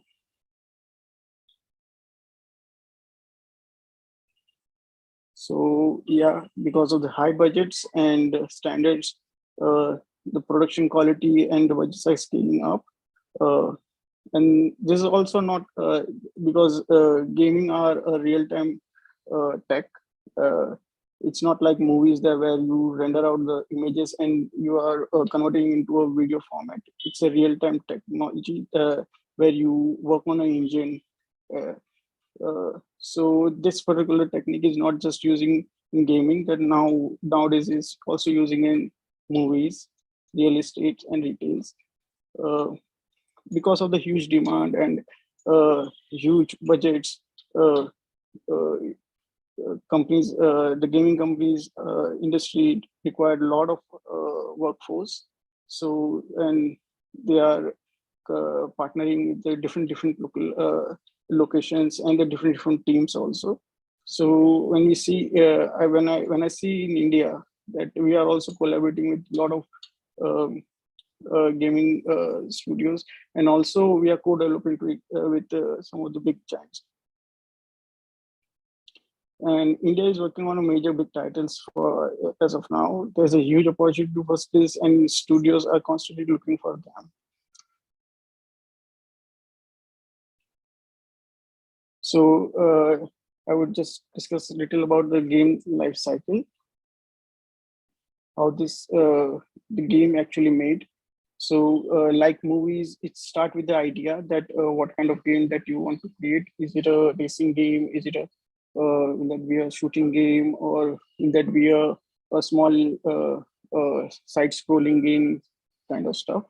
Then you ended up come to stage 2, where you do all the paperwork, or on paper you designing the game, that okay, how this will function, who is my target audience, what will be the budgets, who will be on what platform it will work. Then it will goes to the stage 3, where the actually work happen, where we develop the game.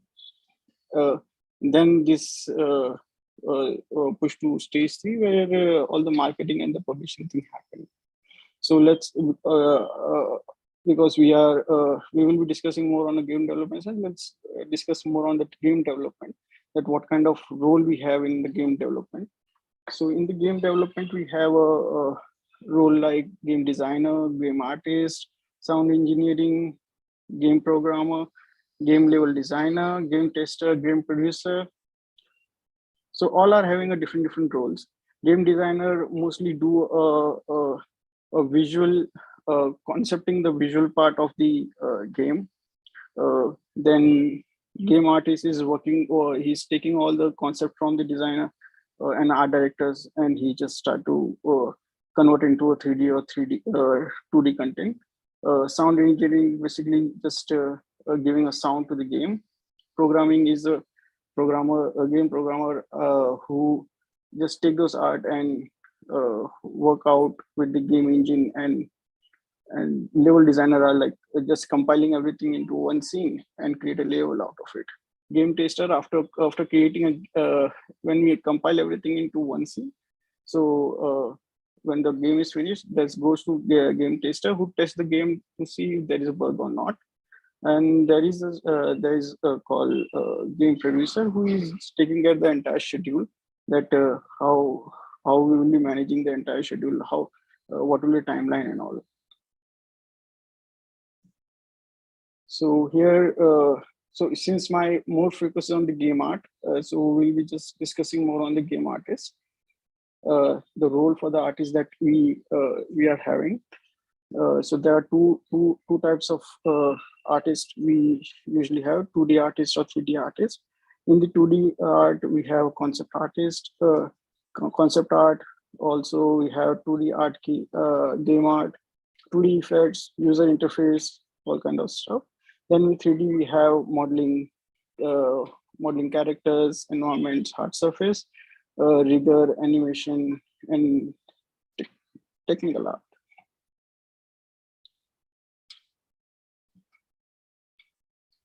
So let's jump down to 3D game art creation pipeline.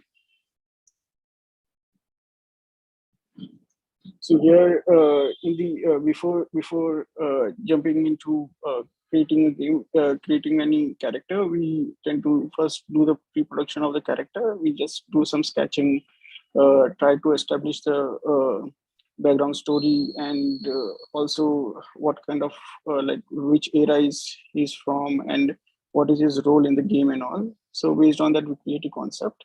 Then this concept are pushed into the 3D team. This is done by 2D artist, and then this 2D art will goes to 3D modeler, who will be creating a model. Comparing to movies, we usually need to take care of the poly budgets and all, because everything will be on a real time, not like movies that we will be just renting frames and converting into video. So poly budgets and texture budgets are very essential for us.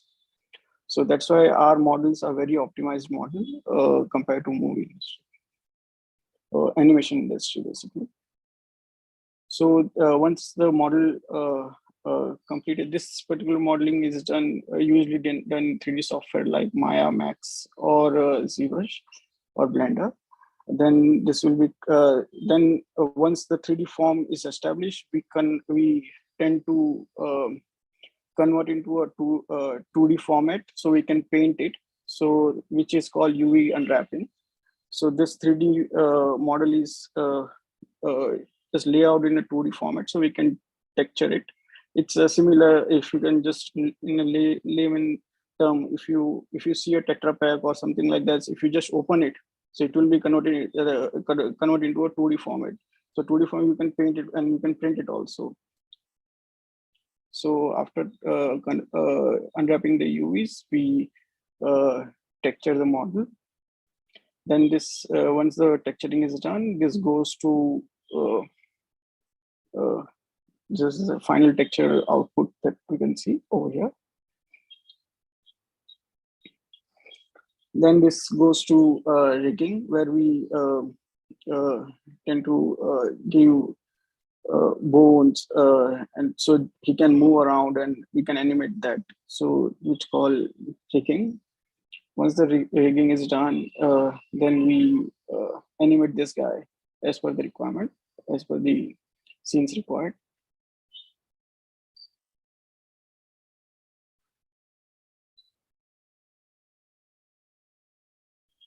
Then once this animation is done, then we'll push into a game engine where you actually play the game.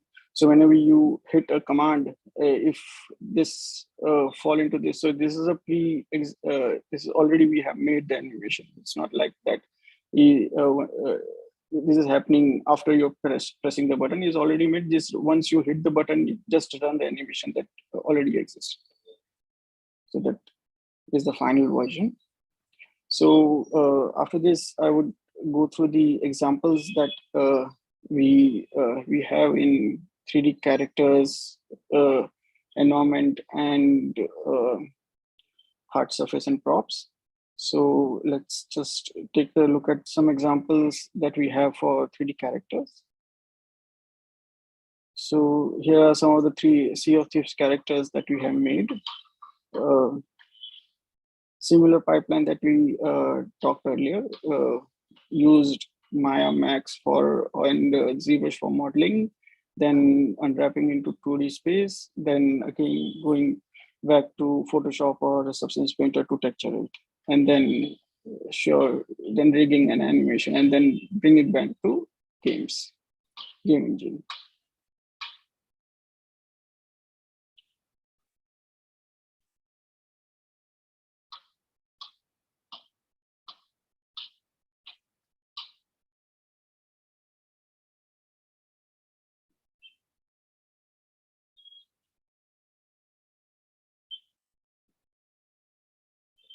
So here are some example for environments. It's not just that 3D characters go through this the process. 3D environment also go through the same process that we follow for characters. They also modeled in Maya Max or ZBrush sometimes.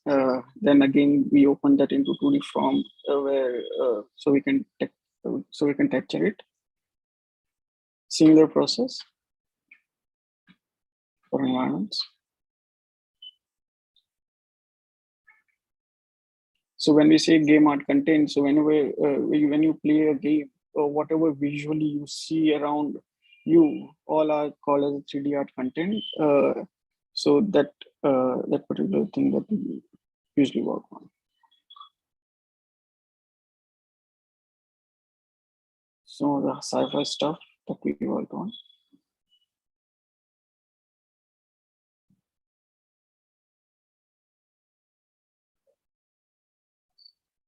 So here are some props and vehicle examples. Going through the same process that we talked about earlier. So quality-wise, you can see it's pretty much the same quality that we usually see in any animation movie.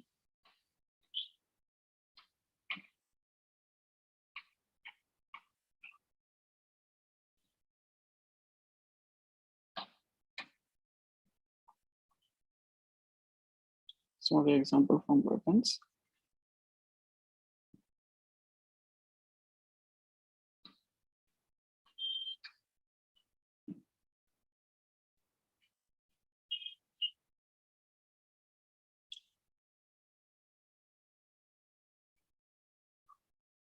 So basically, as you can see, it's a very artistic job, nailing down the exact realism, and also if you are working on a stylized thing, nailing down the theme that you are targeting. There are huge demand on our artist front. The reason for showing this example, just to get you guys know that, okay, this is a quality that we are targeting.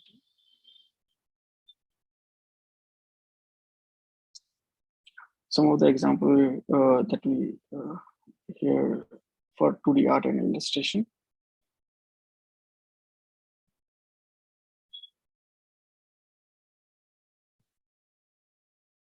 So 2D artist is not just creating concept, but 2D art is also create a content for 2D games that directly playing in the game.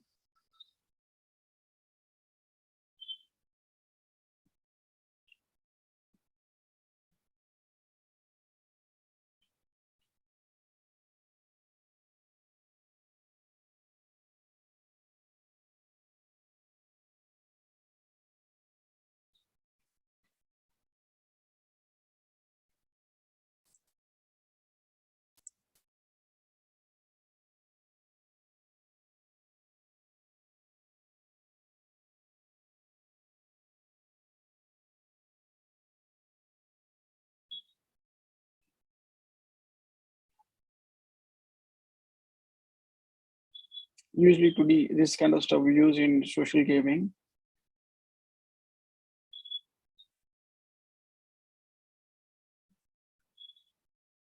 Cool.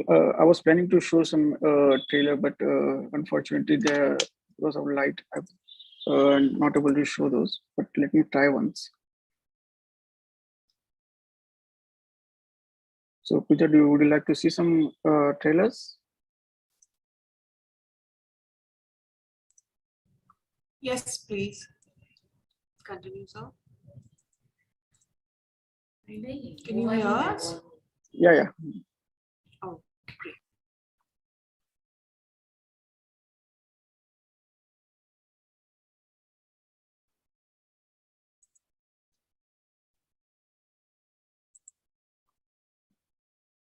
So I will again shift back to my laptop so I can show you some trailers.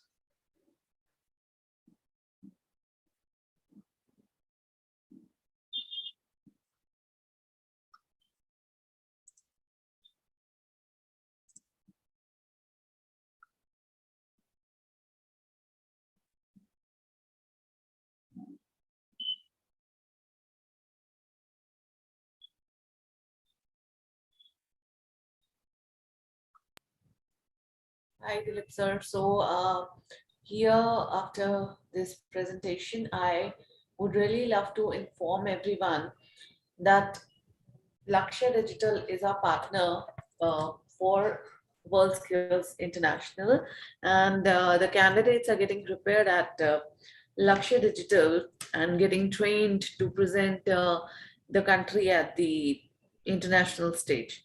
So I think you're ready with your video. Yes. Can you see the trailer? Yes. Audio is missing. Okay, let me check.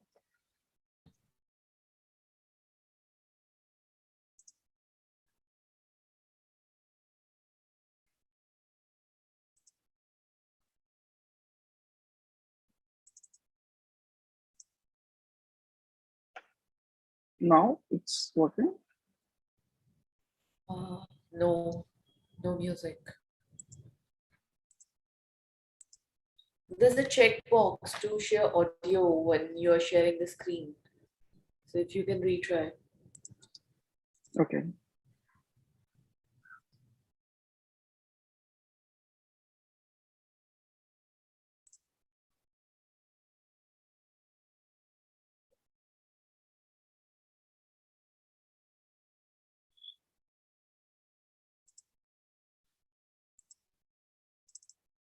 Yeah.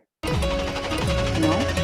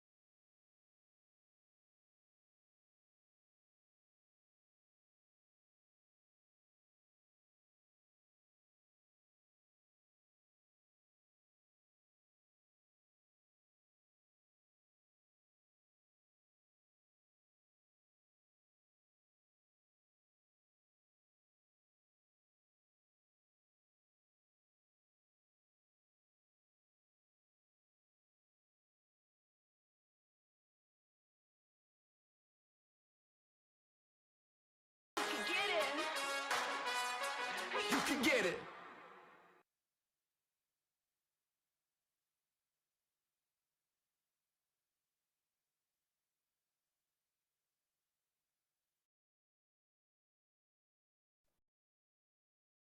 Okay, so I successfully shifted to my laptop.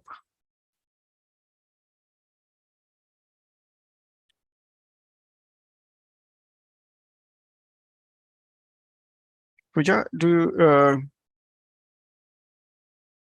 any questions from anyone?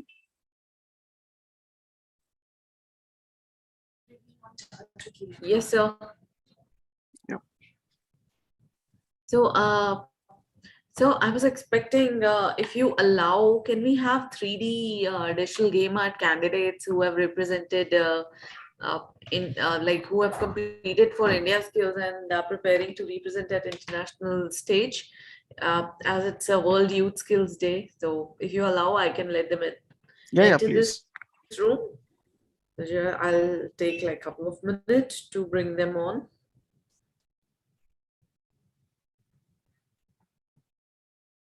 In the meantime, maybe you can show any video or anything you'd like to show.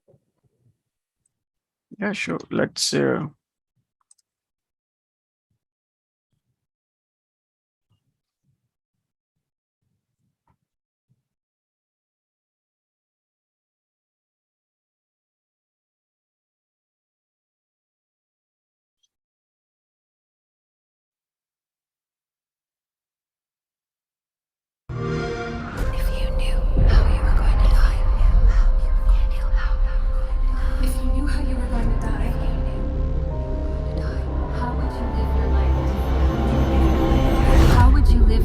Differently.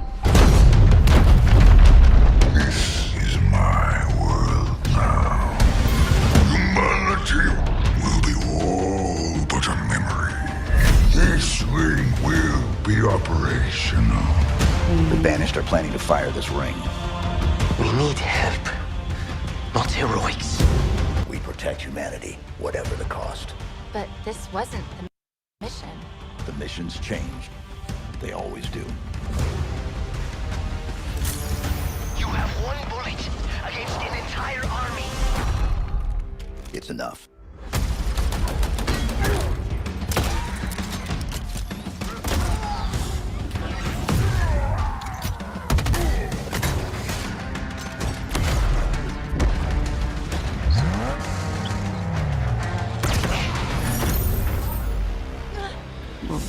What happened? Something pushed back. You are not the future.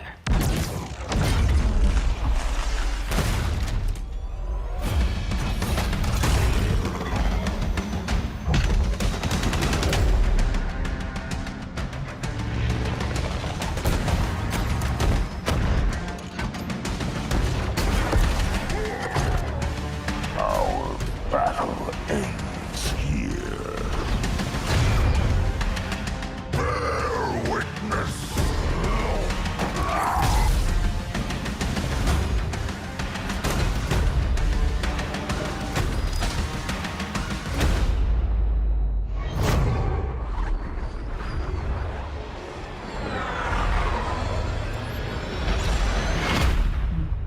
Is everyone trying to kill you?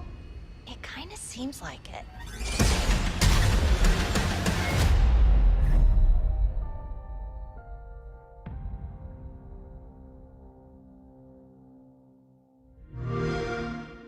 Play it day one. Dilip sir, I must mention your videos are like wonderful.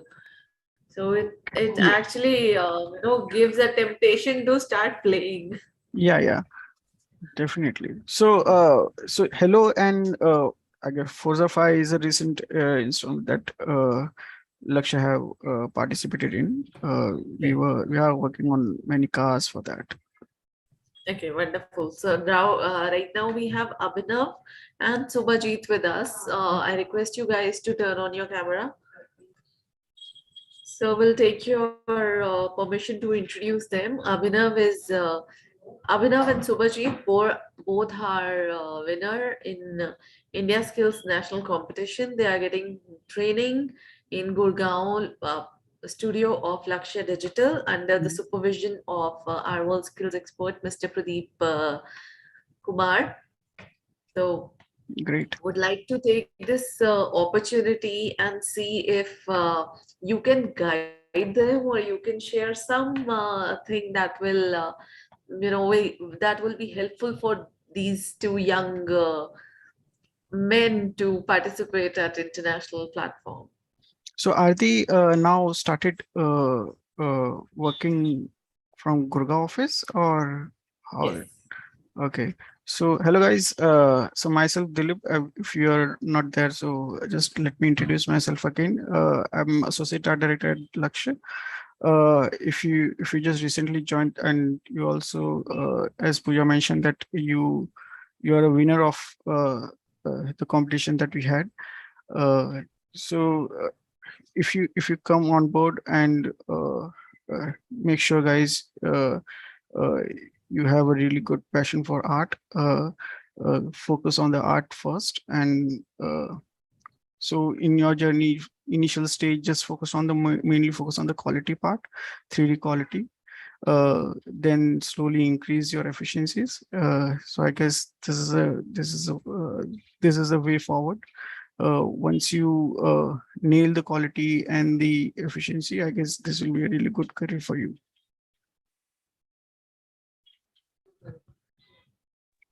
Okay, sir.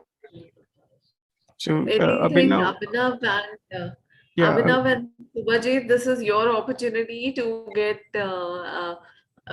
in touch with another art director. You're already in touch with Pradeep sir, and now we have Dilip sir from Lakshya.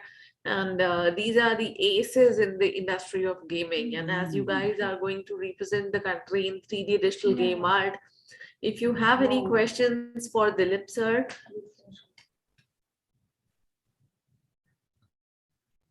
and on this, of course, on this World's Youth Skills Day, I would love to congratulate both of you as you are being skilled. You are learning a skill which is in huge demand and has a huge potential for future. So let's hear it from Abhinav first. Hello, Dilip sir. Hello. Firstly, I'm so glad that I made it this far. And I was already working at Lakshya Digital Studio before joining the competition. So, yeah, that's it. And it is a very great opportunity as I met with Pradeep sir, and he's really a great mentor. Oh, great. So, Abhinav, are you working on any like team or like environment work and working on an environment, character, or hard surface? Sir, recently I was working on a character project. Okay. EverQuest. Okay. Yes, sir.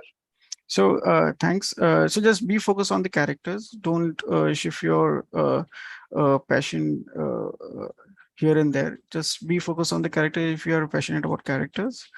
I'm very passionate about characters. Yeah, so the initial period will be just you will be learning the surface detail of the character, but once you go along, you will get into more detailed, more in-depth knowledge of the characters, right? So then you can be a better character artist. Yes, sir. I will try my best, sir. Thank you. Thanks, Abhinav. Subhajit? I'd like to also mention about Subhajit. Hello. Yes, Abhinav. Yeah, I was saying that I'm really very sorry because I was traveling right now. No issues. That's why there is some. No problem. I just recently had my electricity breakdown, so I'm much more sorry than you. Okay. So these are the minor hiccups that we face every day, and especially when we are doing any online events. So these things happen. Now we have got a habit of it. Plus, sir would like to inform about Subhajit. Subhajit is from West Bengal. He's also a part of India Skills national competition, and these two guys are getting prepared at Lakshya Gurgaon, and would like to hear from Subhajit. Subhajit has also been good with character design and concepts. So Subhajit, anything for you want to ask Dilip sir? Yes, sir. I'm Subhajit. I'm from West Bengal, and I working 4 months in Excision, and then I joined and that I will be joining Lakshya from Wednesday. Hello. Yes, Abhijit. Yes, Abhijit. So I just want to talk about little about West Bengal and all our Bangalore the people coming from the Kolkata and all. So what I found that they are really good with art. There are a lot of good artists are coming from there, and because maybe because their cultures and their upbringing also support that. So I see a lot of good artists from there. And congratulations that you won the competition and you are in election now.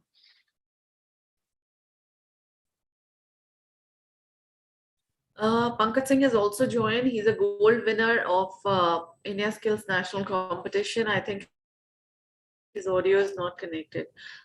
So till the time he joins us, I have one question. If you can give us the opportunities that lies in the field of gaming, what job roles are in demand, and what like we all talk about getting immense opportunities in gaming, but what exactly job roles that are in demand in this industry? So first I will just talk about the company that in our company a huge demand for artists first, then once you go into more detail and if you see, okay, if you start the game development, then definitely there are a lot of engineers demand and a lot of technical artists demand, a lot of testers, game testers demand. There are a lot of demand is already there, but majorly because the content, the 3D content is a huge area and huge has a huge potential to potential for a workforce. So definitely artist demand is always will be there. And also particularly for India, because there are a lot of big games that India is now participating and helping them to create or supporting them with the resources. So, and a lot of big games are coming in India. So yes, there are good demand for artists and engineers. So are these all technical fields or non-technical as well? 3D, when we see gaming specific to art, yeah, there are artistic persons should have an artistic background, but technical knowledge should be there for just because there are a lot of tools and techniques are involved. For engineering, there are a lot of programmers also required to create a good game because they will be working mostly on an engine part. So yes, there are a lot of technical knowledge also demand when it's come to gaming. Okay, great. So we know there's huge demand, and we have three youngsters who are here in entering the field of gaming. So let's hear it from Pankaj Singh. Pankaj was a gold winner in India Skills National, and he is also a gold winner in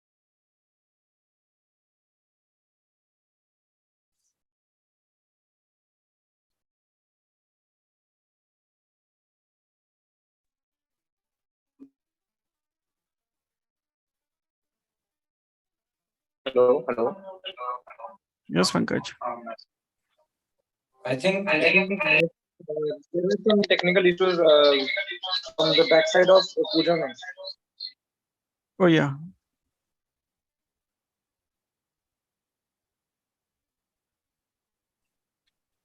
Because any technical thing happen, I usually feel like it is from my end only. Pooja, you there?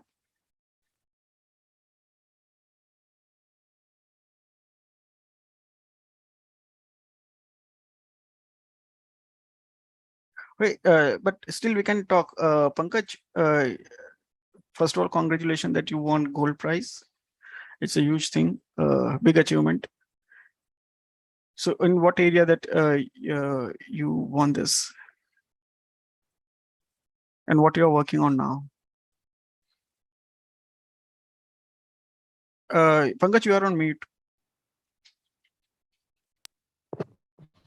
Working on modeling and texturing. Okay. Are you also working on characters? Yes, sir. Okay, good. So we have a lot of character artists over here. And luckily in my presentation, I show characters mostly. Understood.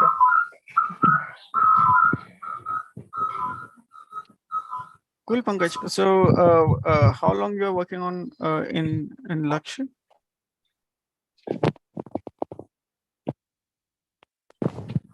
Hello. Yeah, Pankaj. Yes, I saw. So how long you been here in Lakshya? 2 months. 2 months. So hope you're having a good time and you are excited to work on many big titles, right? You Yes, are sir. working on a big titles anyways. So congrats. Yes, sir. And best of luck. Thank you, sir. These three candidates are getting trained at Lakshya Digital and to prepare for world skills because Lakshya is a partner for 3D Digital Game Art. Okay. So having these three young men sitting here on the world's Youth Skills Day, on the session of gaming when they are learning gaming on 3D Digital Game Art, and I wish to like send all my wishes and blessings towards your way you are going to represent, and yes, I am sure one of you is going to bring the glory to the nation. Oh, great. Best of luck, guys. Thank you, sir. Thank you, sir. Thank you, sir. Thank you, guys. So, sir, last question. I'd like to take it from you. Your way forward. Like, how do you see the journey of a young artist who joins the animation industry or the gaming industry? How do you see, or what is the career map they can follow? So if I just compare with me, because 15 years back, there was no such information visible or available there.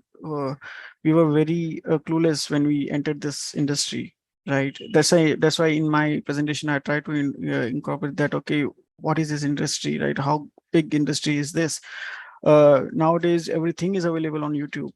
You can learn a lot of things from YouTube. Actually, you can learn the game development itself in YouTube only. There are a lot of content available, so the access of information is now very easy.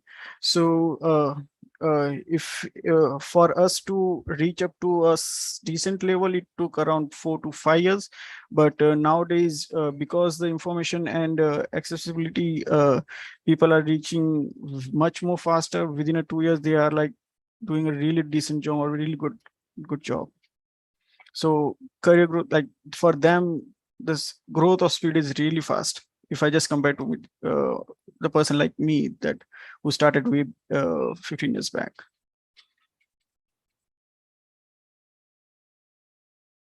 Okay, and the career path is also going to be, and this is a fast-paced industry, right? Right. So because each and every day technology changes. For as you can see, everything now, every game studio is pushing to optimize the workflow, right? They really don't want to push the hard work. They want to be like very smart, want to do a smart work. How we can easily create certain things, right? That's why this scan data and all those come into picture. Okay, don't create from everything from scratch. You can use some scan data to come up with a good art. So there are a lot of techniques now we are using. So technology and everything, because of those, you need to constant update yourself that, okay, you need to aware of what a gaming industry now demand. Right. So with this, I'd like to thank you for your time and giving us immense information and knowledge about gaming industry. At the same time, would like to wish these young men a very happy and I'll say prosperous and successful World Youth Skills Day, as these are the torchbearer for the industry when they bring glory to the nation. These are the candidates who have gone through a journey of almost 2 years and reached this level. So we are wishing a very good luck to you all on your selection test and on, of course, going internationally to Korea to fight for the goals for the country. Thank you, ma'am. Thank you, guys. Thank you. So And we'll best of luck. Thank you, sir. Thank you. Sir, I have a question. Yeah, please ask. Sir, as an environment artist, could you tips for me? As an environment artist. Yes, sir. So if you work as an environment artist, try to learn how you can optimize, how you can come up with a good process of like optimized way of creating assets. Like if you're creating any building, you don't really need to work on the entire building, right? You will be just working on a one section of building. You can copy that part and you can make a building out of it. So as an environment, you need to think beyond the workflow that I have described in my presentation, right? This is not just a unique way of doing it. It's very technical, it's very fast, it's very optimized way of doing if you really want to become an environment artist. So for characters, as I presented, okay, everything just to technically, if I say you are opening all your UVs into, you're doing everything in uniquely, right? But in environment, you're not doing everything uniquely, right? Because it's like if you're working on for example, a giant rock, right? The resolution of the rock, right? You can't get in 2K, right? But if you give a tileable textures to that, and you can increase the resolution by tiling that texture in multiple times. Just giving some example, okay, you need to think beyond the standard process of creating game art. You need to be very technically sound when it's come to environment art. Sir, any tip about the character, the character we do in production, and what we are doing right now? So character in production, that means you're talking about the movies and animations, right? No, I'm talking about Lakshya only. Like What characters that we are working on. So if you see yourself, if you want to become a good character artist, first focus on the basic understanding on the characters, anatomy, and look and feel, right? Just focus on those areas first, and then slowly build up your knowledge beyond that. All the essential part and the fundamental part should be there, because that never change to character. If you're working on any character, fundamentals will be always will be there. So learn those fundamentals first and try to hit those fundamentals, then do research more, and you can like convert your standard character into any fancy character. But if your fundamentals are not right, then definitely any character won't look good. Yes. Thank you, sir. Thank you. Thank you, Dilip sir, for your time. We didn't let you go early. No problem. Thank you so much. Thank you so much. And thank you guys for staying with us during the session and World's Youth Skills Day. So moving ahead, I'd like to inform about the upcoming session and the upcoming speaker that's coming.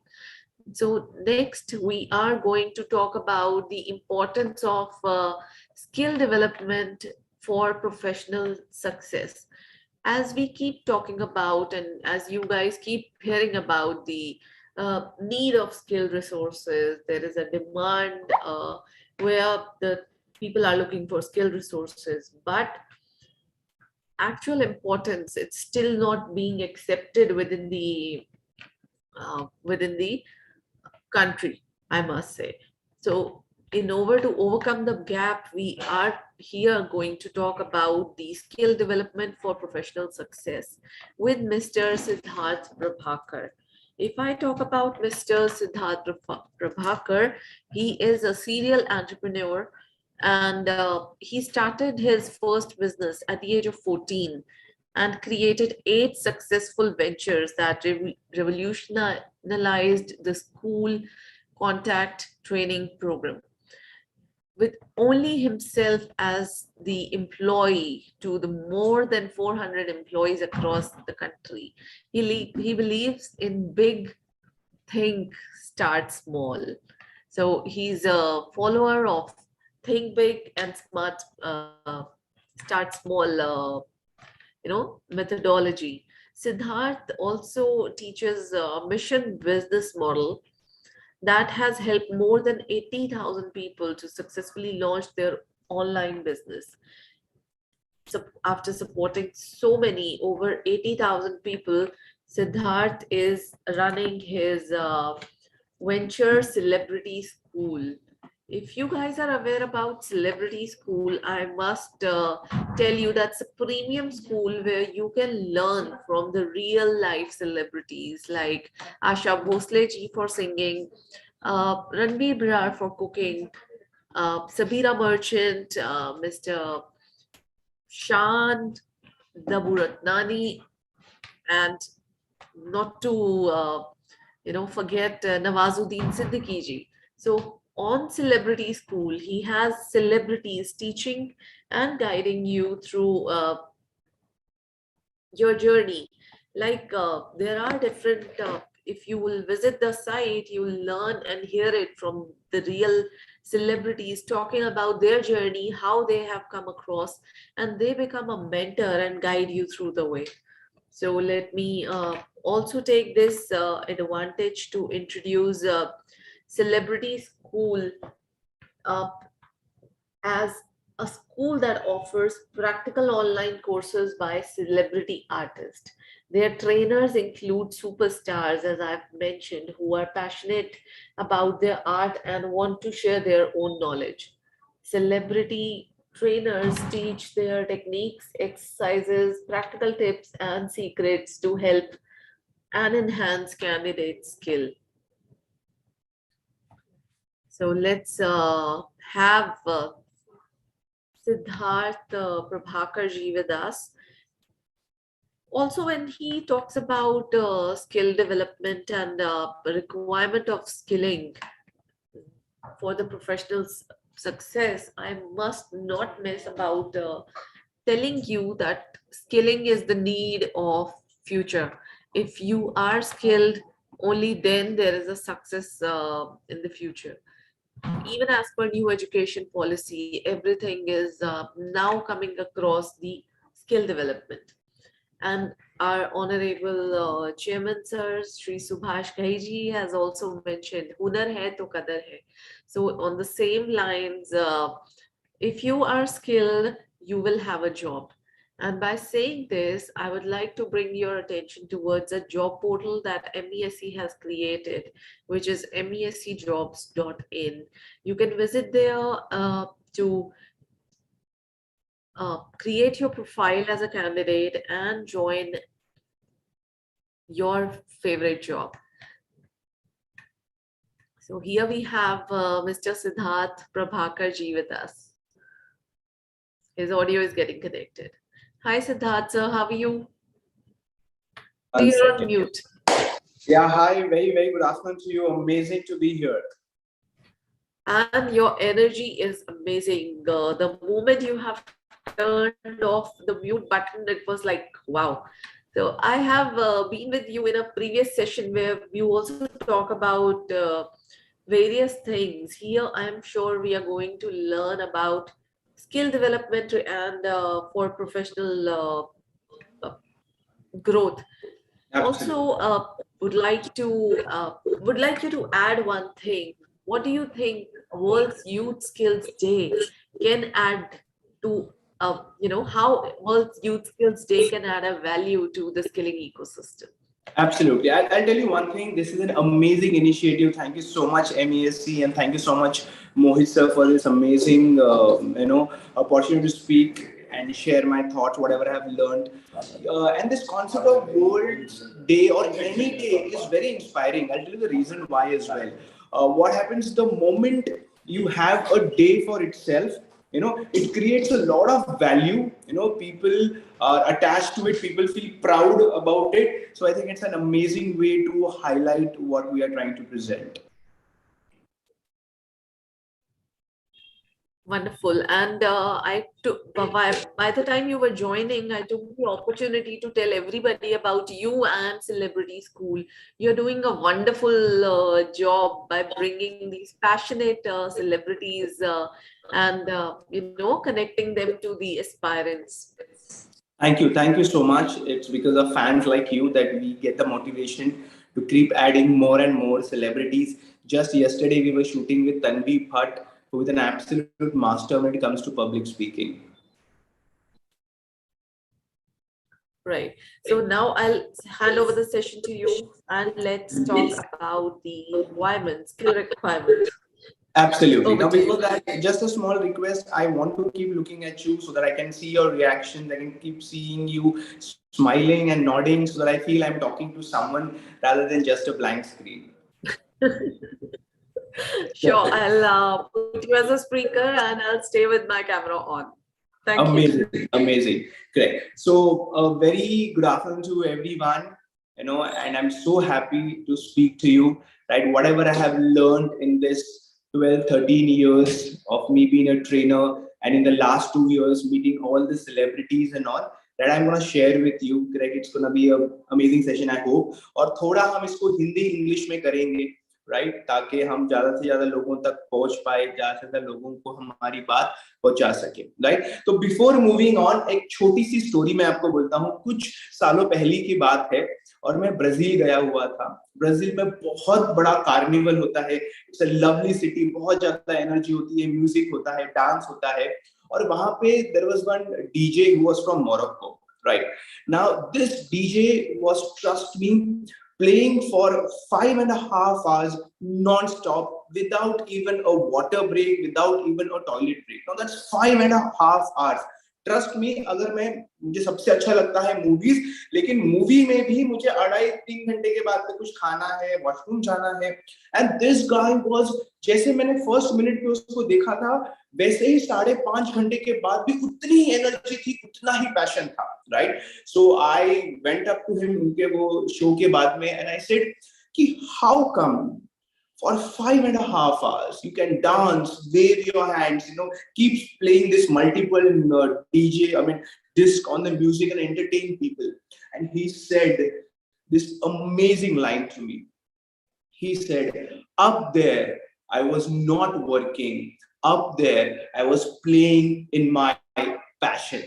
Right, और यही difference होता है star and superstar के बीच में. Right, जहां पे आप अपने पैशन में जब भी होते हो ना, तो आप देखते नहीं हो कि कितने घंटे हो गए, आप देखते नहीं हो कि आज संडे है, आप देखते नहीं हो कि मुझे कोई और प्रायोरिटी है. For you, if you are working in your passion, trust me, you are going to give 200% energy and effort. पंगा सिर्फ यही है कि 99% लोगों को ना अपना पैशन लाइफ में कभी मालूम ही नहीं पड़ता है. Being the founder of Celebrity School, I'm very fortunate that I get an opportunity to meet all the celebrities. और इन सब celebrities ने मुझे एक चीज बताई है कि सिद्धार्थ, मेहनत सब करते हैं, सब लोग एफर्ट्स डालते हैं, सबको सक्सेसफुल होना है. तो ओनली प्रॉब्लम इज उनको वो कभी पैशन ही नहीं मिलता है जहां पे वो अपनी एफर्ट्स डाल सके. And I strictly believe in that. And I think MESC, Mohit sir and his entire team is doing an amazing job. आपका जो ये MECAT है, correct, where you guys are helping students to find their passion. ये बहुत अच्छा project है. I wish you so much of luck for that project. Because अगर उस बच्चे को अपना पैशन समझ में आ जाता है ना, तो trust me, 100% every one of them is going to be successful. You agree for that? Yes or no? Amazing. हाँ, तो एक छोटा सा हमारा ट्रिक है. अगर हमारे पास में एक स्टूडेंट आता है, तो वो भले एक बड़ी इंडस्ट्रियलिस्ट का स्टूडेंट हो और एक या सिंपल इंडिया के स्मॉल टाउन से स्टूडेंट हो, तो हम उसके साथ में ये पर्सनल एक्टिविटी करते हैं. मैं आपके साथ में वो एग्जैक्ट एक्टिविटी शेयर करने वाला हूँ. राइट, करना क्या है, पेन और पेपर लेना है. Right, and you can do this activity with your parents, you can do this activity with your friends, you can do it with your brother and sister. Right, और एक छोटा सा ना लिस्ट बनाना है. List में अपने को लिखना है, if I have 100 crore rupees in my account. 100 crore rupees है ना मैडम, बहुत बड़ी अमाउंट होती है, ट्रस्ट मी, बहुत अच्छी अमाउंट होती है.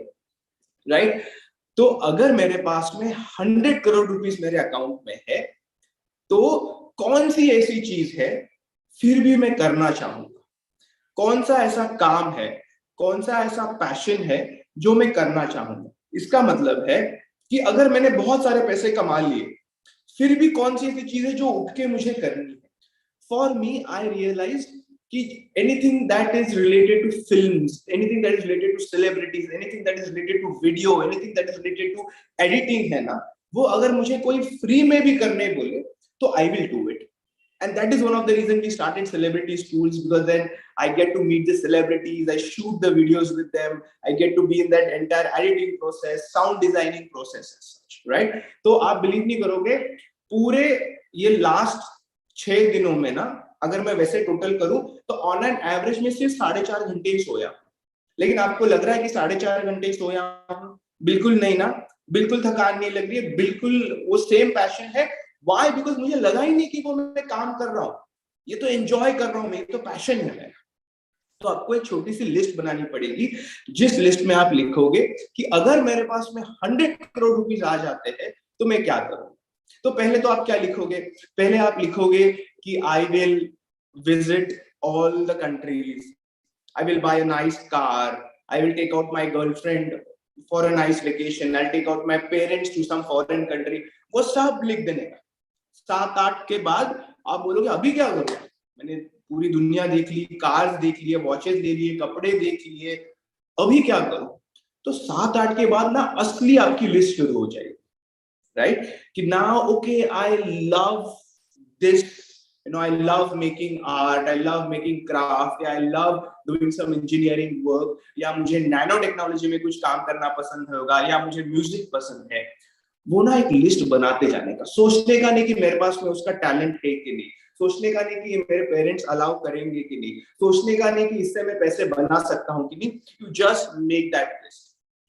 अभी हम लोग मैडम ये लिस्ट की बात करते हैं ना स्टूडेंट से, तो स्टूडेंट्स पहला सवाल पूछता है कि सर कितना नंबर का लिस्ट बनाने का. अरे तू चालू तो कर, right? But I think the list should be approximately around 15 to 20. तो स्टूडेंट्स का मतलब 15 to 20 में ऐसे लिख दूंगा सर. बट अगर आप जेन्युइनली ऑनेस्टली ट्राई करो ना, ट्रस्ट मी, 10 के बाद वो लिस्ट आगे बढ़ती ही नहीं है. बिकॉज हम लोग कभी बैठ के ना सोचते ही नहीं है कि what is my purpose in life, मुझे क्या चीज अच्छी लगती है. मुझे मटेरियलिस्टिक वॉचेस और अच्छा खाने के बाद क्या अच्छा लगता है जिसमें मैं घंटों बिता सकता हूँ, राइट? तो वो 20 की एक लिस्ट बना देने की, और ये लिस्ट के साथ में ना 2-3 दिन, एक हफ्ता आराम से फिर कुछ नहीं करेगा, सिर्फ लिस्ट को देखते रहने का. Just read that list. और एक छोटा सा रिसर्च करने का. रिसर्च करने का मतलब क्या, आपने वहां पे लिखा है समझो आई लव प्लेइंग गिटार, तो थोड़ा सा यूट्यूब पे देखने का कि कौन कौन गिटारिस्ट है, गिटार्स में क्या क्या करियर अपॉर्चुनिटीज है. मैं खुद का यूट्यूब चैनल खोल सकता हूँ क्या, मैं खुद के म्यूजिक वीडियोस बना के बेच सकता हूँ क्या, इसमें पैसे कैसे बनते हैं, इसमें कोलैबोरेशंस क्या कैसे होती है. ऐसे एक छोटा सा अपना ना 1 पेज का एक एसे लिख के लिखा, और वो अपन अपने लिए लिख ले, इंग्लिश में लिखो, हिंदी में लिखो, कोई फर्क नहीं पड़ता है. बस एक अपना छोटा सा रिसर्च करने का, एकदम प्रोफेशनल लेवल का रिसर्च नहीं होना चाहिए, जो अपने माइंड को समझे वैसा रिसर्च होना चाहिए, राइट? जब भी आपका ना ये 7-8 अच्छे करियर्स के या 7-8 अच्छे पैशन के रिसर्च हो जाए ना, तो थोड़ा आपको क्लैरिटी आ जाएगी. जैसे आपने वहां पे लिखा है कि मुझे फुटबॉल प्लेयर बनना है, और आप हो 21 साल के, और 21 साल तक आपने कभी फुटबॉल नहीं खेली है, आप कोई क्लब में फुटबॉल नहीं खेल पाए हो, तो थोड़ा सा सोचने का कि ये इस जन्म में तो मेरे से नहीं हो पाएगा, मैं अभी नेक्स्ट जन्म में करता हूँ. क्यों ऐसे मैडम, मैं आपको बताता हूँ. There are certain careers which you need to start very early in your life. There are certain careers which definitely require some age to be with you, right? जैसे अभी म्यूजिक है, म्यूजिक मैं तो बोलता हूँ 50 साल की उम्र में लिखो, डेफिनेटली चलेगा. बट कुछ करियर ऑप्शंस होते हैं, जैसे स्पोर्ट्स वगैरह होते हैं. एक बंदा मुझे बोलता है सर मेरा पैशन चेस है. मैंने कहा बहुत बढ़िया, आप कौन सी ओपनिंग करते हो? तो सर वो सब मेरे को नहीं आता है.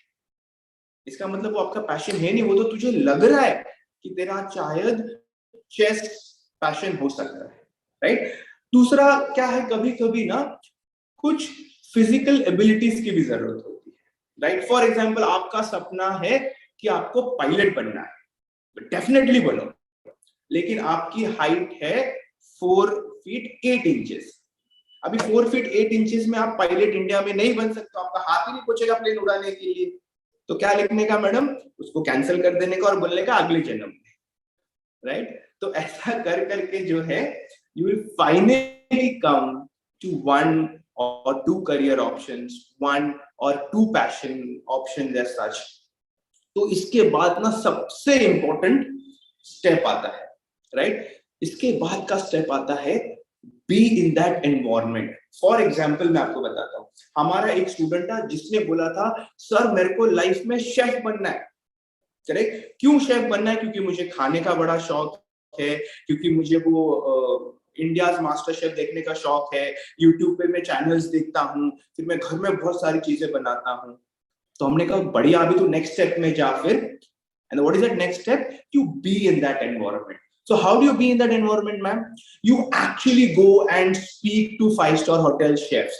You know, you actually go inside a kitchen, you know, of a 5-star hotel or a 3-star or a 4-star hotel and spend time there, right? आप अलग-अलग शेफ्स से बात करते हो, and trust me, अगर आपका पैशन जेन्युइन है और आप किसी भी शेफ को या किसी भी सेलिब्रिटी को अच्छा जेन्युइन मेल लिखोगे ना, वो आपको जरूर रिस्पॉन्ड करेगा, क्योंकि उसको भी चाहिए कि लोग उसके प्रोफेशन में आए, अच्छे पैशनेट लोग उसके प्रोफेशन में आए, राइट। तो अभी क्या हुआ, ये बंदे को हमने बोला तू 1 हफ्ता 10 दिन जो है हर 3-स्टार 4-स्टार 5-स्टार होटल में एकदम लेटर दे, 10 लोगों को लेटर दे, उसमें से एक तुझे अलाउ करेगा। तो luckily Taj hotel, amazing Bombay का ताज होटल, उन्होंने बोला कि ठीक है बेटा, you are just 14 years of age, तो तू आ जा हमारा, we will give you 15-20 minutes time to be in our 5-स्टार hotel kitchen as such. Next दिन हमारा सेशन था, उसके साथ में बोलता है सर मैं लाइफ में सब कुछ करूंगा लेकिन शेफ नहीं बनूंगा। मैंने कहा क्यों, ये तो तेरा पैशन था। तो कह रहा है नहीं सर, मैंने देखा वहां तो इतनी स्ट्रेस होता है, इतना टाइम पे सब करना पड़ता है, एकदम लेजर जैसा जो खाना हम लोग बनाते हैं एकदम ऐसा डेकोरेटिव, वैसा तो टाइम ही नहीं होता सर। जब भी लंच वगैरह होता है इतना घाई होता है वहां पे, मुझे नहीं करना।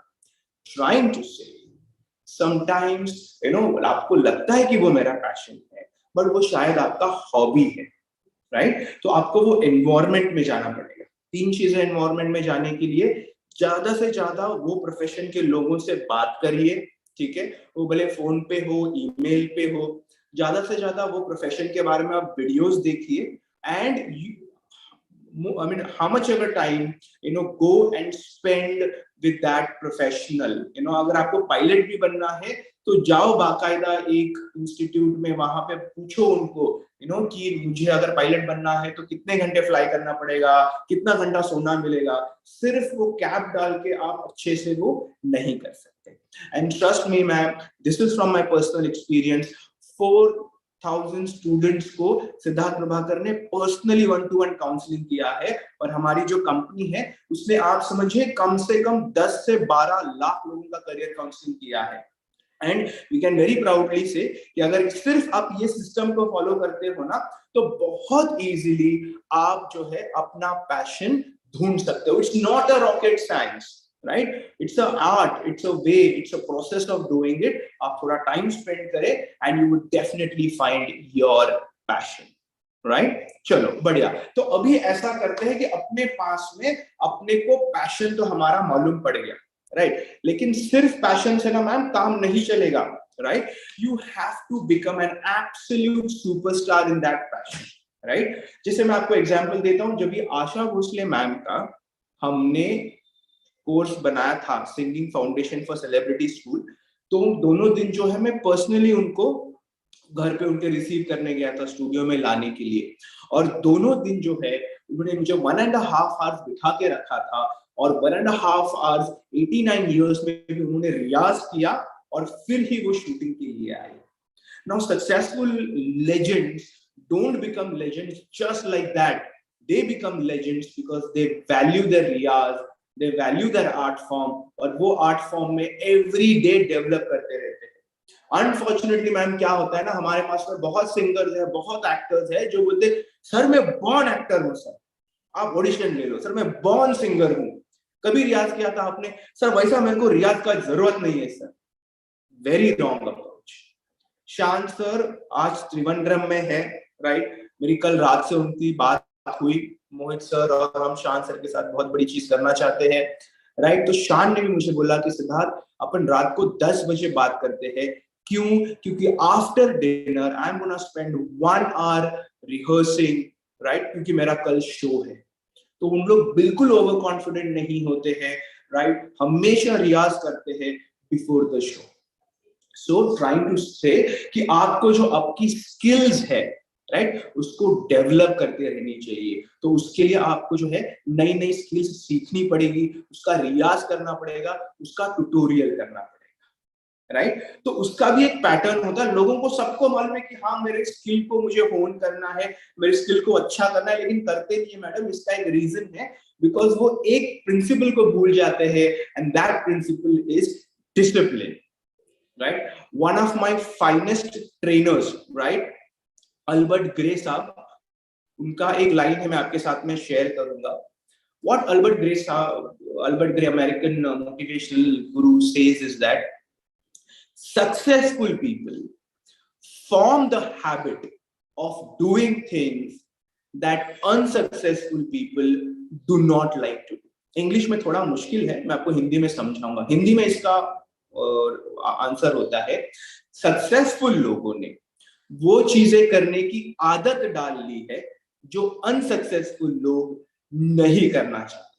फॉर एग्जाम्पल, सक्सेसफुल लोग क्या करते हैं, अगर उन्होंने डिसाइड किया है कि मुझे अपने स्किल को डेवलप करना है, तो दुनिया इधर की उधर हो जाए, एवरी डे वो थोड़ा सा टाइम निकालेंगे अपने रियाज करने के लिए, या अपना स्किल डेवलप करने के लिए, या अपग्रेड करने के लिए, राइट? तो आपको भी क्या करना है ना, अगर आप स्टूडेंट हो तो देखना है कि मेरा कॉलेज का या स्कूल का टाइम छोड़ के कभी मैं हाफ एन आवर निकाल सकता हूँ, या 1 घंटा निकाल सकता हूँ टू डेवलप माई स्किल। अगर अब जैसे एक स्टूडेंट है, हमारी बहुत प्यारी स्टूडेंट है सलोनी करके, मुझे बोल रही थी कि सर मुझे आपका सेशन बहुत अच्छा लगा, मैंने डिसाइड किया कि मुझे लाइफ में अभी ना आप जैसा स्पीकर ही बनना है। मैंने कहा डेफिनेटली बनो। तो सर मेरे को कोई गुरु मंत्र दो। एक सिंपल सा गुरु मंत्र है, आप अभी 16 इयर्स के हो, तो आज से लेके जब तक आप ग्रेजुएट नहीं हो जाते हो, आपके पास में अच्छे 5 इयर्स है, तो ये 5 इयर्स ना every day make sure you give 15-20 minutes to develop skills required to be a great speaker. तो आपको क्या करना पड़ेगा, फर्स्ट लिस्ट डाउन करना पड़ेगा, what are the skills required for me to be successful. तो चलो स्पीकिंग का एग्जांपल ले लेते हैं, पब्लिक स्पीकिंग का एग्जांपल। तो आपकी कम्युनिकेशन स्किल्स अच्छी होनी चाहिए, आपकी बॉडी लैंग्वेज अच्छी होनी चाहिए, राइट? आपका कॉस्ट्यूम का डिजाइन का सेंस अच्छा होना चाहिए, आपकी जनरल नॉलेज अच्छी होनी चाहिए। So what you will have to do, आपको ना टाइम निकालना पड़ेगा कि ये हफ्ते में जो है मैं 2 घंटे जो है 1 hour on Monday, 1 hour on Tuesday मैं कम्युनिकेशन स्किल्स के लिए, राइट? फिर वेडनेसडे थर्सडे जो है मैं अपने बॉडी लैंग्वेज पे वो करूँ, और फ्राइडे को जो है I would actually give a small demo talk in front of my family. अगर ये चीज ना मैम आप 5 साल करते हो, trust me you would become absolutely unstoppable. You agree with me ma'am? चलो अमेजिंग। और सैटरडे संडे छुट्टी लेने का, एवरी डे करने का जरूरत नहीं है, सैटरडे संडे मस्त छुट्टी लेने का। And start with 5 minutes a day. मैं तो बोलता हूँ start with 1 minute a day. जो हमारे पास में पर्सनल काउंसलिंग के लिए आते हैं, ये बड़े बड़े सीईओज के बच्चे आते हैं, ये बड़े बड़े सेलिब्रिटीज के बच्चे, ग्रैंड चिल्ड्रन आते हैं, हम उनको बोलते हैं कि start with 1 minute a day. फिर वो 1 मिनट का 2 मिनट्स करो, 5 मिनट्स करो, 10 मिनट्स करो, and reach to about 15 to 20 minutes, half an hour every day. But the challenge is doing every day of your life. हमारी एक स्टूडेंट है सुप्रिया अवारे करके, right? Single mother, parent, father expired when she was only 8-9 years of age, right? I met her in a Zilla Parishad school, right? तभी जब मैं उनको मिला था, इंग्लिश के 5 लाइन भी वो बोल नहीं पाती थी, correct? But today she is an amazing speaker, so much so good that मेरे से भी अच्छा कम्युनिकेशन स्किल्स हो गया, मेरे से भी अच्छा स्टेज प्रेजेंस हो गया है। उसने बीच में मुझे एक वीडियो भेजा था जहाँ पे 500 गांव की जो औरतें होती हैं, इतना कमाल का उन्होंने स्पीच दिया, मोटिवेशनल स्पीच दिया। Why did she become successful? only because she followed this principle of discipline. क्या discipline? उसने मुझे एक बार बीच में फोन किया था कि सर आज मुझे ना मलेरिया हुआ है, मेरे ब्लड रिपोर्ट में मलेरिया है, लेकिन फिर भी आपने जो एक्टिविटी मुझे 15 मिनट करने का दिया था ना, वो मैंने किया. It's only when you put in this kind of energy and effort every day of your life that you become successful. You agree with that, ma'am? चले, अमेजिंग. तो एक तो अपना डिसिप्लिन का हो गया.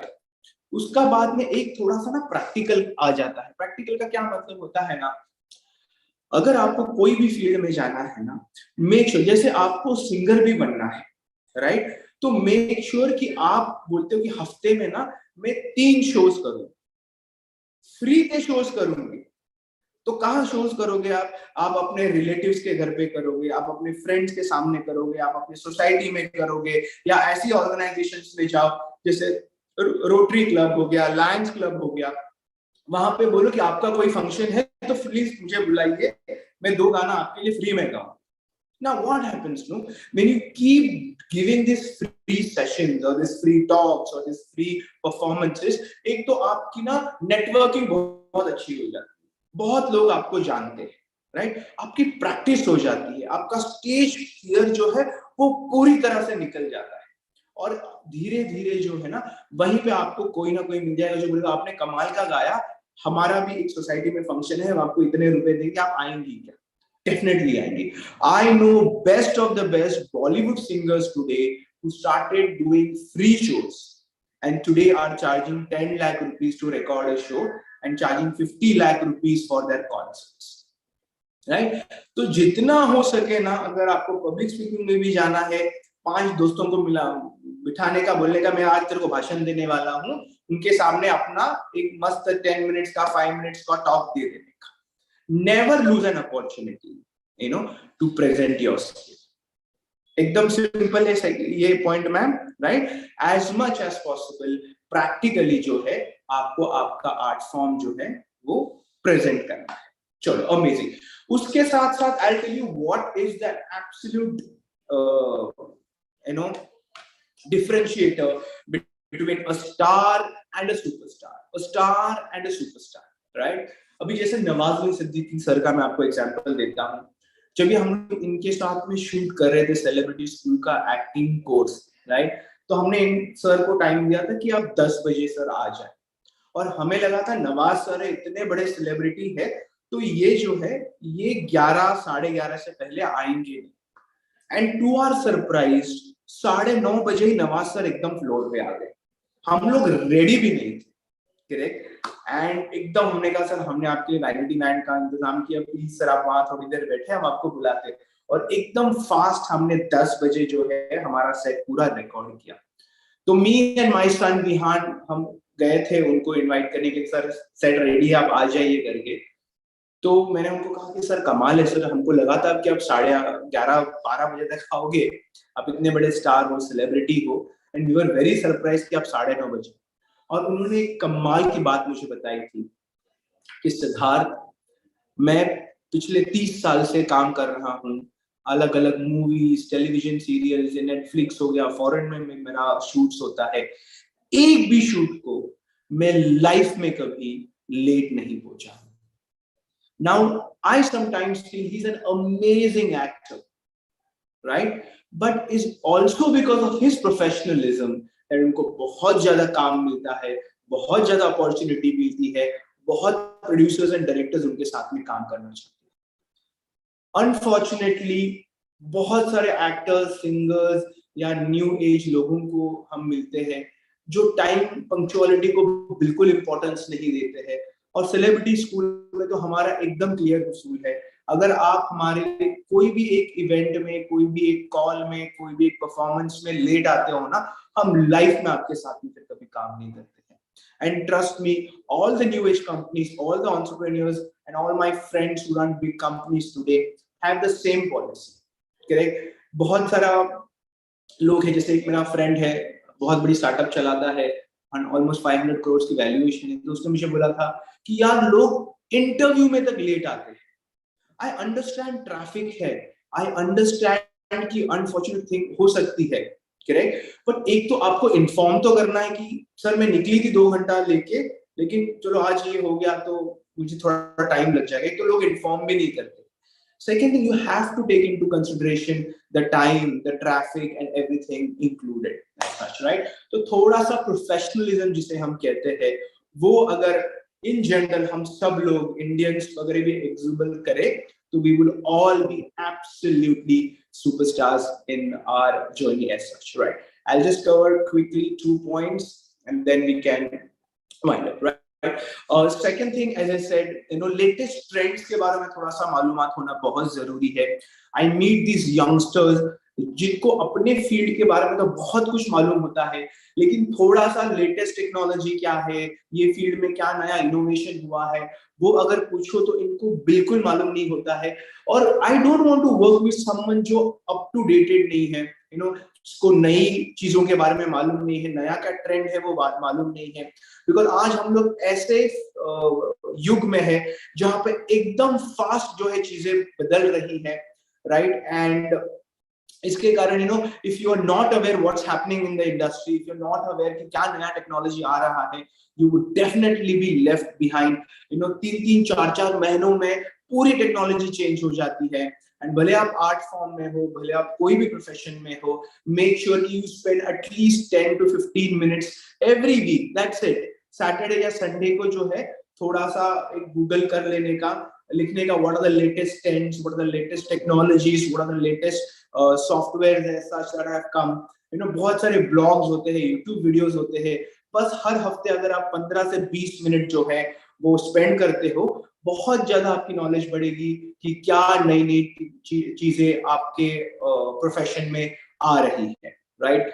And finally, I think again one of my favorite, that is be prepared. बहुत बार मैंने देखा है कि लोग जब भी हमको मिलने भी आते हैं, तो उनको सेलिब्रिटी स्कूल के बारे में बिल्कुल वो रिसर्च करके नहीं आते हैं, और that gives a very bad impression. जैसे बहुत सारे सेलिब्रिटीज ने मुझे कहा है कि जब भी मैं उनको पहली बार भी मिलने जाता हूँ, तो ऑलवेज मेक श्योर मुझे उनकी पूरी जर्नी मालूम है, उनका बेस्ट काम मालूम है, वो नया क्या फ्यूचर में करने वाले हैं, उनका क्या पर्पस है, उनका क्या फ्यूचर एम्बिशन प्लान्स है, वो सारा मालूमात हो. और बहुत जनों ने मुझे बोला है, जैसे हम लोगों ने डब्बू रत्नानी सर के साथ में जब भी शूट किया था, तो भी आई न्यू कि वो क्या करना चाहते हैं फ्यूचर में, राइट. हमने ओजे सजानी मैम के साथ में शूट किया था मेकअप का, तो मुझे मालूम था कि वो खुद का प्रोडक्ट लाइन वगैरह लाना चाहती है. तो जब भी you start your conversation with that, you connect with that celebrity, you connect with that person, and you instantly develop a bond and a friendship between that. So I think that's an amazing guru mantra I can give you. आप कहीं पे भी जाते हो तो थोड़ा सा research करें, आप किनको मिलने वाले हो, थोड़ा सा रिसर्च करो कि क्या लेटेस्ट ट्रेंड्स है आपके इंडस्ट्री में, ताकि आप सबको इम्प्रेस कर पाओ, right. I hope this small little session what we had inculcated some knowledge into the students and will help you कि कैसे मुझे अपना पैशन ढूंढना है, कैसे मुझे अपने स्किल्स को डेवलप करना है, और कैसे मुझे उस पैशन में जो है सक्सेसफुल होना है. If any questions, I am definitely open, ma'am. You can start your camera, or else we can stop.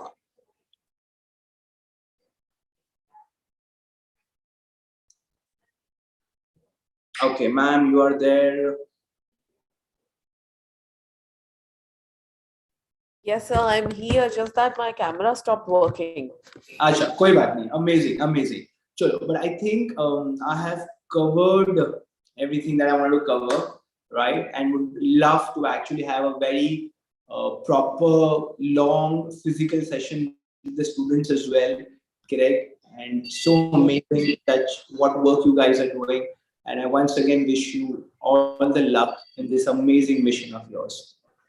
Thank you so much, and I'm so glad you spoke about NECAT, which is the new and a very a great thing coming on board when it comes to media and entertainment sector. I am really happy that you are aware of it, and I'm sure you're a partner in the same. Absolutely. I think the last when I met Mohit sir, I was he kept on speaking about the cat, and he was so highly motivated that we take this forward, because we also share the same mission like MESC, that we want every student to follow their passion, because we truly believe if he just finds his passion and works hard in it, he would definitely become successful in it. Indeed, indeed. And also when I discuss about, having Siddharth ji coming to our platform, it's always, I get the information that you are occupied, and now looking at your energy and, speaking with you after, I think 6 or 8 months it's been. Yeah. Like it's very positive and very good feeling to always have you. No, pleasure is all mine. It was always good to connect with you. I think your smile also gives us this energy to keep moving forward, right? And Roshni was very kind, because I had a hectic and very busy schedule today. But Roshni kept on messaging me. She sent me the link and all. It was great coordination by her as well. Yes, thank you so much, sir. Thank you for your kind words. And yes, trust me, I have made the notes, and will definitely inspire people on the notes that I've taken of continuous learning, discipline, networking, punctuality, and professionalism. Amazing. I am happy. I am happy. Thank you so much, Siddharji, for your time. Celebrity School is actually doing a wonderful job, and we look forward to meet you somewhere in the live session. Certainly. Thank you. Thank you so much. Yeah. Once again. Thank you, sir. All the best. Thanks. Bye.